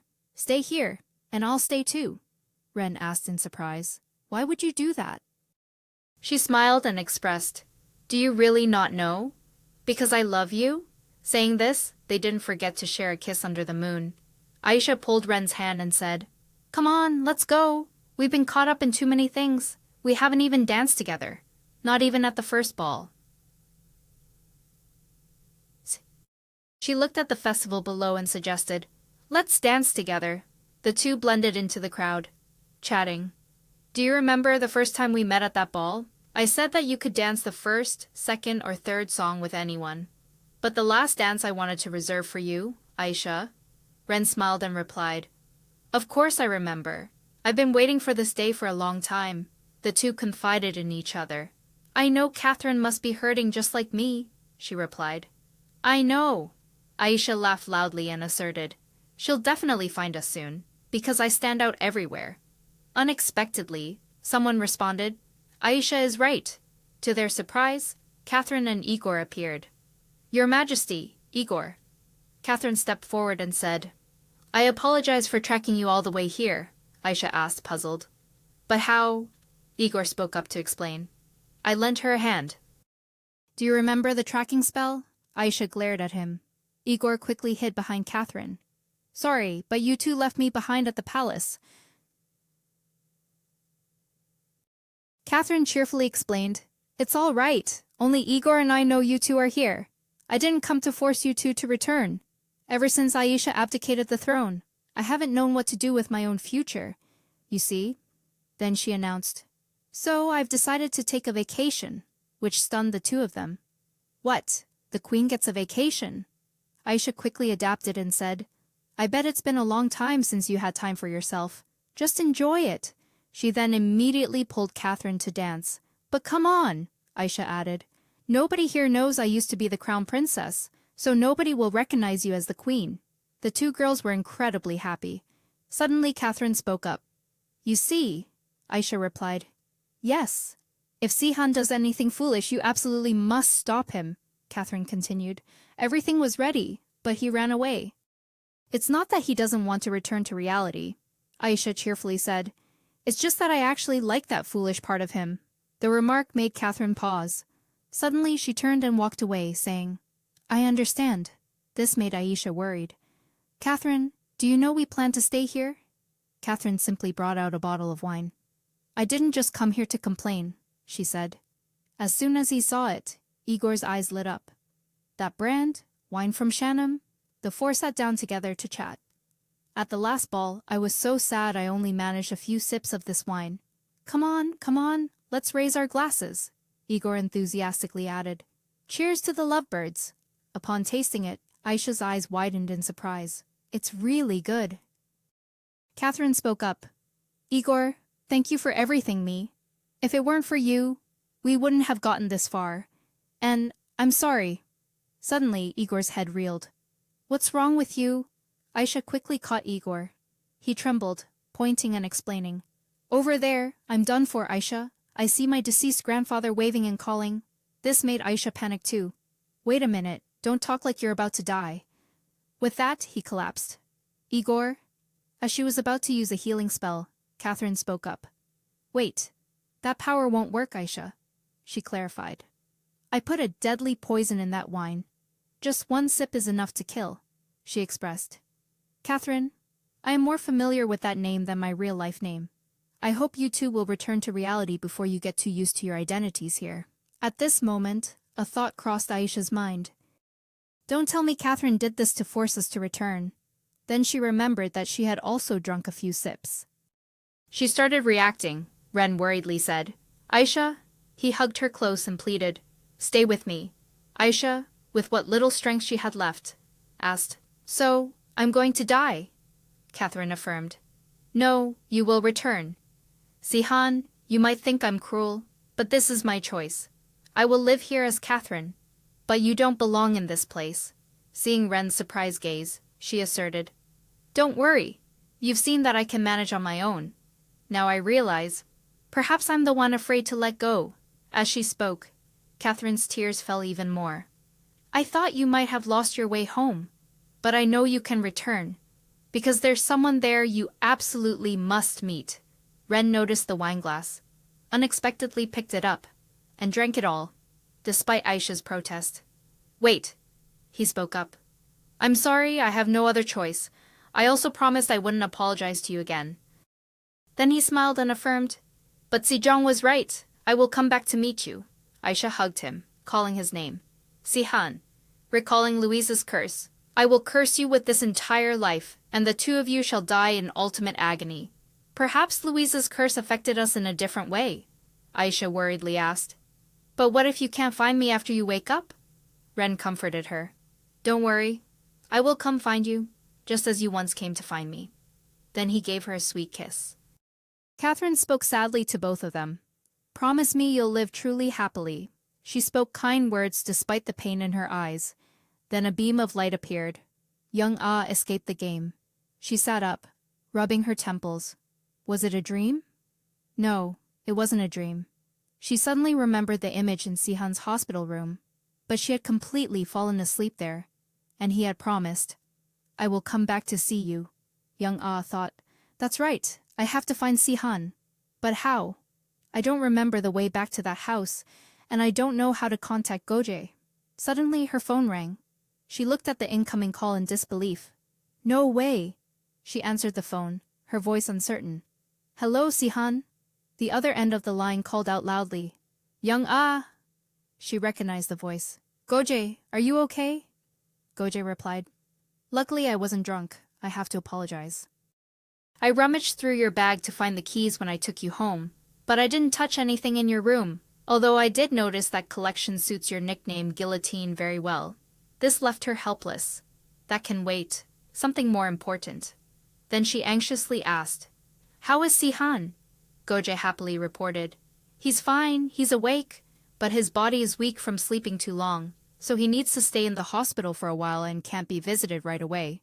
Receiving the information, young Ah breathed a sigh of relief, thinking, So he's awake, but for some reason, I can't bring myself to say that I'm worried about him. Waking up from the dream, I found myself like this. In Kalisha, I had nothing to lose, so I wasn't afraid at all. Every action came flooding back. Confessing my feelings to Ren wasn't difficult at all. My feelings for him were real, and Ren also loved Aisha. But the real-life young Ah was different from Aisha. Back to reality, young Ah replied. Well then. Unexpectedly, Goje spoke first. You're worried about him, aren't you? No need to say it, I understand. Just let me handle it. He looked outside and advised. It's late, you should get some more sleep. Nevertheless, he didn't forget to remind her. Also, today is the last day of your leave. You have to go back to work tomorrow. Which made young Ah gasp in surprise. What? Goje simply replied. See you at the office. The next day, young Ah gently touched the window pane. Her heart filled with a sense of unease, wondering if she would still be able to focus on work when she got to the office.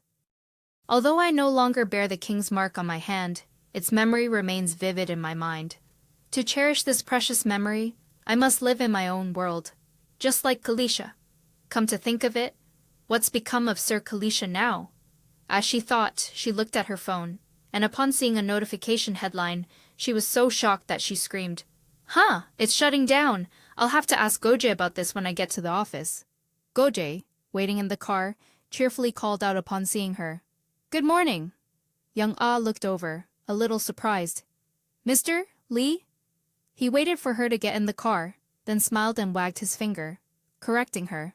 "Oh, please, you don't have to call me so formally. Since you had to take time off because of us, I came to pick you up for work." Young Ah didn't argue, but just asked curiously, "But what's going on?" "The Knight of Kalisha is no longer active." Goje heard that and immediately replied, "Oh, that was Sihan's idea." Hearing that, she was a little surprised and asked again. "Sihan," Goje confirmed. "That's right, because that game was originally created for Sejong." Young Ah then wondered, "So what about League Beta's secret project?" Goje explained. "Well, our initial goal was to release it to the world. But then we realized it was much more dangerous than we imagined. People could become enchanted by virtual reality. So, in the end, we decided to cancel the entire project. Sihan also only wanted to leave Kalisha because of Sejong." Young Ah understood and probed. "So it will forever remain a secret project." Hearing that, Goje calmly admitted, "Perhaps everything should have been this way from the start. We're here, ready to go in." A moment later, the two got out of the car and entered the company. Young Ah looked around in confusion, secretly thinking, "Strange. Why is everyone looking this way?" Just then, two young men walked past and politely bowed to Goje. "Oh, good morning, Mr. Lai." He enthusiastically waved back. "Good morning." This form of address startled Young Ah. "Mr. Lai, wait, I thought it was a secret that he was the CEO of League Beta. What's going on?" Before the elevator doors completely closed, Goje chuckled and said, "Do you follow online forums but not read the news? Even your part is like guillotine." Hearing that, she quickly exclaimed, "What?" Through the crack in the elevator door, Goje mischievously winked at her. "Try to find it." Young Ah awkwardly took out her phone, unsure what to search for. News? About what? Not long after, she saw a new headline. League Beta's CEO finally revealed. Her colleagues were also buzzing. "Have you seen the article? He just suddenly appeared? Now they want to go public." Young Ah was still looking at her phone, wondering, why so sudden? When she entered the room, she heard people asking each other, "But why is he doing an interview? Did he change his mind? I heard he was hospitalized for quite a while." At the same time, an interview was being broadcast on TV. "Oh, we heard League Beta has more than one CEO. I heard he's a co-founder. Isn't that right?" Young Ah immediately blushed when she saw him on TV. Sihan. The female colleague standing next to her couldn't help but excitedly exclaim, "Oh my God, he's so handsome. I mean, who would have thought League Beta's CEO would be so young?" On TV, the MC continued to question Sihan. "I've been curious for a long time. You've avoided the media all this time. Why the sudden change of heart?" He firmly replied, "Well, you could say I've changed my mind. Someone gave me enough courage to stop hiding and live as myself. I'm here to thank that person." Hearing these words, Young Ah was deeply moved. Sihan. Her colleagues also became noisy because of this. "The stock prices are soaring." "Really? Is it because the CEOs are on TV? Or because of his handsome face?" The MC continued to lead the interview. "So you're on TV to thank your benefactor, right?" Sihan pondered for a moment before denying. My benefactor? Not exactly." "She's my girlfriend." Young Ah immediately blushed, not daring to look at her extremely shocked colleagues next to her. "What? He went on TV just to show off his girlfriend?" "Oh no, oh my God, the stock price has dropped again. I was hoping it would go up thanks to our handsome boss." Someone, noticing Young Ah at that moment, greeted her. "Oh, Miss Lai, you're finally back at work." However, she was in no state of mind to work, so she turned around and shouted, I'm sorry, I think I need to ask for one more day off." With that, she rushed out into the hallway, continuously telling herself, "First, I need to find Goje. I need to know what exactly is going on. Please pick up the phone." Just as the elevator doors were about to close, a hand unexpectedly reached out and stopped them. Sihan smiled politely and stepped inside with Young Ah. "Excuse me." She stood beside him, her heart a tangled mess. This was too sudden. What should I do? Should I say hello, or... That's right, I don't look like Aisha now. Even if I stood right next to him, he wouldn't recognize me. Because we're strangers. While young Ah was still trying to calm herself, Sihan leaned in to ask, startling her. Are you going up? Because this was the private elevator to the CEO's office. Young Ah blushed deeply as she looked up at him. With only one thought in her mind, she wanted to tell him that she was Aisha, that he had promised to find her. Thinking this, she resolutely cleared her throat and spoke. I have something very important to report directly to Mr. Lee. It's very important. I must see him. I'm sorry. But, please let me go with you. But just as she finished speaking, she heard Sihan chuckle. He laughed loudly, ran a hand through his hair, and then asked, What is it? Are you going to fire Goje? I mean, are you in charge of the layoffs, right? Or am I... Hearing him say that, young Ah seemed to realize. Don't tell me. Sihan didn't deny it, but leaned in closer to her. Of course. How could I not recognize you? Her face instantly turned red, as if it were about to ripen, and her heart immediately understood. Of course Goje would never keep quiet about this. He must have told Sihan everything that had happened from beginning to end. Sihan looked at her and smiled gently, saying, Your eyes are still the same. As he spoke, he reached out and caressed her cheek. Then Sihan moved his hand down to young Ah's slightly parted lips. The way your lips curve up whenever you're flustered, and the way you often stroke my hair. Do you like it? I made this hairstyle just for you. After a moment of stunned silence, young Ah happily burst out laughing and replied, Yes, I love it. At this moment, her heart finally felt completely relieved. It was truly him, the man she knew, the man who loved her, and the man she loved. Just then, the elevator suddenly shook, making her lose her balance. Sihan caught young Ah, who then anxiously asked, What was that? Is something broken? Seeing her concern, he gently reassured her. It's nothing. I told Gogi to do it. I can't confess to you with everyone watching, can I? As soon as he finished speaking, she looked at him with a dazed expression. Young Ah stared at Sihan's flushed earlobes and thought to herself, I get it. Just like Ren. Sihan's cheeks also turn red whenever he's shy. He looked at her with a mix of anxiety and anticipation, asking, If you allow it, I want to get to know you. I'm talking about you, young Ah, not Aisha. Hearing this, she immediately raised her hand to stop him and seriously asked, Wait, so you're asking me out on a date? I just want to confirm to be sure. Sihan, without hiding his feelings, frankly admitted, Yes, I'll do anything you want. Dinner, movies, art exhibitions, whatever you want.